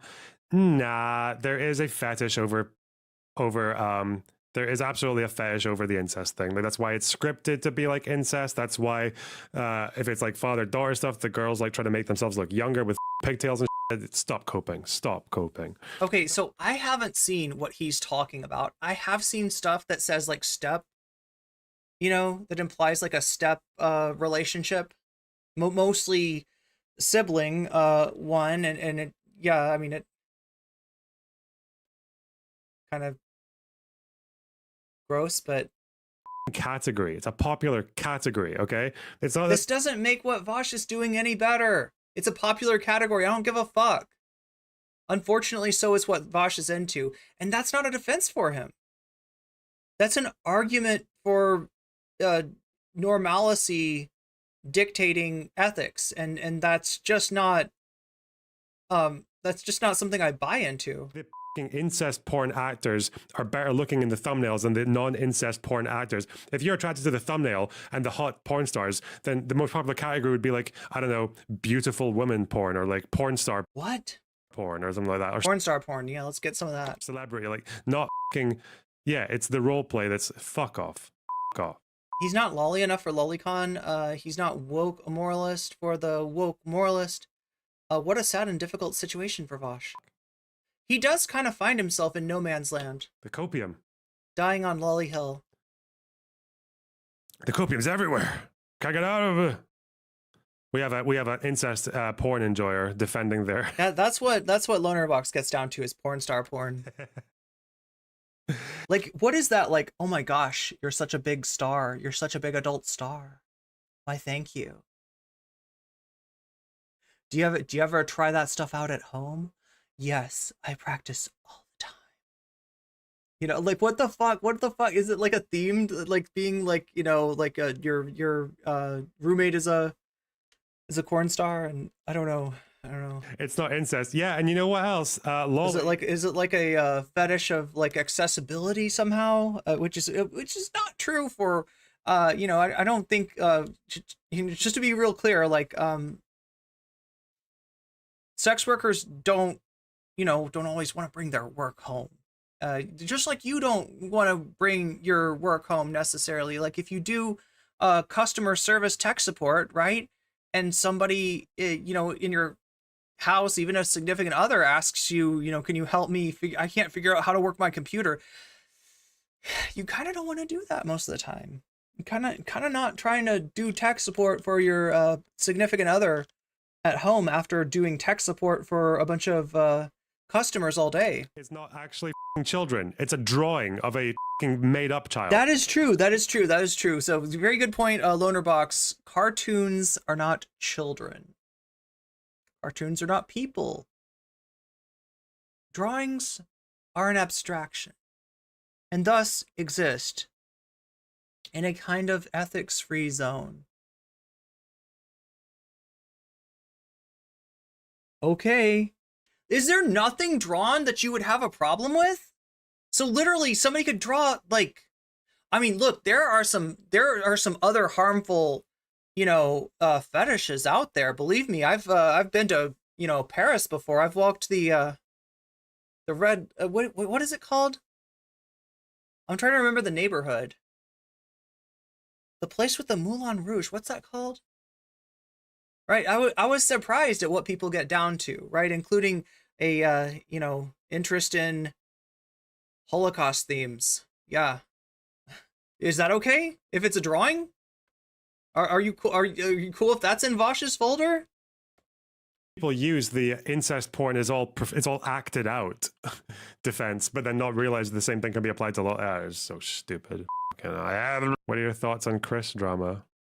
I don't know what the Chris drama is. If someone enjoys stepbrother porn or stepsister, do you think that's them saying, I wish I could do this IRL? You know what? Most of the time, probably not. But is that crazy to think? Yeah, I think most of the time it's wild the shit he'll give it a pass to, but he will freak the fuck out about NCC. Well, you know, when you got a crazy trans streamer with folders, right? You got to say something. We can't allow a crazy trans streamer with folders to exist. Not the case that's happening, because for the amount for how fucking popular she makes apartheid anime girl look really bad on a Momart. Yeah, I think it's near. Wait, it's near Momart. It's like down the hill, isn't it, from Momart? Incest porn is it really as common as the amount of people who are trying to their sisters or their daughters or their maybe, but no. Release the dossiers. Well, I would, but it would cancel everyone, including Lonerbox. No, actually, was there? I don't think Lonerbox, anybody cared enough to put Lonerbox's name on one of those folders that they made in Place Pigalle. Am I pronouncing it right? Pigalle. Place Pigalle. Pigalle Square. Paris has a high. Oh my God! Don't get me started about like there's like this whole thing with like a bunch of like existentialist and postmodernist philosophers who had really yikesy takes. You know, people like Foucault, people like Sartre. It's fucking porn. We're gonna cancel them all today, chat. We're gonna cancel all of your favorite authors. Like, yeah. Has Camus done anything wrong though? Did Camus commit any? I don't know. I'm just gonna have a fucking meltdown. Or even a crazy trans video editor talking to her friend on Twitter. I have to deal with this. I knew I didn't want Say to. saw? It was a bad idea to talk about this. F me. What a cruel world, chat. I know someone in my DMs wants me to add the point. Not just someone, like someone I actually know and like, is saying that. Yeah. I know some. Yeah, people are also trying to make the point that people can't choose what they're attracted Prononcer comme ça. to, and that's why if you're only doing it in a like cartoon context where literally there's no victim involved, like, what else are you gonna do? Yeah, fuck. I don't know. But obviously, Okay, you know what you're gonna do is you're gonna imitate Destiny's speech pattern until people start to confuse you with him, and you start to become a waiting room for Destiny. I don't know. I guess that was like, this guy is biting Destiny's style so fucking hard. Listen to the way these people talk, right? And like, you know, there's a certain degree to which, you know, if you're talking, if people in your social group talk a certain way, if you'll adopt some of that, but like, I don't know. It's just like, why do they all sound like Destiny? Why do they all sound like they're imitating Destiny's cadence and favorite phrases? Why does it all seem like if I close my eyes and imagine Destiny's voice coming out of them, like I see Destiny? Point that like is very easy to make it sound like you're covering for something or something. That is so dumb, man. People are just Où est la bibliothèque? Où est la voiture? People are stupid. People are mental. La voiture. I guess it's like this with every topic we do. They admire him, yeah. But incest, I barely horsecest. That's not. Don't debate the ethics of CP. Have you? But the thing is, no one who's ever brought up the CP debate ethics clips has ever actually watched the. So is that his take, right? Basically, that he's talking about, like, I mean, I prefer calling it CESM or CEM, right? Child exploitation materials. But is he saying that stuff is only wrong because its existence implies that a minor was harmed to create it, whereas with the drawing is an abstraction, and potentially no harm was, like that no minor was harmed in its creation? I mean, this is a pretty common take for DGG, unfortunately. Debate. They don't know the What is his stance? I mean, like, I feel like that's it. I feel like he's guarantee for a fucking fact, Puerto Rico vegan musician socialist. You've seen a clip. You have not seen the context of it. You don't know what it's referring to. You don't know if it's like a devil's advocate or if it's if it's hyperbole. Oh wait, he's defending Vaush's clips. They're called magazines, Sneeko. Was that a good Charlie? Did I have a Charlie? Further a point. You don't know. I don't think I have a You've Charlie. seen a clip and you've made up your mind. Tell me now. Try to fucking tell me now. It's called a mag, Sneeko. That you watched the whole debate that those clips came from. Anyway. Oh my god, you got a fucking Jordan Peterson us? Have you watched all of Vaush's symposiums on the meta ethics of Disney films? Like, right? That's what they do with Peterson. This is what they do with Peterson. Yeah, you have no basis making any comment whatsoever on the irredeemable bullshit that Vaush has said in debates before. The uncontextualizable. Don't piss in la piscine.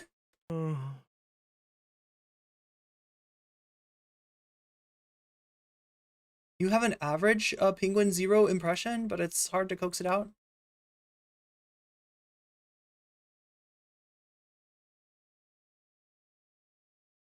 I mean, we just got done watching Penguin Zero opine about Willie's chocolate experience, which sounds like something entirely else now that I mention it. Doesn't Willie's chocolate experience sound like a fetish unto itself? But no, chat, it's just a Willy Wonka ripoff. I don't know. Ripoff is the operative. What is wrong with our community? I don't fucking know. Vaush should have just talked to Ethan. Yeah, probably would have been a better move. Like, apparently the DM thing didn't look very favorable to Vaush, so I don't know.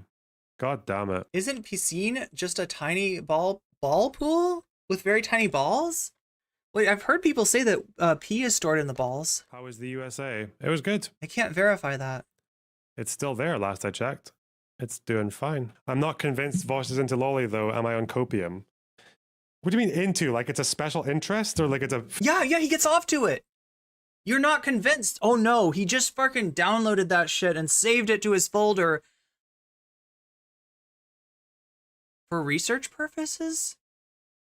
What are we gonna do? The Pete Townsend argument? Yeah, no, he was doing that for research, right? He wants to, or like the Trump thing, the Trump explanation for being so close to Epstein because he wanted to catch Epstein in the act. He wanted to bust Epstein. He wanted to expose Epstein, chat. That's why he went to Epstein's mansion. Favorite of it? There's no evidence of that, but like the fact that he's... Favorite? He's fucking fapping to it. What the fuck are you talking about, bro?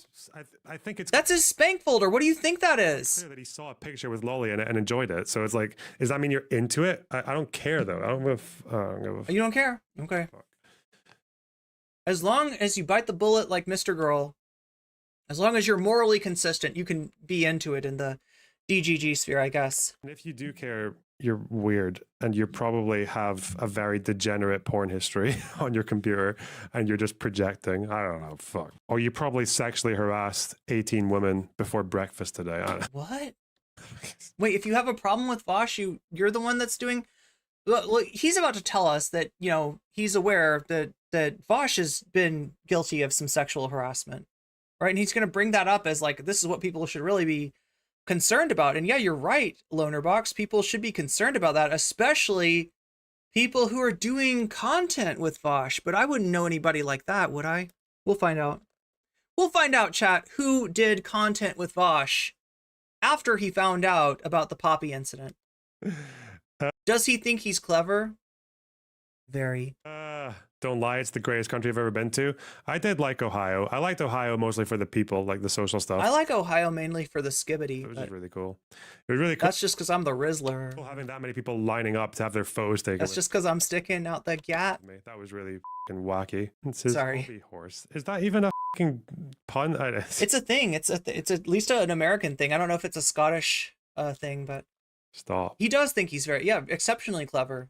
There are probably people in this chat who had their pictures taken with me, and they know, and I don't know who they are. Fuck. You know, I really hate getting pictures taken. Like, it makes me feel so fucking awkward. Oh, God. But, I don't know. I feel like I just had to eat it up for the job. For the job. Yeah, that's right. I guess Brianna Wu was paying him to come out to Ohio from Scotland to ride the skibbity toilet down to the Phantom Tax and...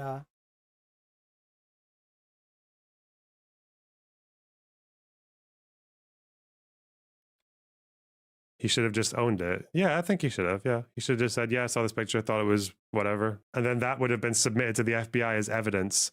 And then we can just leave him into the hands of God. Like, I don't know, into the hands of the law. Box Bulla PR Day.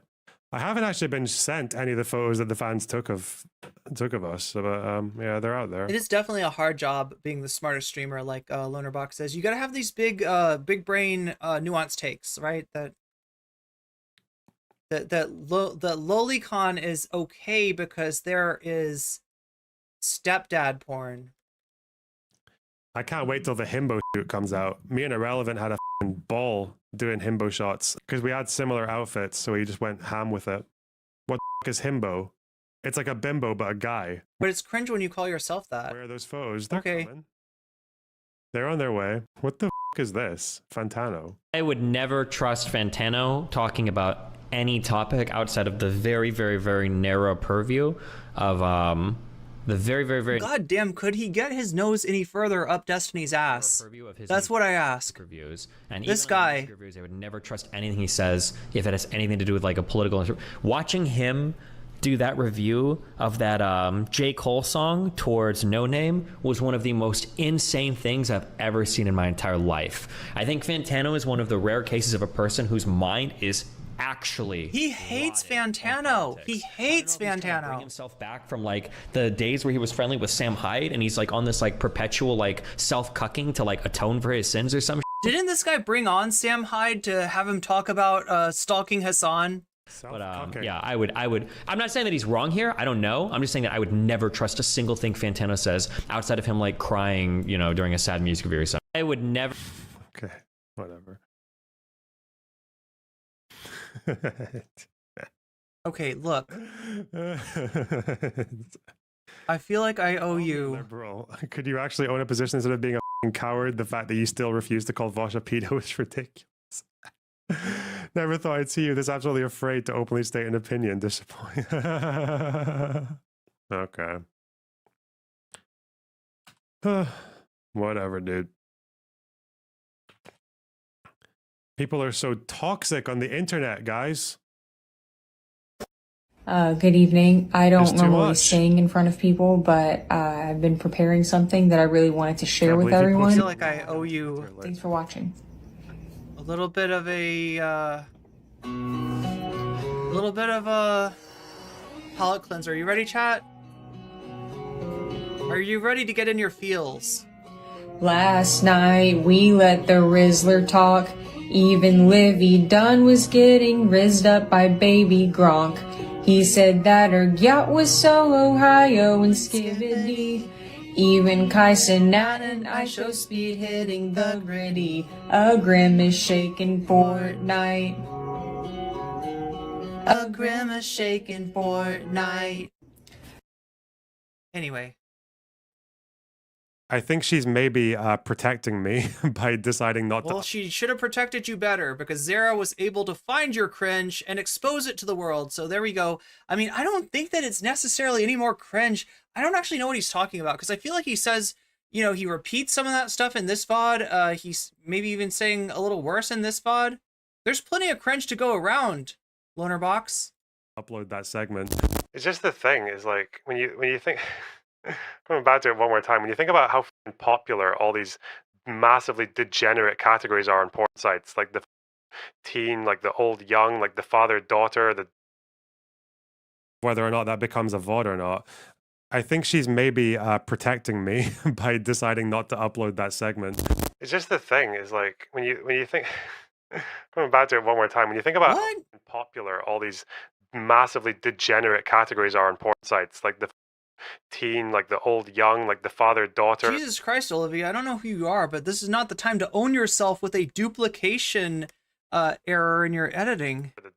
Son and mother, the incest, like brother, sister. The fact that all these categories are just so insanely popular online, but suddenly when you get into the public sphere, suddenly no one likes it. Suddenly it's everyone. But given that this guy is like friends with Lauren Southern's editor, you know, I wouldn't be surprised if everyone around us is grossed out by it. And who the whatever, it's so. Let's take a look. Like, chat, like, you know, I don't know anything about his editor, but I did notice something, okay?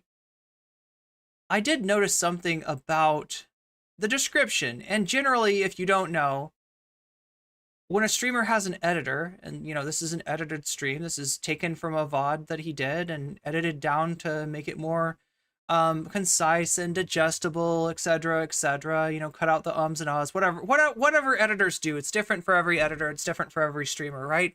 But one of the things that the editor does is uploads a description a lot of times, right? And I'm assuming that this is from the editor. The editor says, Lonerbox dives into the Vaush context, response piece, and fleshes out his take with some studies on psychology. On the psychology relevant to the matter. Yes, from Psychology Today, thanks.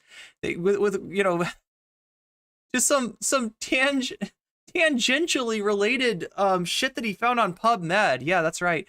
Nuance Bros in. Moral frogs? Prepare to be triggered. Moral frogs.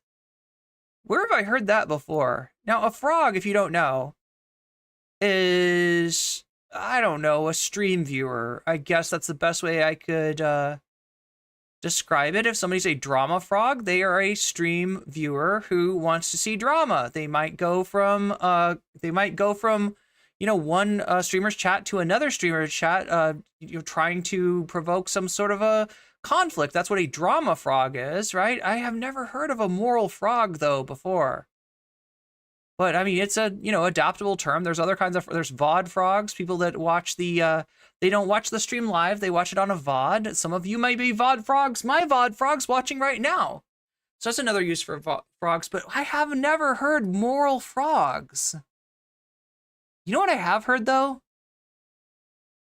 From one of the most disreputable places on the internet, I have heard a term that is this word, if you were to take the R and the O out, so let's take the R and the O out. Wait, no, let's get the R and the O. R and the O out, okay.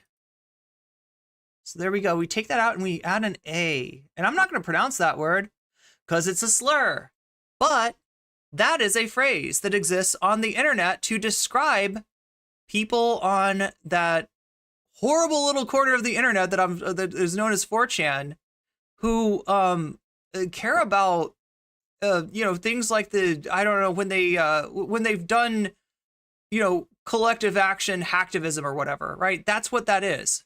You care about the morality of things. You want to take down Scientology, or you know, you're a member of like LulzSec, or I don't know, like, right? That would be a person that's called a moral F slur, and it's essentially making fun of people. It's bad people on that website making fun of less bad people on that website, right? The idea that somebody in that disgusting little corner of the internet would you know, care about would care about other people makes them a moral F slur, right? So I don't know where did he get this editor? That's what I want to know. What Chan did he get this editor from? And do they know Samantha? Because I wouldn't be surprised if that was the social connection that got him the editor. I don't know, chat. That's just, it's weird. It's weird to see that shit. I have not seen that shit in a long time. Because the last thing she uploaded was a video of me playing chess whilst watching Destiny and Lav Drama in the background, which somehow, because of you fucking degenerate shitheads, is the best performing video I've had on that channel so far. So, fuck you guys, okay? Yeah, that's right, Edwin. It's a total phantom tax. Look at this. Look at this. It's outperforming the Hassan Houthi one. Is Lonerbox a Britbonger? I don't know. He's Scottish, right? So does that count as Britbonger? I'm not sure. Yeah, that's just some weird shit. Like, right? That's antiquated. To the point where I'm familiar with it, because I haven't been anywhere near those quarters since I was, you know, much younger. And it's weird that somebody's gonna flex the old their status as an old F slur, I guess, as 4chaners would call it. So someone, yeah, she knows. It's not exactly a flex even on there. What you guys like? I apparently have no fucking idea. All right. Could and other colleagues take as their starting point an influential theory Oh no, Soul Life, take care of that optic nerve. of the relationship between porn use and sexual violence, known as the confluence model. According to the confluence model, no single factor can predict whether a man will be sexually violent. Instead, it takes a confluence. And again, chat, like I recognize that term, and that tells you something about, you know, like where the kind of the places on the internet that I was when I was much younger. But you don't see me trying to flex that. I'm kind of embarrassed to know that, right? I don't think that's a I don't think that's a flex on my part. I don't think that makes me cool. I think that just shows you that I was a cringe. I was cringe when I was younger. I wasn't, you know. To reach a critical mass that will set off a chain reaction of sexual aggression. Holy shit. In particular, the confluence model posits 3 risk factors for sexual aggression. 1, hostile masculinity. This is a narcissistic sexual desire to dominate. I want to just skip through this. Right? He finds something tangentially related, I guess, right? But it's so diagonally, you know what I mean? It's so tangential. It's not, he's talking about the relationship between consumption of corn and violence or you know, sexual aggression, right? That's a different thing. I don't know why you think that would be applicable.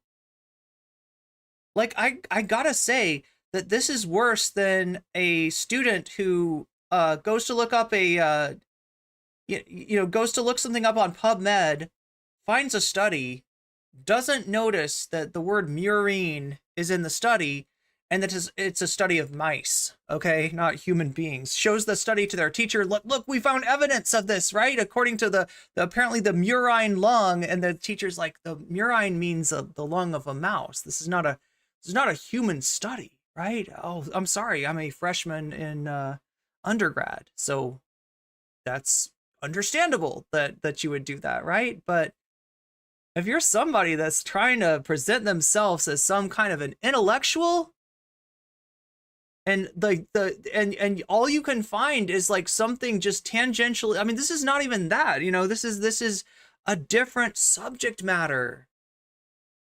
This is a different question that's being interrogated, right? And you've broadened it out to, does consumption of corn make people do what's in the corn? I'm sorry, this is trash. This is trash research. And Lonerbox is a trash streamer. Dominate and control women, which masks an underlying insecurity and defensiveness. Ooh. Yeah. No, he's in Psychology Today at this point. Like he was looking at PubMed earlier, an article he found on PubMed earlier, but now he's in Psychology Today. So sexuality. This is a promiscuous and detached attitude. But that's the kind of intellectual we're dealing with, chat. Like somebody that only looks intellectual, looks like an intellectual in comparison to people like Destiny. Towards sexual relations, in which women are viewed solely as sexual objects. Pornography. I am going to, we don't have time to watch all of this. This is like a 3-hour. Engage in sexual violence, providing a model for them to follow, and but you see what he's doing, and you say why I don't take it seriously. So, rather than revel in his shame, I'm gonna push things forward. If that's all right with you. Oh, we found a nice meta-analysis in Psychology Today about a completely different topic. Thanks. Look at this. Oh no! This song was really sweet. He's not answering my question either. Would you still love me if I was a pedophile? Oh no! What is he doing? Oh god, whatever. Some weight, lost some hair. You didn't care. Used to be rich, now I'm... So, I mean, pretty good guitar player, I guess. Some classical guitar skills. I mean, it's a classical guitar. It's not really classical playing, but whatever. Nylon strings. When I screamed in your face, and then when I said, put some lube in your palm. I can't hear what he's saying, and I kind of don't want to. This is a song by Mr. Girl. Mr. Girl, in addition to being a major league creep, is also a songwriter a la Charles Manson. Does that make Lonerbox the Beach Boys? I don't know. Still love me if I was a pedophile.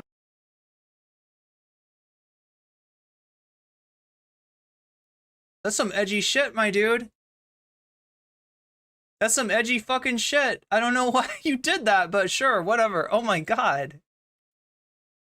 So, this is a video I probably should have made. Do you see what he's singing? Do you see what he's singing? That's the Mr. Girl. He did a Mr. Girl cover. What the fuck? A long time ago. And look, I'm gonna steelman this and say he's being an edgelord. Like, I don't think that, I'm not gonna read anything into him singing that song. I was just like, what the fuck?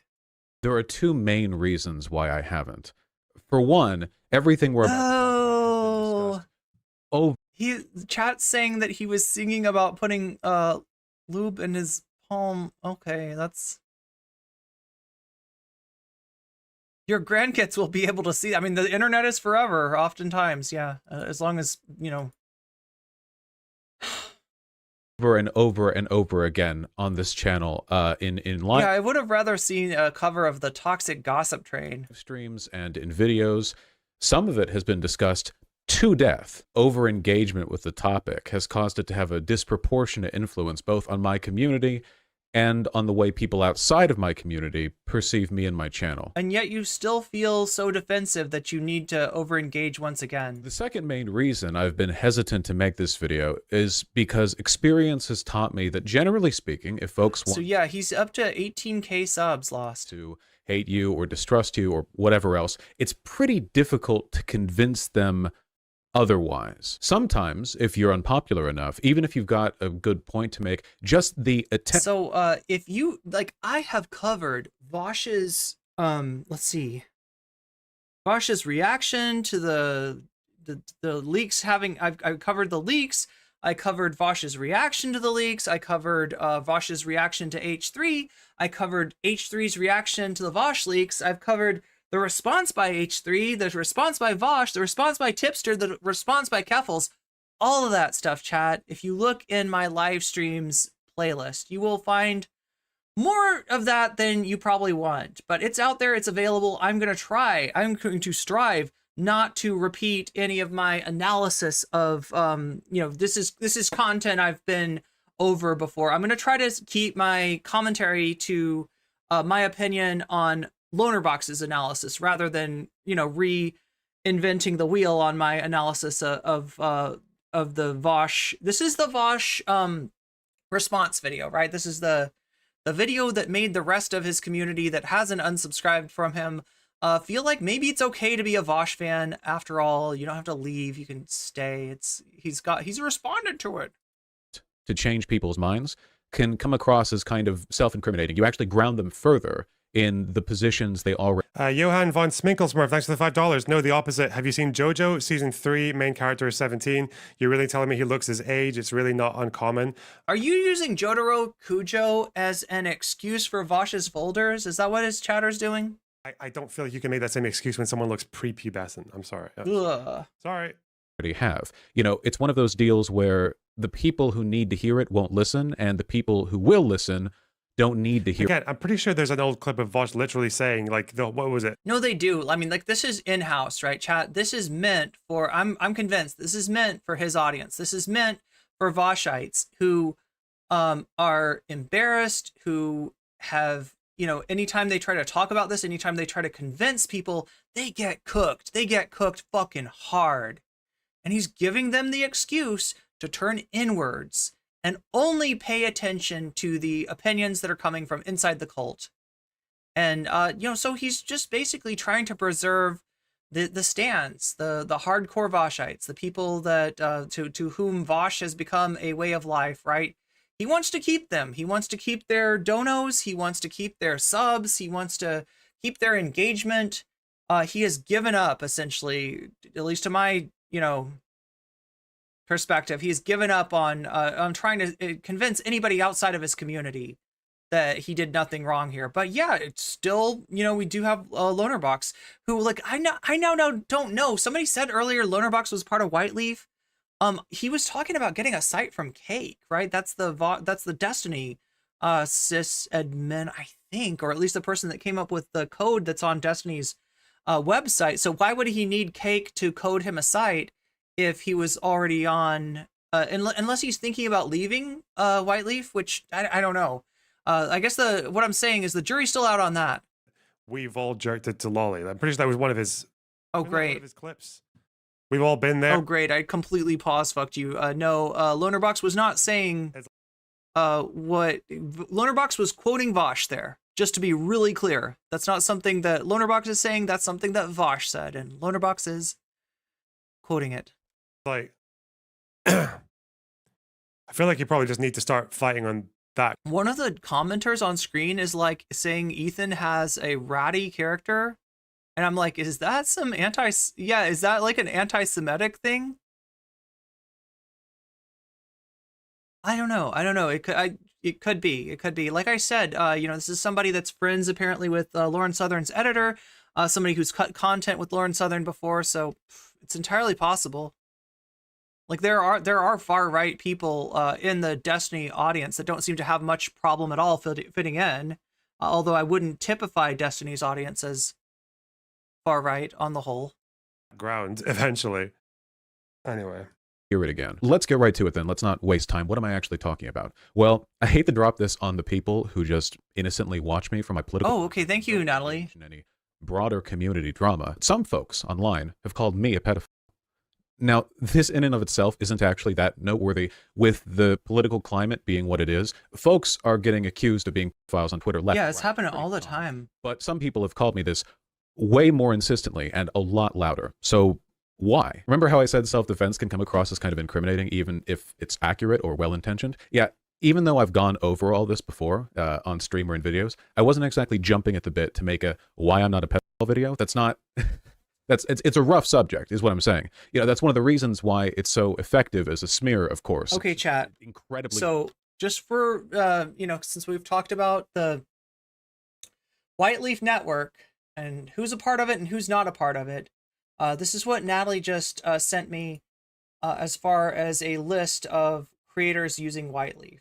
I don't know if it's complete. I don't know if it's up to date, but this is at least what's on the website, which again is a website that I would not encourage you to visit based on my own personal distrust for the sysadmin running it. So Vaush we know, Keffels we know, Chris Raygun, not a lot of people know. Sock Done Left, some people may not know. Dylan Burns, some people may not know. Conyer CC, you probably could have guessed. Merrick DeVille, you probably could have guessed. Xander Hall, you probably already knew. Exiliax, that's Doe. I don't know if people know that, but Doe's on the White Leaf Network as well. Shark 300. Speaking of people that were supporting apartheid anime girl in her takedown of your friendly neighborhood random small streamer chick, the Folders Gate, right? Shark 300, Demon Mama. Heem, that's a name I haven't heard in a long time. So again, like, I don't know how up to date this is. I don't think that Heem still streams. Maybe, I mean, sometimes he comes back. Counterpoints. Okay, so Counterpoints check. That's a confirmation there that Counterpoints is part of this. Surus, I guess I don't know much about Surus. Tipster. I didn't know Tipster. Okay, it makes sense though. Tipster's Keffel's Orbiter. It makes sense that Tipster would be on the White Leaf Network as well. This is Chariot, Luxander, Riverboat Jack, Mythic Politics, NE43, Beta Boy. Some of these people I do not know about. Some of these people, like, I haven't seen in forever. Alex, Queen Marcy, Lucy Haze, Strider Stone, Era 404 Music. You see, this is not up to date. I can tell it's not up to date because this creator now call themselves the Wholesome Degenerates, right? They changed. It's actually a couple of streamers, and they changed their branding to be Wholesome Degenerates, Xena and Poppy, but they were called Trans Girl Therapist at one time. Galay, Video Essayist, Rivera. I don't know anything about them. Lumi. I don't know anything about them. Olake, I don't know anything about them. Create DNB. Okay, so there's some like music, you know, like there's some stuff that doesn't seem to be politics on White Leaf. I wasn't aware of that. Parafox, don't know. Crabe, Jaime, yeah. So, you know, like some of these creators, I don't know anything about. Some of these creators, I believe, are no longer creating content. But yeah, there's the, you know, if you ever wonder, like, you know, that's at least what the website is listing, right? Like I said, I'm a little bit, I'm not sure this is up to date, given the fact that they're using, like, yeah, for instance, yeah, this creator is called Doe now. So I don't know how up to date they are on all this, but there it is. There's White Leaf. Difficult subject to engage with. So let's not waste any more time. We've got a lot to go through. What then is this video about? What do I have to say, and why do I want to say it? What are my goals in making the video? Well, the gist of it... I need this to scroll up the picture for you to keep seeing it. Do you not trust me?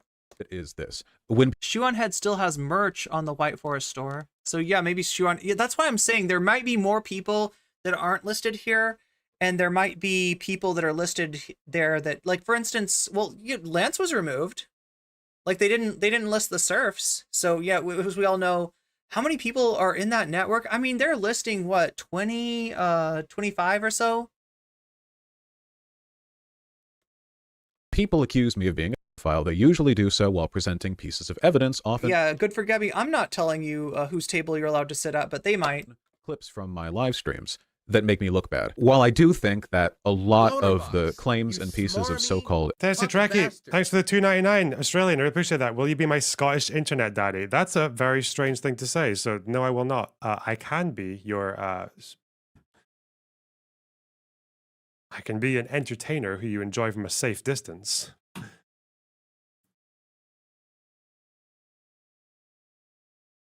Okay. evidence used against me range from being uncharitable to outright dishonest. It's not that I don't trust you. Oh no, I'm teasing you. I'm teasing you. But it's for me, it's like a laziness thing, right? So you say scroll up, but it's not actually scrolling up that I would do. It's resizing the window, which would mean having a window that's not appropriate for a YouTube video, right? So it's like a little bit more work than I want to do right now. But yeah, if you want to check it out yourself, you can. Just like I said, I would recommend you use a VPN, because again, the person that runs the network is not somebody that I would trust. The fact remains that I have said some incredibly stupid shit on this channel, especially really early on, like right when I started streaming. And I don't fault anyone for seeing clips from that and being suspect of me. You know, I wasn't doing myself any favors, I'll say that much. For a lot of them, such as the ones where I'm making a point that is overall good and like uncontroversial, but I do a bad job of making it. I mean, if people want to post them, and I mean, it's a little heat on me, but if people want to post them in the Discord, you can post them in the Discord too, and people can look at it there. I say heat just because generally talking about other streamers on your Discord is, but we got plenty of heat on us already, chat. We got plenty of heat. There's nothing for me to really like debunk, you know? We're the up and coming community, so we got all the heat. It's not a takedown. It's so much heat. Or a matter of charity. You know, I have to go and look at these clips and explain, what do they mean? You know, what was I thinking? What was I saying? Is this clip like so dishonestly cut that, you know, no reasonable person? Is he going to watch the entire Vaush video? Yeah. So if you missed it, I don't know, maybe in the beginning, what happened was this, right? Lonerbox was, I think, in Ohio doing some canvassing with the Brianna Wu Political Action Committee. And so he hadn't been streaming because he's, you know, traveling. He comes back, he looks at what's on, he sees Chud Logic. And normally when you see Chud Logic, there's like 800 viewers in Chud Logic's YouTube stream. He looks at Chud Logic and he sees like, I don't know, 2.5K viewers or 3,000 viewers, some absurd number of viewers. And he says, huh, how can I get a piece of that? What is Chud talking about? And it turns out, what is Chud talking about? Chud's talking about Vaush. So even though he didn't want to talk about this because he doesn't really find anything wrong with what's in Vaush's folders, he ends up you know, reacting to this nonetheless, right? But don't worry, chat. He's not a drama streamer, okay? He's a good person. Seeing the full context, or was I saying really stupid shit, and I'm gonna have to like work to explain what my thought process was at the time. And past that point, it's up to other people to either believe my charitable explanations or believe significant. He throws DGG under the bus later. Okay, stop. You need to prime me, okay? Given that that's probably 80% of the people in this chat. Prepare yourselves then, I suppose, if you want, but okay. Less charitable ones. Don't give me spoilers, by the way. You know, that's up to them. In addition to some of the legitimately really stupid shit I've said, I'll also cover some of the more bullshit accusations because, I don't know, they're transparently bullshit, a lot of them. I feel like you would have to already dislike me to read anything from them. But, you know, a lot of it is that, so I need to sort of point that out too. So as far as I can see, there are 4 groups of people that... Sid Machinery, thanks for the sub. I saw a documentary about Scotland recently. It was called Braveheart and taught me a lot about Scottish history. Yeah, I know, right? Remember when Scottish fucking troops in like 1200, 1300 AD wore leather armor and fucking kilts to battle? Based. I like how the Battle of Stirling Bridge has no bridge. It just happens in a field. It's so based. I love it so much. Mel Gibson. People thought Mel Gibson... What's the joke? People thought Mel Gibson wouldn't be a convincing Scottish person. But look at him now, right? He's an alcoholic and he's a racist. He did it. I'm addressing here, more or less. The first group is my core audience, the people who have seen me address this and provide context for this and deal with this bullshit a million times. For a lot of them, all of this is a repeat. The second group of people is people who just fucking hate me. I really don't know if there's much I can do to get across to those guys. I would like to. I really do think a lot of the hate is misguided, but ultimately that's up to them, right? I'm not magic. The third group is the massive, disaffected, disengaged, entertainment-hungry drama vultures who are just here because they think it's fun to watch people squirm. I see you. Well, That's welcome. you guys. A lot of this really has been like thoroughly addressed before, though, so I don't plan on doing much squirming, but there will be lots of self-debasement. So to you and to the people who just hate me, if you want to see self-debasement from me, there will be that. So you can look forward to that, I guess. Hey. Yeah, and I know that even making a video like this can come across as pretty damning, just innately. But I really do hope that you take it seriously and try to be charitable, if for no reason other than because it is a pretty serious topic. And last, the fourth and maybe the smallest group of people watching this video are people who are genuinely neutral, or maybe coming in with that fair mind. Or maybe even chaotic neutral. The drama's about, or maybe they're from the normie side of my audience. They don't engage with the drama and the community stuff That's definitely not you guys. Definitely not you guys. Okay. that much. I don't know. This will probably be a weird one for them, but nonetheless, welcome. It's a pretty wide range of people as audiences go, but I'll do my best to explain things and go through all the drama in a way that's clear and straightforward, Precise. but also doesn't drag on too long. Now, without further You can ado, tell, let's chat. get to You can tell that he's not a creep by the way that he, like his presentation. You know what I mean? His delivery. Like no creep could be so well spoken as Vaush. content. We'll start with the absolute worst of it, the monstrously stupid argument that I made way back when I first started streaming that has since haunted me and irreparably tarnished my reputation. Now, this clip is the one Almost like that a I see almost like a cited most specter. often when people are accusing me of being a pedophile. That's not even a little surprising to me, though. It sounds pretty bad. In fact, and this is going to be a real hot take, I have yet to hear a convincing moral or legal argument as to why possession of child pornography should be illegal. Actual child pornography. Like I said, pretty bad. This clip is from right after I started Oh, streaming, no. so a significant That portion is of my the career weirdest shit in the world, right?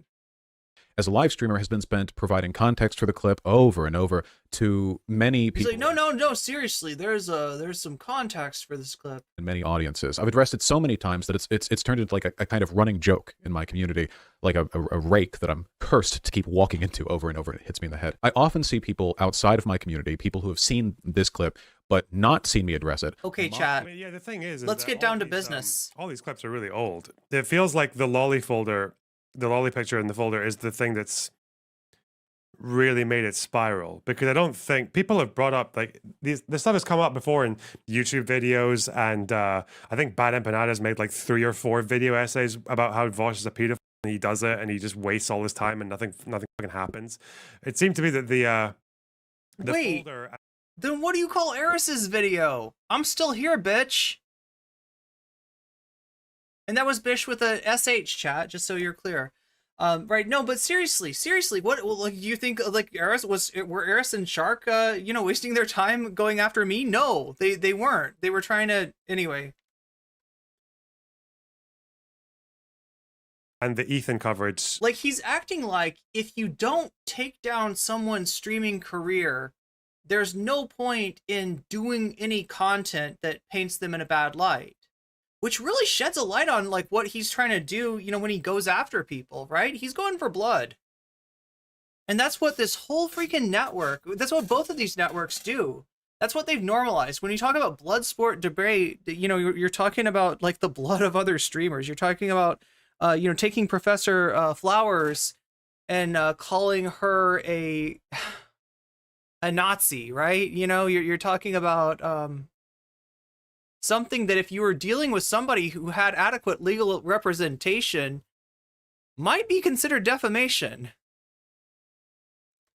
Is kind of what has made this spiral, right? I feel like the sparse clips worked on people like Nazis or like tankies and stuff like that, and it was quite popular amongst those crowds, but not. I feel like the damage has only really come from this time, right? Like this particular time. Noah Samson did it. I don't think Noah Yeah, Noah did it. It's just such a weird way of thinking of this. Like both the idea that like Vaush has a right to not have shit that he said questioned, and that any attempt to talk about that is like tantamount to, I don't know, trying to take his milk money. These people think about content and they think about conflict in a way that I've got to say is like disturbing to me. In a video, but that didn't cause any damage, did it? When Noah Samson brought up that clip, because I think even Noah was like fairly good faith in that part of it. Didn't he just say this sounds weird, but it could mean this or it could mean this? I thought that was Noah's take on that. No, I thought Noah's critiques of Vaush were like the dumb ones were elsewhere, were to do with like South Africa or some bullshit. Yeah. The idea that any context that I or anyone else could provide could possibly explain away something that sounds that bad. When they see me or my fans say that this or any other clip has been taken out of context, it comes across to them as an effort. Noah called him a PDF file, did he? On a YouTube video or on Twitter? Loner box, you smarmy cuck bastard. Internet creeping aside, if it was solely the bad dragon and IRL equine phallus pictures, it would have been fine. But the hentai picture were super clearly super sussy. Not barely legal sussy, but lurking outside a Catholic girls' school sussy.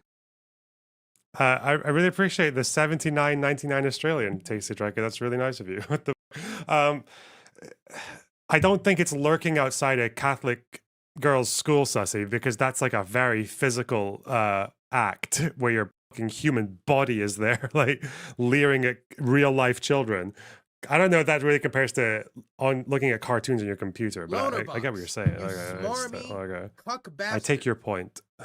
Not saying it as a gotcha. I haven't seen the pictures, so I have no idea how obvious it appears. Okay, I can't play. I want to play this with a. Doesn't mean much. I want to play this with a thanks for the $10, Johan. Controller, but I don't think I can. I'm sure someone. I don't think I know the keys on the controller. If you really want it, from the folder. Anyway.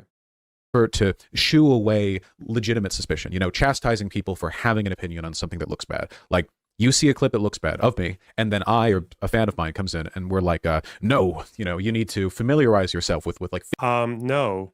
What, from the folder?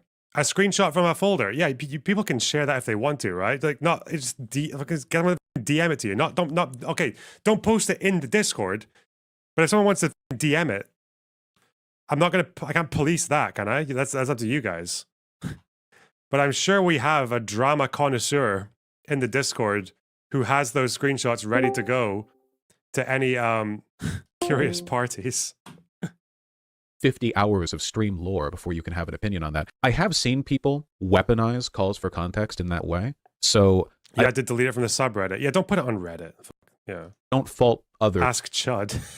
For being like kind of suspicious of that or not taking it very seriously. Some people are just going to tune out right there. Now, don't get me wrong, the clip is bad. Actually, forget everything I said. If you want to find it, you'll dig it up on Twitter somewhere. Like, Jesus. It's rhetorically bad, it's logically bad, it's obviously optically bad. And the broader argument that it's pulled from are bad in all of those ways too. But as for what the clip and the argument that it's pulled from say about me, I would like to make the case, if I may, that it does implicate me, but not as a file, rather as a fucking idiot debate. Is he literally making the Colleen Ballinger because I took a perfectly not a groomer, just a loser argument? The argument itself will make perfect sense at least, and I ruined it with edgy, contrarian, devil's advocate nonsense. So let me explain.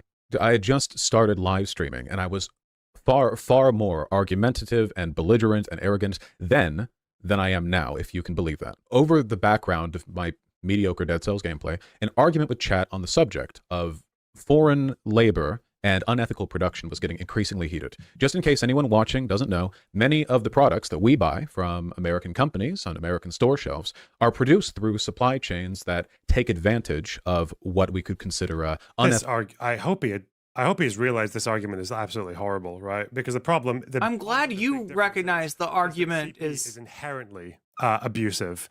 Whereas goods that might have abuse occurring at some point in the supply chain, you're not actually consuming face to face the abuse itself. That's the difference, right? Oh my god, the way he put it is gross, but like CP consumption. There are ethical versions of maybe getting a computer or a Starbucks or okay. All right. Ethical business So practices. you can't just go to a shop and start assaulting the people at the tills because there's no ethical consumption under capitalism. You can actually draw lines in different places. You know, like bad workers' rights stuff. Often this takes the form of sweatshop labor, a practice near ubiquitous, for example, in the garment industry, where sewing work is difficult to fully automate. This isn't just a foreign problem, though. There are garment sweatshops where workers make less than $2 an hour, operating right now in Los Angeles, as an example. It's a broad issue. But American companies profit from even worse abuses.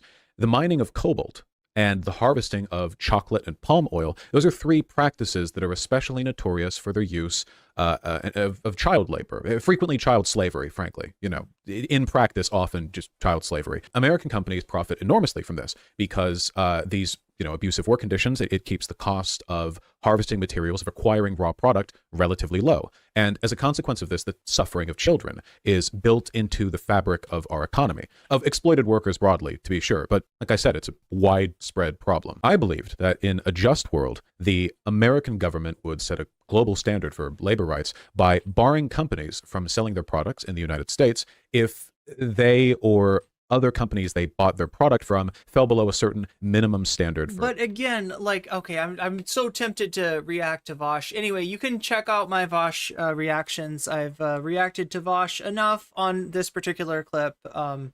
It's probably it's the second to last video that I did about Vaush, I think. Labor rights.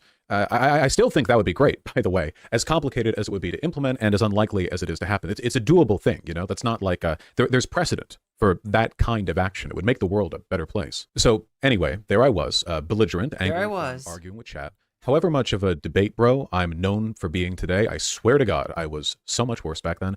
I wanted to construct an argument that would effectively and succinctly convey the severity of the problem. How intertwined human suffering is with the regular products that we buy and use every day. Shock value was essential because I needed to prove how edgy and daring I was. And speaking of shock value, an example already exists of something so inextricably tied up in human suffering that both its production and possession are illegal: child sexual abuse material. If we already know something that harmful should just be excised from society, couldn't we do the same for products that we know are made with child slavery, at the very least? The parallel felt clear to me, and I wanted to really drive home the hypocrisy of the people arguing against me, who said you were downplaying, I guess, the issue with the whole child slavery. Yeah, again, I don't remember. Like, please explain to me who was arguing against him and saying, no, I fucking love my... sent me a picture of the Xbox controller layout in Valheim. Thank you. Thank you, Natalie. Our, economy thing. So, in fact, and this is going to be a real hot take, I have yet to hear convincing. Now would be the best time for him to do a sponsor ad pit. When they import cocoa beans, they also need to remove bullet casings. Again, look, if you're arguing against people who are like, they're like, I love child exploitation in all my products, then like I feel like you're wasting your time. Like, there's nobody that you need to convince. If somebody's like that, you are not going to convince them by saying, actually, your point of view is just as reprehensible as somebody who's, using child exploitation materials, which, it's funny. It's funny when Vaush wants to make himself look innocent, when Vaush wants to put an intellectual veneer off of just a callous take-meister that he had in the past. You see him call it CSEM. You see it, it's like, he's using like some would say social justice language there. That's the one time when he'll use that terminology rather than the other phrase that people usually use to describe those kind of materials.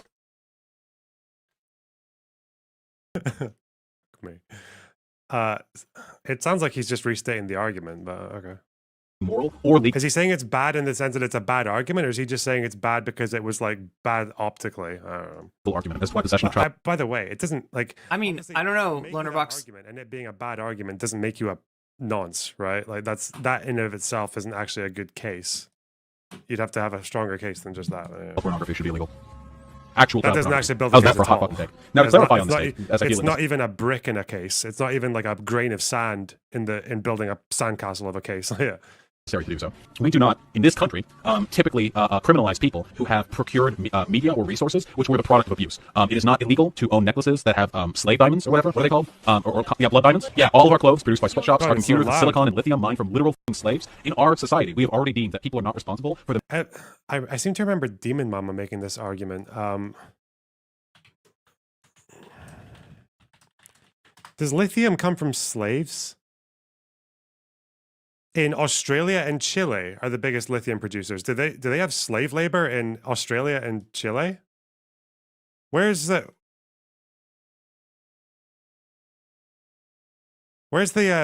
lithium slave economy? Cobalt is Congo, right? That's a big problem. I can imagine that being a slave issue, but okay. No, lithium production has bad environmental implications. That's it. So did Vaush probably mention lithium in this debate? And then I guess Demon Mama would have picked it up and said lithium to vegan gains or whatever. Oh, God. Oh, well, that's just a minor detail. Whatever. The mechanisms by which the media they consume and the content they engage with are produced. You like that argument? Ooh, you like that? You like that moral culpability? You're all worse than CP owners, and I am too. Do you like that? No ethical consumption under capitalism. Shit sucks, right? But if we accept that argument for slave labor, then we definitely have to accept it for child pornography. Yeah, there you go. It is kind of funny. Here was to spark indignant this is what to make people who downplay the immorality of unethical supply chains to reflect on the harm. Like this is the situation that made Vaush. No, they're different. Cop to the sorry. It is funny to me that this is the situation that made Vaush actually cop to the cringe aspects of debate culture. Right, I've never before seen him like he's always like, yeah, you know those people that they're like, oh goddamn debate bros. Yeah, like generally Vaush is the person that is like, why? You don't like my intellectual consistency? You don't like my moral consistency?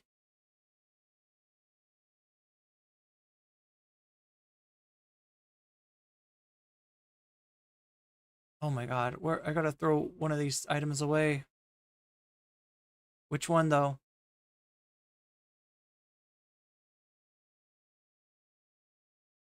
No, I don't want to throw any of this stuff away.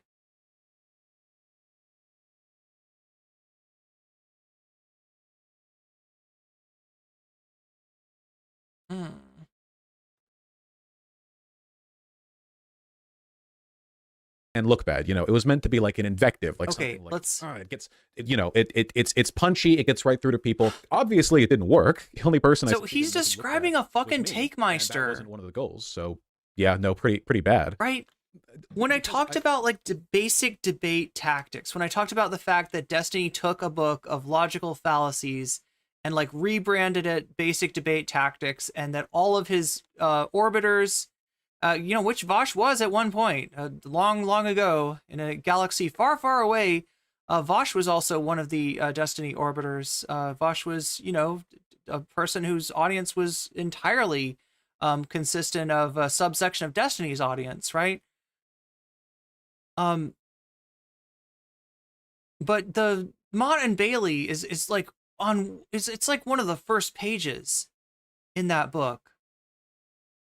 The Mott and Bailey argument, aka the Takemeister, that's my personal name for it, right? Is a debate tactic when you say something that sounds so effing wrong that you're almost like baiting your opponents to go after you.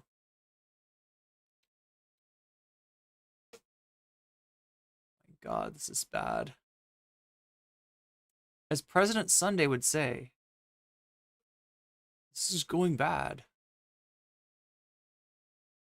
Is that a troll? It's a troll! Oh my God!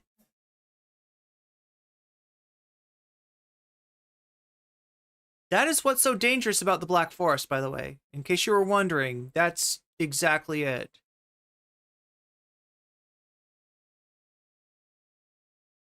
And I am not even that far from home.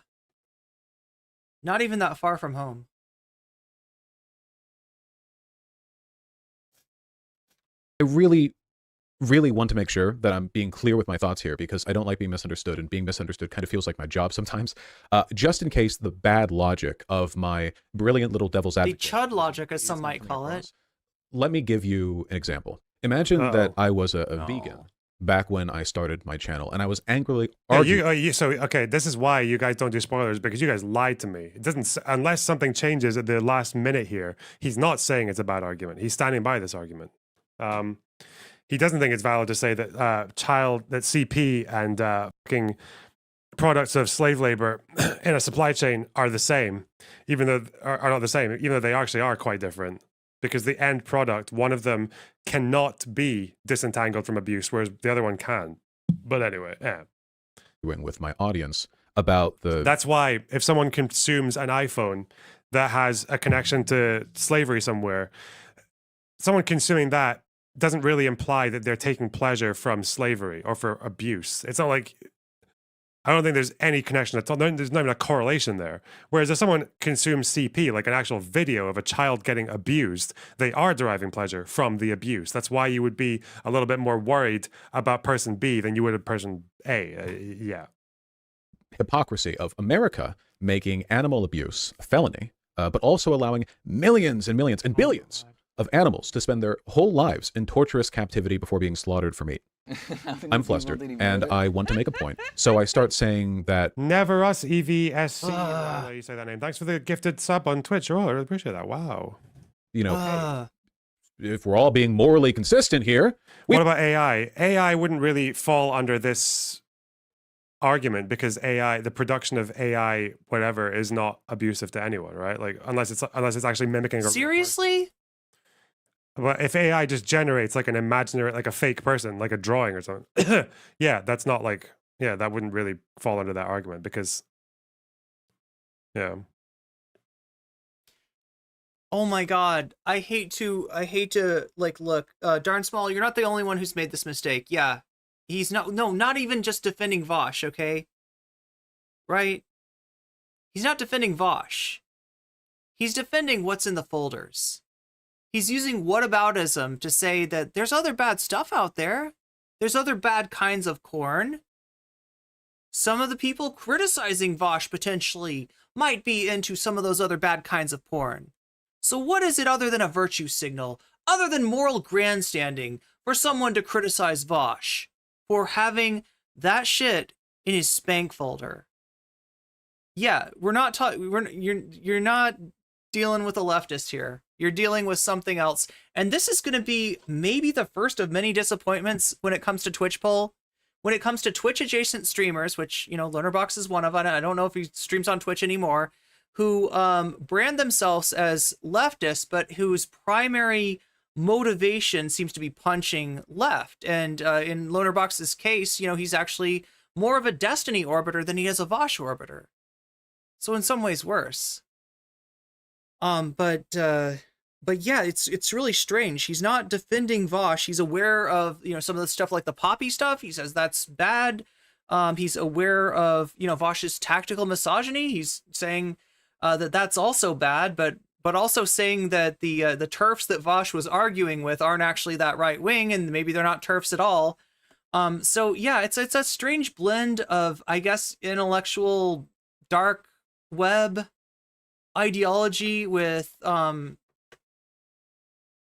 I don't know, shit lib ideology. I don't know what to tell you, right? But yeah, no, these were the kind of people that when I started doing content, like these people were absolutely normalized to me.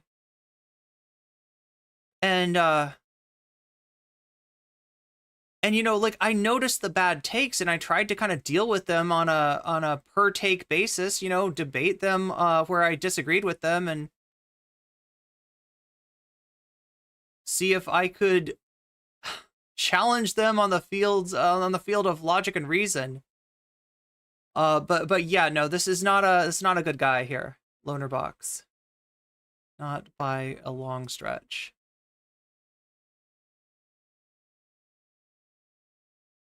Unfortunately.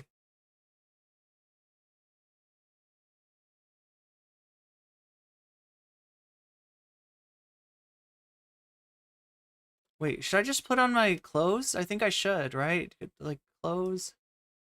You put on your clothes. No, it doesn't free up any space, does it? Oh, damn. It wouldn't even. Unless is it possible? It's just, it's a really common, phenomenon in these kind of like debate tangential spaces, right? To have people that posture as being slightly to the left of where they actually are. And Lonerbox is a great example of that, right? There was an attempt made on by Destiny and similar streamers a few years ago, when Destiny decided that he actually hated leftists more than he hated the alt-right, and he started cutting content with the likes of Nick Fuentes and Lauren Southern. There was an attempt to marginalize actual leftists and to kind of replace us with them. Like, in other words, to anyone to the left of them is a tanky, a woke scold, a Tinder queer, whatever kind of name they want to come up with. And they are the real leftists. And right now, these assholes are knocking on doors for Joe Brandon. Right now, I'm not somebody that believes in total disengagement from electoral politics, although I will admit it's really frustrating, and it's not really straightforward how to actually achieve anything meaningful or positive in electoral politics. But we're in a time and place where the problem in many cases is, including the problem of being able to effectively take on the likes of Donald Trump, is the Democratic Party establishment itself, right? That needs to be overthrown. That needs to be displaced. And instead, you got people like this just uncritically writing for Biden. And look, I'm not against strategic voting. I don't want Trump to be president. But yeah, canvassing for Joe Brandon this fucking early, before there's any attempt made to change his fucking position on, like, I don't know, Palestine? For example? These dudes are stronger. These are gray dwarfs. Oh my god, I shouldn't even be fighting this guy without without any weapons or... Okay, yeah, these dudes are badass. They look just like the other guys, except their eyes are like blue, I guess. Like blue glowing eyes. Oh god, can I... Oh my god, are you serious? Okay, so this is why living next to the whatchamacallit, the Black Forest is dangerous. He's for the longest time giving me terrible vibes, and some of his takes, yeah, I'm going to agree with some of his takes, right? I'm going to point out where I think that, and he does have some criticism of Vaush, and, some of it I agree with it, some of it I don't. Some of it it's essentially giving, a right-wing British turf free pass of maybe not being a right-wing British turf, when the problem is that Vaush is using her right-wing politics to excuse his misogyny. So yeah, I believe, I believe it's wrong to be misogynist, even in pursuance of trans rights. In fact, I would say it's especially wrong. Why is it especially wrong? Because TERFs want an example. They have this talking point, and they say that people that are in support of trans rights are misogynistic. But they don't have a lot of examples to show a person who supports trans rights actually being a misogynist. And then Vaush comes along and gives them exactly that example. So I give Lonerbox credit for pointing that out. I just don't know why he feels the need to deny the fact that this person is, right-wing, and they are, from our from the research. Oh my God, let let me get to this, right? Because I feel like I left you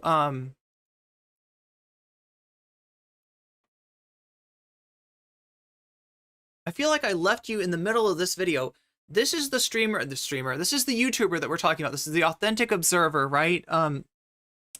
Vaush has his J.K. Rowling Takemeister, where he, you know, is openly being misogynistic towards J.K. Rowling, I guess as a joke on Twitter, but it doesn't matter if you're joking, because J.K. Rowling will quote retweet you to her army of TERFs and say, here we see an example of misogyny in the trans rights movement. This guy says he's a trans advocate.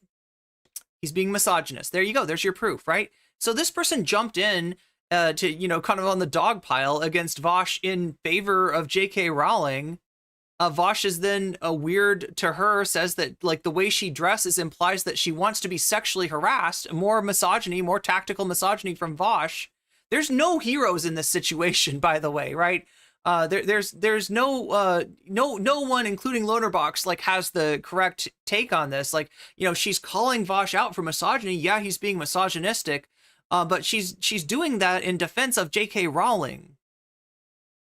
And you know, we looked into, you know, the question of like, because Vaush called her a TERF, and in his mind, that makes his misogyny moot. His misogyny no longer matters if he is doing it in pursuance of trans rights, just like he did with J.K. Rowling. He's taking this shit to the extreme, and he's essentially giving the TERFs a huge W. And yeah, she's a TERF.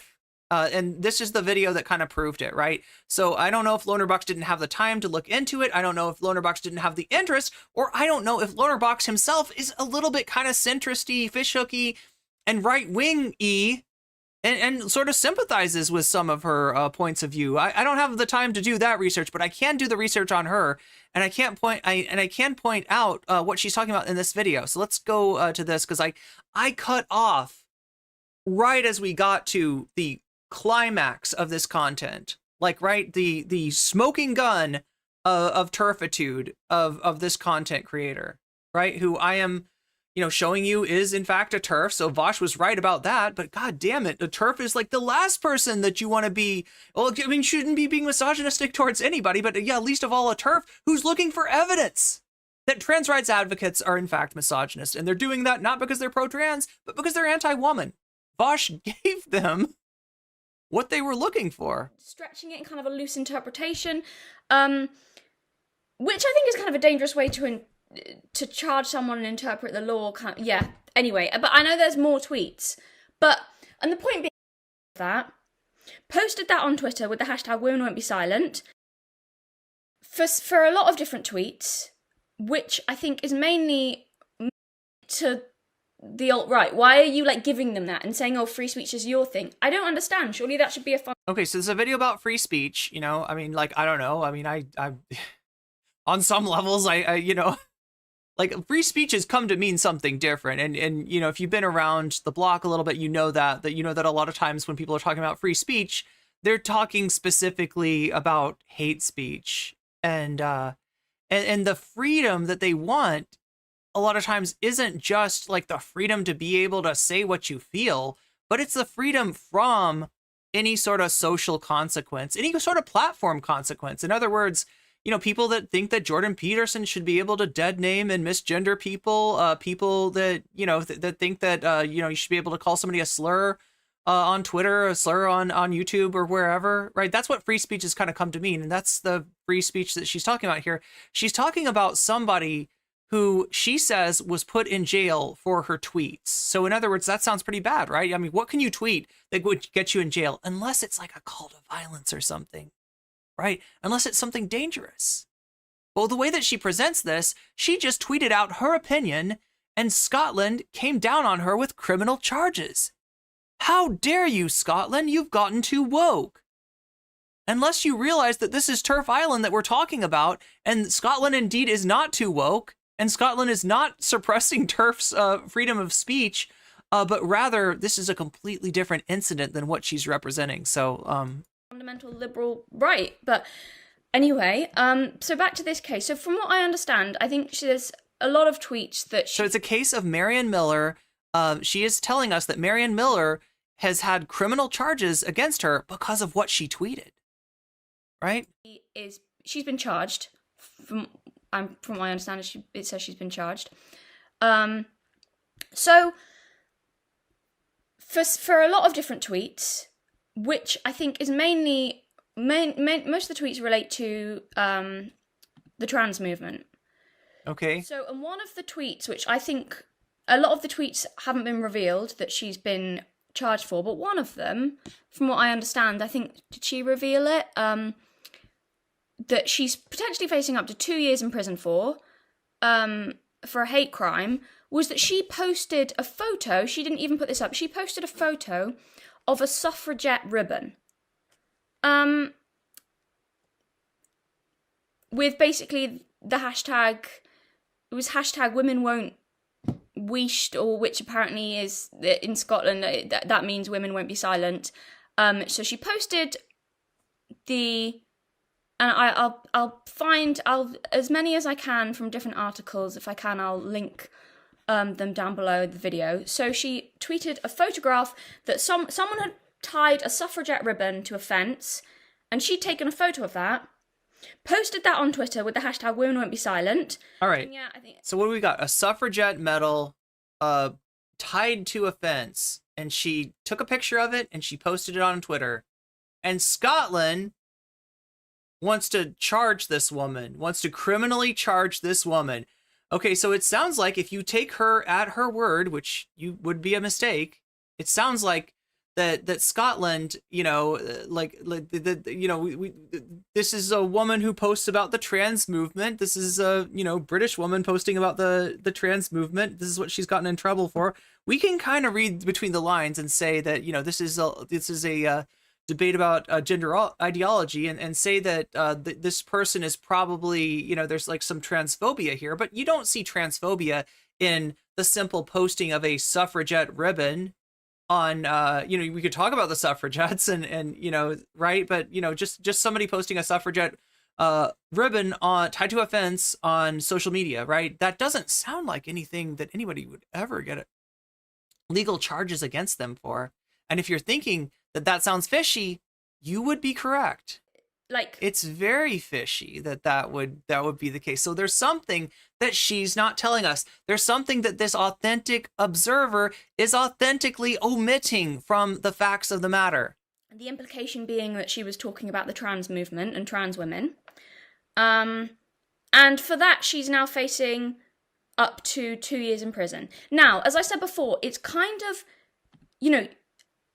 the question of whether that's offensive or not is kind of irrelevant. Well, the way you're describing it doesn't sound, offensive. It sounds like literally suffragette medal on a fence post, right? That doesn't seem... And whether or not she's being horrible to trans people, again, I'm not saying people can't be criticized for things like that, but to face up to 2 years in prison, and also it's God, this is like a horrible video too. This is a horrible delivery. For when did people tweeting things like implied things? I just think it's, yeah. So for one of the offending. So this isn't even sensible. Like what she's like. Again, this is 2 years ago, right? She's gotten better at her delivery. She's gotten better at her, ability to do in fact, she does a character now. The version of Authentic Observer that Vaush encountered was a character kind of that she plays in her YouTube videos. So it is posting a picture, and I keep going on about this, but I'm really shocked, of the suffragette ribbon, which apparently people have said, or someone reported it saying that it looked like a noose, and that was supposed. Okay, so a suffragette ribbon which looks like a noose, and that the implication being that people said she's doing this as a threat, as a physical threat, using a noose as a symbol against trans people, and that's what, and it's a suffragette ribbon, right? And that's what she's being charged for. Now, if doesn't make sense, right? We're missing a piece of information. I think that's a bit ridiculous. Okay, I'm sorry, my camera cut out and randomly. Oh my God, this is frustrating the fuck out of me. Like that. So she's so hard to watch. If it does it again, hopefully it will continuously film. But as I was saying about, it seems to be just a picture of a ribbon that someone tied to a fence, but someone says it supposedly looks like a noose, and therefore is a threat, I think that's a bit of a stretch. It is possible that that is what the message. Well, I really doubt it though. I think that's like a really Okay, so she's saying kind of a what? misinterpretation. Trans advocates are reaching. They're taking a suffragette medal, a suffragette ribbon, and they are portraying it as being like representative of a noose. Where she's saying that takes a lot of interpretation in order to arrive at that conclusion, and I don't think that's necessarily the interpretation. So it sounds pretty reasonable, right? That you could say that, like, you know, I don't like, it sounds like she's got bad politics, it sounds like she's anti-trans, but whatever, let her post her stupid picture on Twitter without getting getting a without catching charges, right? Which I think is kind of a dangerous way to charge someone and interpret the law. Yeah. Anyway, but I know there's more tweets. And the point being, again, I really want to clarify. I want to make this clear. Whether or not her tweets were offensive is kind of beside the point. It really is. That's a separate issue which people can talk about. But I don't know. I just happen to think that in a free society, people have a right to be offensive. So yeah, she wants to be offensive, and this chick, Authentic Observer, is standing up for her rights to be offensive. And I just, but also the other thing is, do trans people want? But what she's claiming though is that this TERF has gotten charges for posting a dog whistle that sounds like a pretty obscure dog whistle, right? It's a suffragette medal. It kind of looks like a noose, and that like trans people, gender ideology has gotten a hold of the Scottish court system to such a degree that they're gonna send this poor woman to jail. And even if you don't agree with her turfiness, you got to see that as a real strong infringement of rights. I mean, we're getting Peterson tears. This is a Peterson level. On this, I can't imagine that they do. Maybe some trans people. Do trans people want? I don't know. Women going to jail just for posting tweets that disagree with them? I mean, I don't know. I could be. Do trans people have that power? Come on, let's be real. No, trans people do not have that power. Nobody's sending a TERF to jail over what could be a dog whistle, but is not, like, you know, could also just be a reference to suffragettes. But I can't imagine that you know, I mean, they'll have different opinions. Oh my God, please get to it. I'm so sorry. This is like taxing my patience here. I just can't imagine, you know, and taking offense to that's a different thing, but I can't imagine that would most trans people want someone to go to prison for tweeting out offensive things. That's not to say that, you know, they can't find it hugely offensive and criticize her for it, but I just that the mother of, like, I mean, for anyone, but just the fact, like, the mother of 2 young autistic children is facing up to 2 years in prison. Oh my God! Because she tweeted the image of a suffragette woman and is criticizing. She's going to prison for tweeting the image of a suffragette woman. Of suffragette women, right? That's what we're getting from the Authentic Observer. Okay.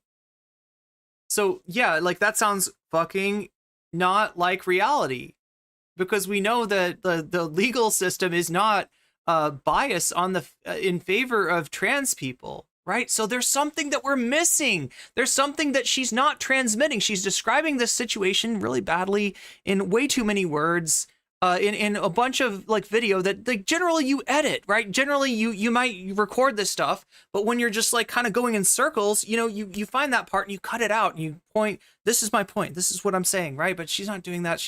Maybe it's earlier in her YouTube journey. Let's just say that it's early. She's early in her YouTube journey, right? But still, something seems to be missing, chat. Something seems to be missing. Let me see if I can put together the pieces of what is missing from her analysis. Now, remember, this is the person that you know, spoke up when Vaush used his tactical misogyny against J.K. Rowling, and you know, Vaush was, I would say, yeah, misogynistic towards her as well, right? You know, and like, I'm not in favor of Vaush doing tactical misogyny, especially to TERFs, because that gives TERFs a huge talking point to say that trans rights advocates hate women. Because Vaush, the shit that he says, it sounds like he hates women, and he's got a huge chip on his shoulder, right? Here's what's missing. Here's what we're missing. No, she means Marianne Miller. That's who she was talking about, Marianne Miller, who was arrested for following actor David Paisley around and DMing him photos of ribbons she tied outside of his house and workplace. God damn it. Is she ever running cover for not just a TERF, but a TERF that was stalking somebody? That becomes, she wanted to post pictures of suffragettes. She just cares about feminism. Oh my God, she was fucking stalking somebody. And you completely decontextualized it. So yeah, is she right wing? Is she TERF adjacent? Fuck yeah, she is. Now that's just, I don't know. We could chalk that up, like I said, not to Loner Box's, ideological sort of fishhook centrism, but we could possibly chalk that up to just, Loner Box didn't do enough research, right? That's not game, set, and match. That's not, proof, but that's where I disagree, right? I do think that it's correct that Vaush using misogyny against anybody is wrong. And even from a practical standpoint, like, right, giving the TERFs exactly what they want. Is that really what you want to do? Is that really how you want to go at J.K. Rowling? It's how Vaush wants to go at J.K. Rowling, unfortunately, because Vaush cares about getting attention. Vaush cares about being able to show his audience, oh, look at this, J.K. Rowling went at me. Despite the fact that you baited her with literal fucking misogyny. And you could say that you weren't serious, and you could say it was a shitpost all you fucking want. Because to the millions of followers of J.K. Rowling, that looks like proof positive of misogyny within the trans rights movements. You're hurting trans people, Vaush, to build your own image. Fuck you for that, right? So Lonerbox correctly calls out, Vaush's misogyny, but in the process, he's like, yeah, and Vaush called this woman a TERF, and he called her right wing, and that's not true. Vaush is just being a crazy leftist, I guess. No, he wasn't. She is a TERF. She's, coming in to defend J.K. Rowling. That's not an accident. She is misrepresenting a TERF that went and stalked someone as being just a feminist, a principled feminist who might disagree with trans rights advocates on certain issues, who just wanted to post a nice little picture of a suffragette ribbon. No, she was tying ribbons to somebody's house to show them that that she had been there. She was stalking somebody. Okay. That's where the legal charges came from, and from what I can tell, it doesn't look like this person was actually. It does she was charged with homophobia motivated stalking. Okay, so that's what the charge was, homophobia, not with you are not allowed to do free speech. You said something that some trans people think is a dog whistle, therefore you're going to jail. That's not real. That doesn't happen in TERF Island. That is not fucking real, right? She's running cover for TERFs at the very least. You can call her TERF adjacent, I think, pretty fucking safely. But Joanna Cherry agreed to represent her for free, and it became too expensive to prosecute her. So in other words, she did what clearly looks like stalking, and she got off because whoever Joanna Cherry is, came in and acted as her legal counsel. Anyway, that's all I wanted to show you the other day. We got to the very end of that, and I got to show you everything except for who Marianne Miller was. And I had to end stream really quick. And some people even compared it to the Vaush thing, the Vaush Folders thing, the way he's like, whoa, and he end stream really quick, right? It kind of, these are NCC's folders. But yeah, no, I ended stream because we were literally at 6 hours. And at 6 hours, I turn into a pumpkin, and any copyrighted music that is in my VOD becomes unremovable. So I usually try to avoid that. But that's that. Let's get back to Lonerbox and his take on Vaush's folders. Just make a fake face, or does it have to be derived from something? I'd imagine they can probably make imaginary people up. Yeah. Even have animals. Sorry, chat. That was a huge. I just wanted to get that in, right? Because I started to cover that the other day. Didn't quite get there.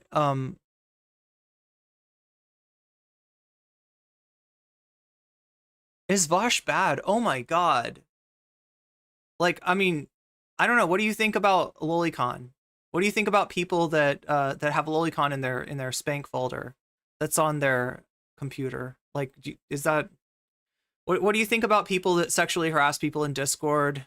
What do you think about people that give easy dunks to turfs? Yeah, I mean, you answer this for yourself. You're all adults out there. You know, I can tell you what I think. I am not going to tell you what you should think. You can come to those conclusions by yourself.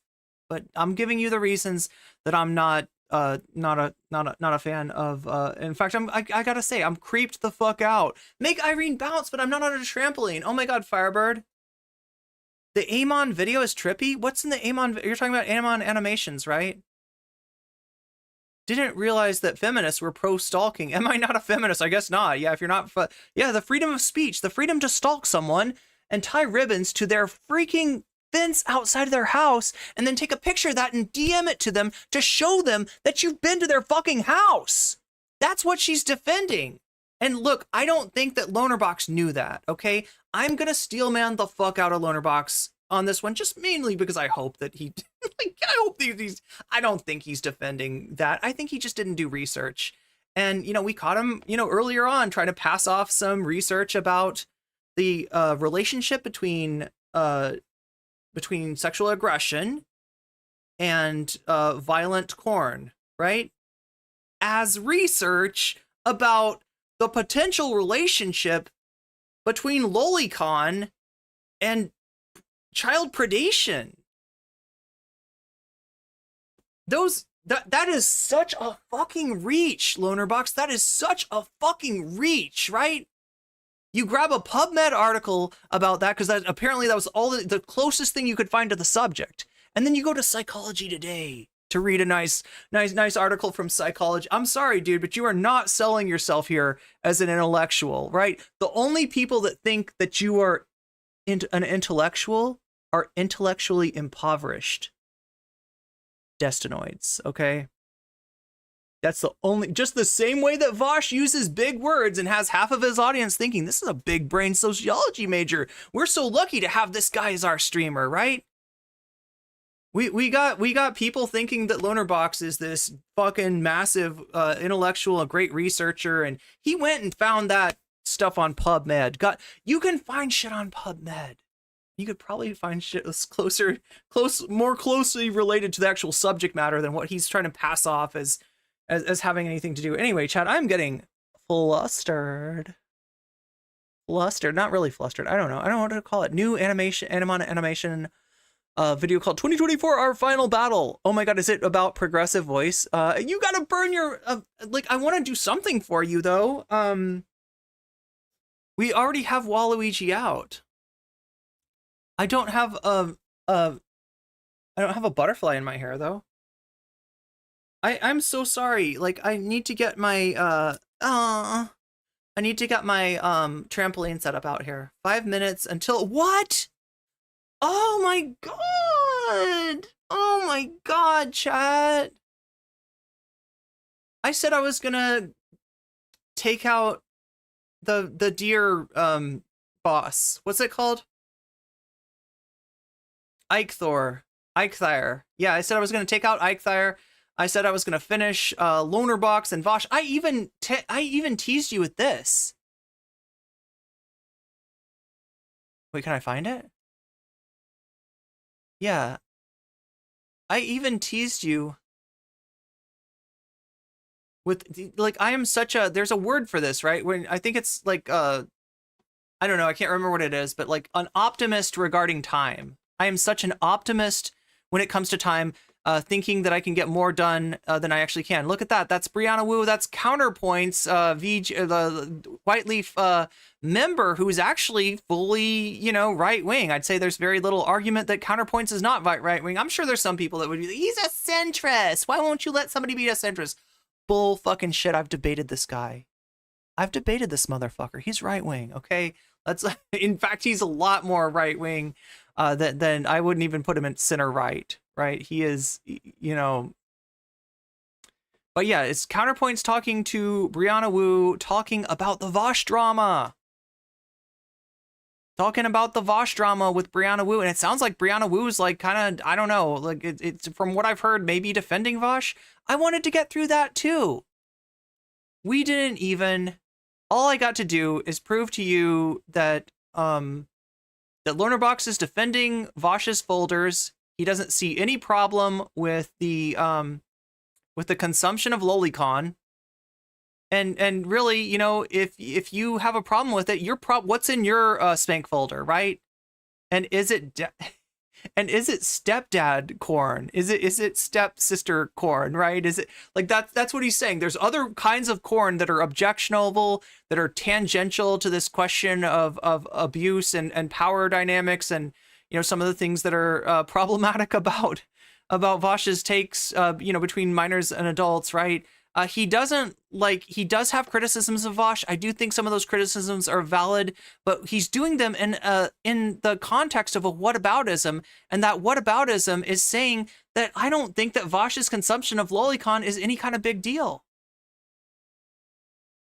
But there's more to it, right? He's you know, he's gonna say that that his sexual harassment of Poppy was problematic, was bad, was a harm to a real person. I agree with that. And then he gets asked by his chat, but didn't you do content with him? And he's like, yeah, but so did everyone. So there you go, Lonerbox, going along with the crowd, agreeing that because something is fucking common, and yeah, it is common. Consumption of lolicon is common. You know, these types of fucked up corn that you're talking about are common. That doesn't make it okay. That doesn't make it right. And that doesn't mean that you can't be fucking grossed out by a streamer who accidentally exposes his fucking spank folder and there's lolly in it, okay? That is an absolutely appropriate response. And you running cover for that, Lonerbox, is something that I can't excuse. That being said, we have literally like 1 minute left. We have 1 minute left of, I can't, I don't know what to do, chat. If I let it go too long, then I can't cut like anything that ends up being copyright claimed out of it. So I am so sorry. I hate to leave you like this. Okay. I am scheduled to be back on Saturday. Thank you, Natalie, for letting me know how close to the, I know, right? It's unfair. It's unfair. It's totally unfair. I gotta figure, I don't know. I feel like I should be streaming more. I actually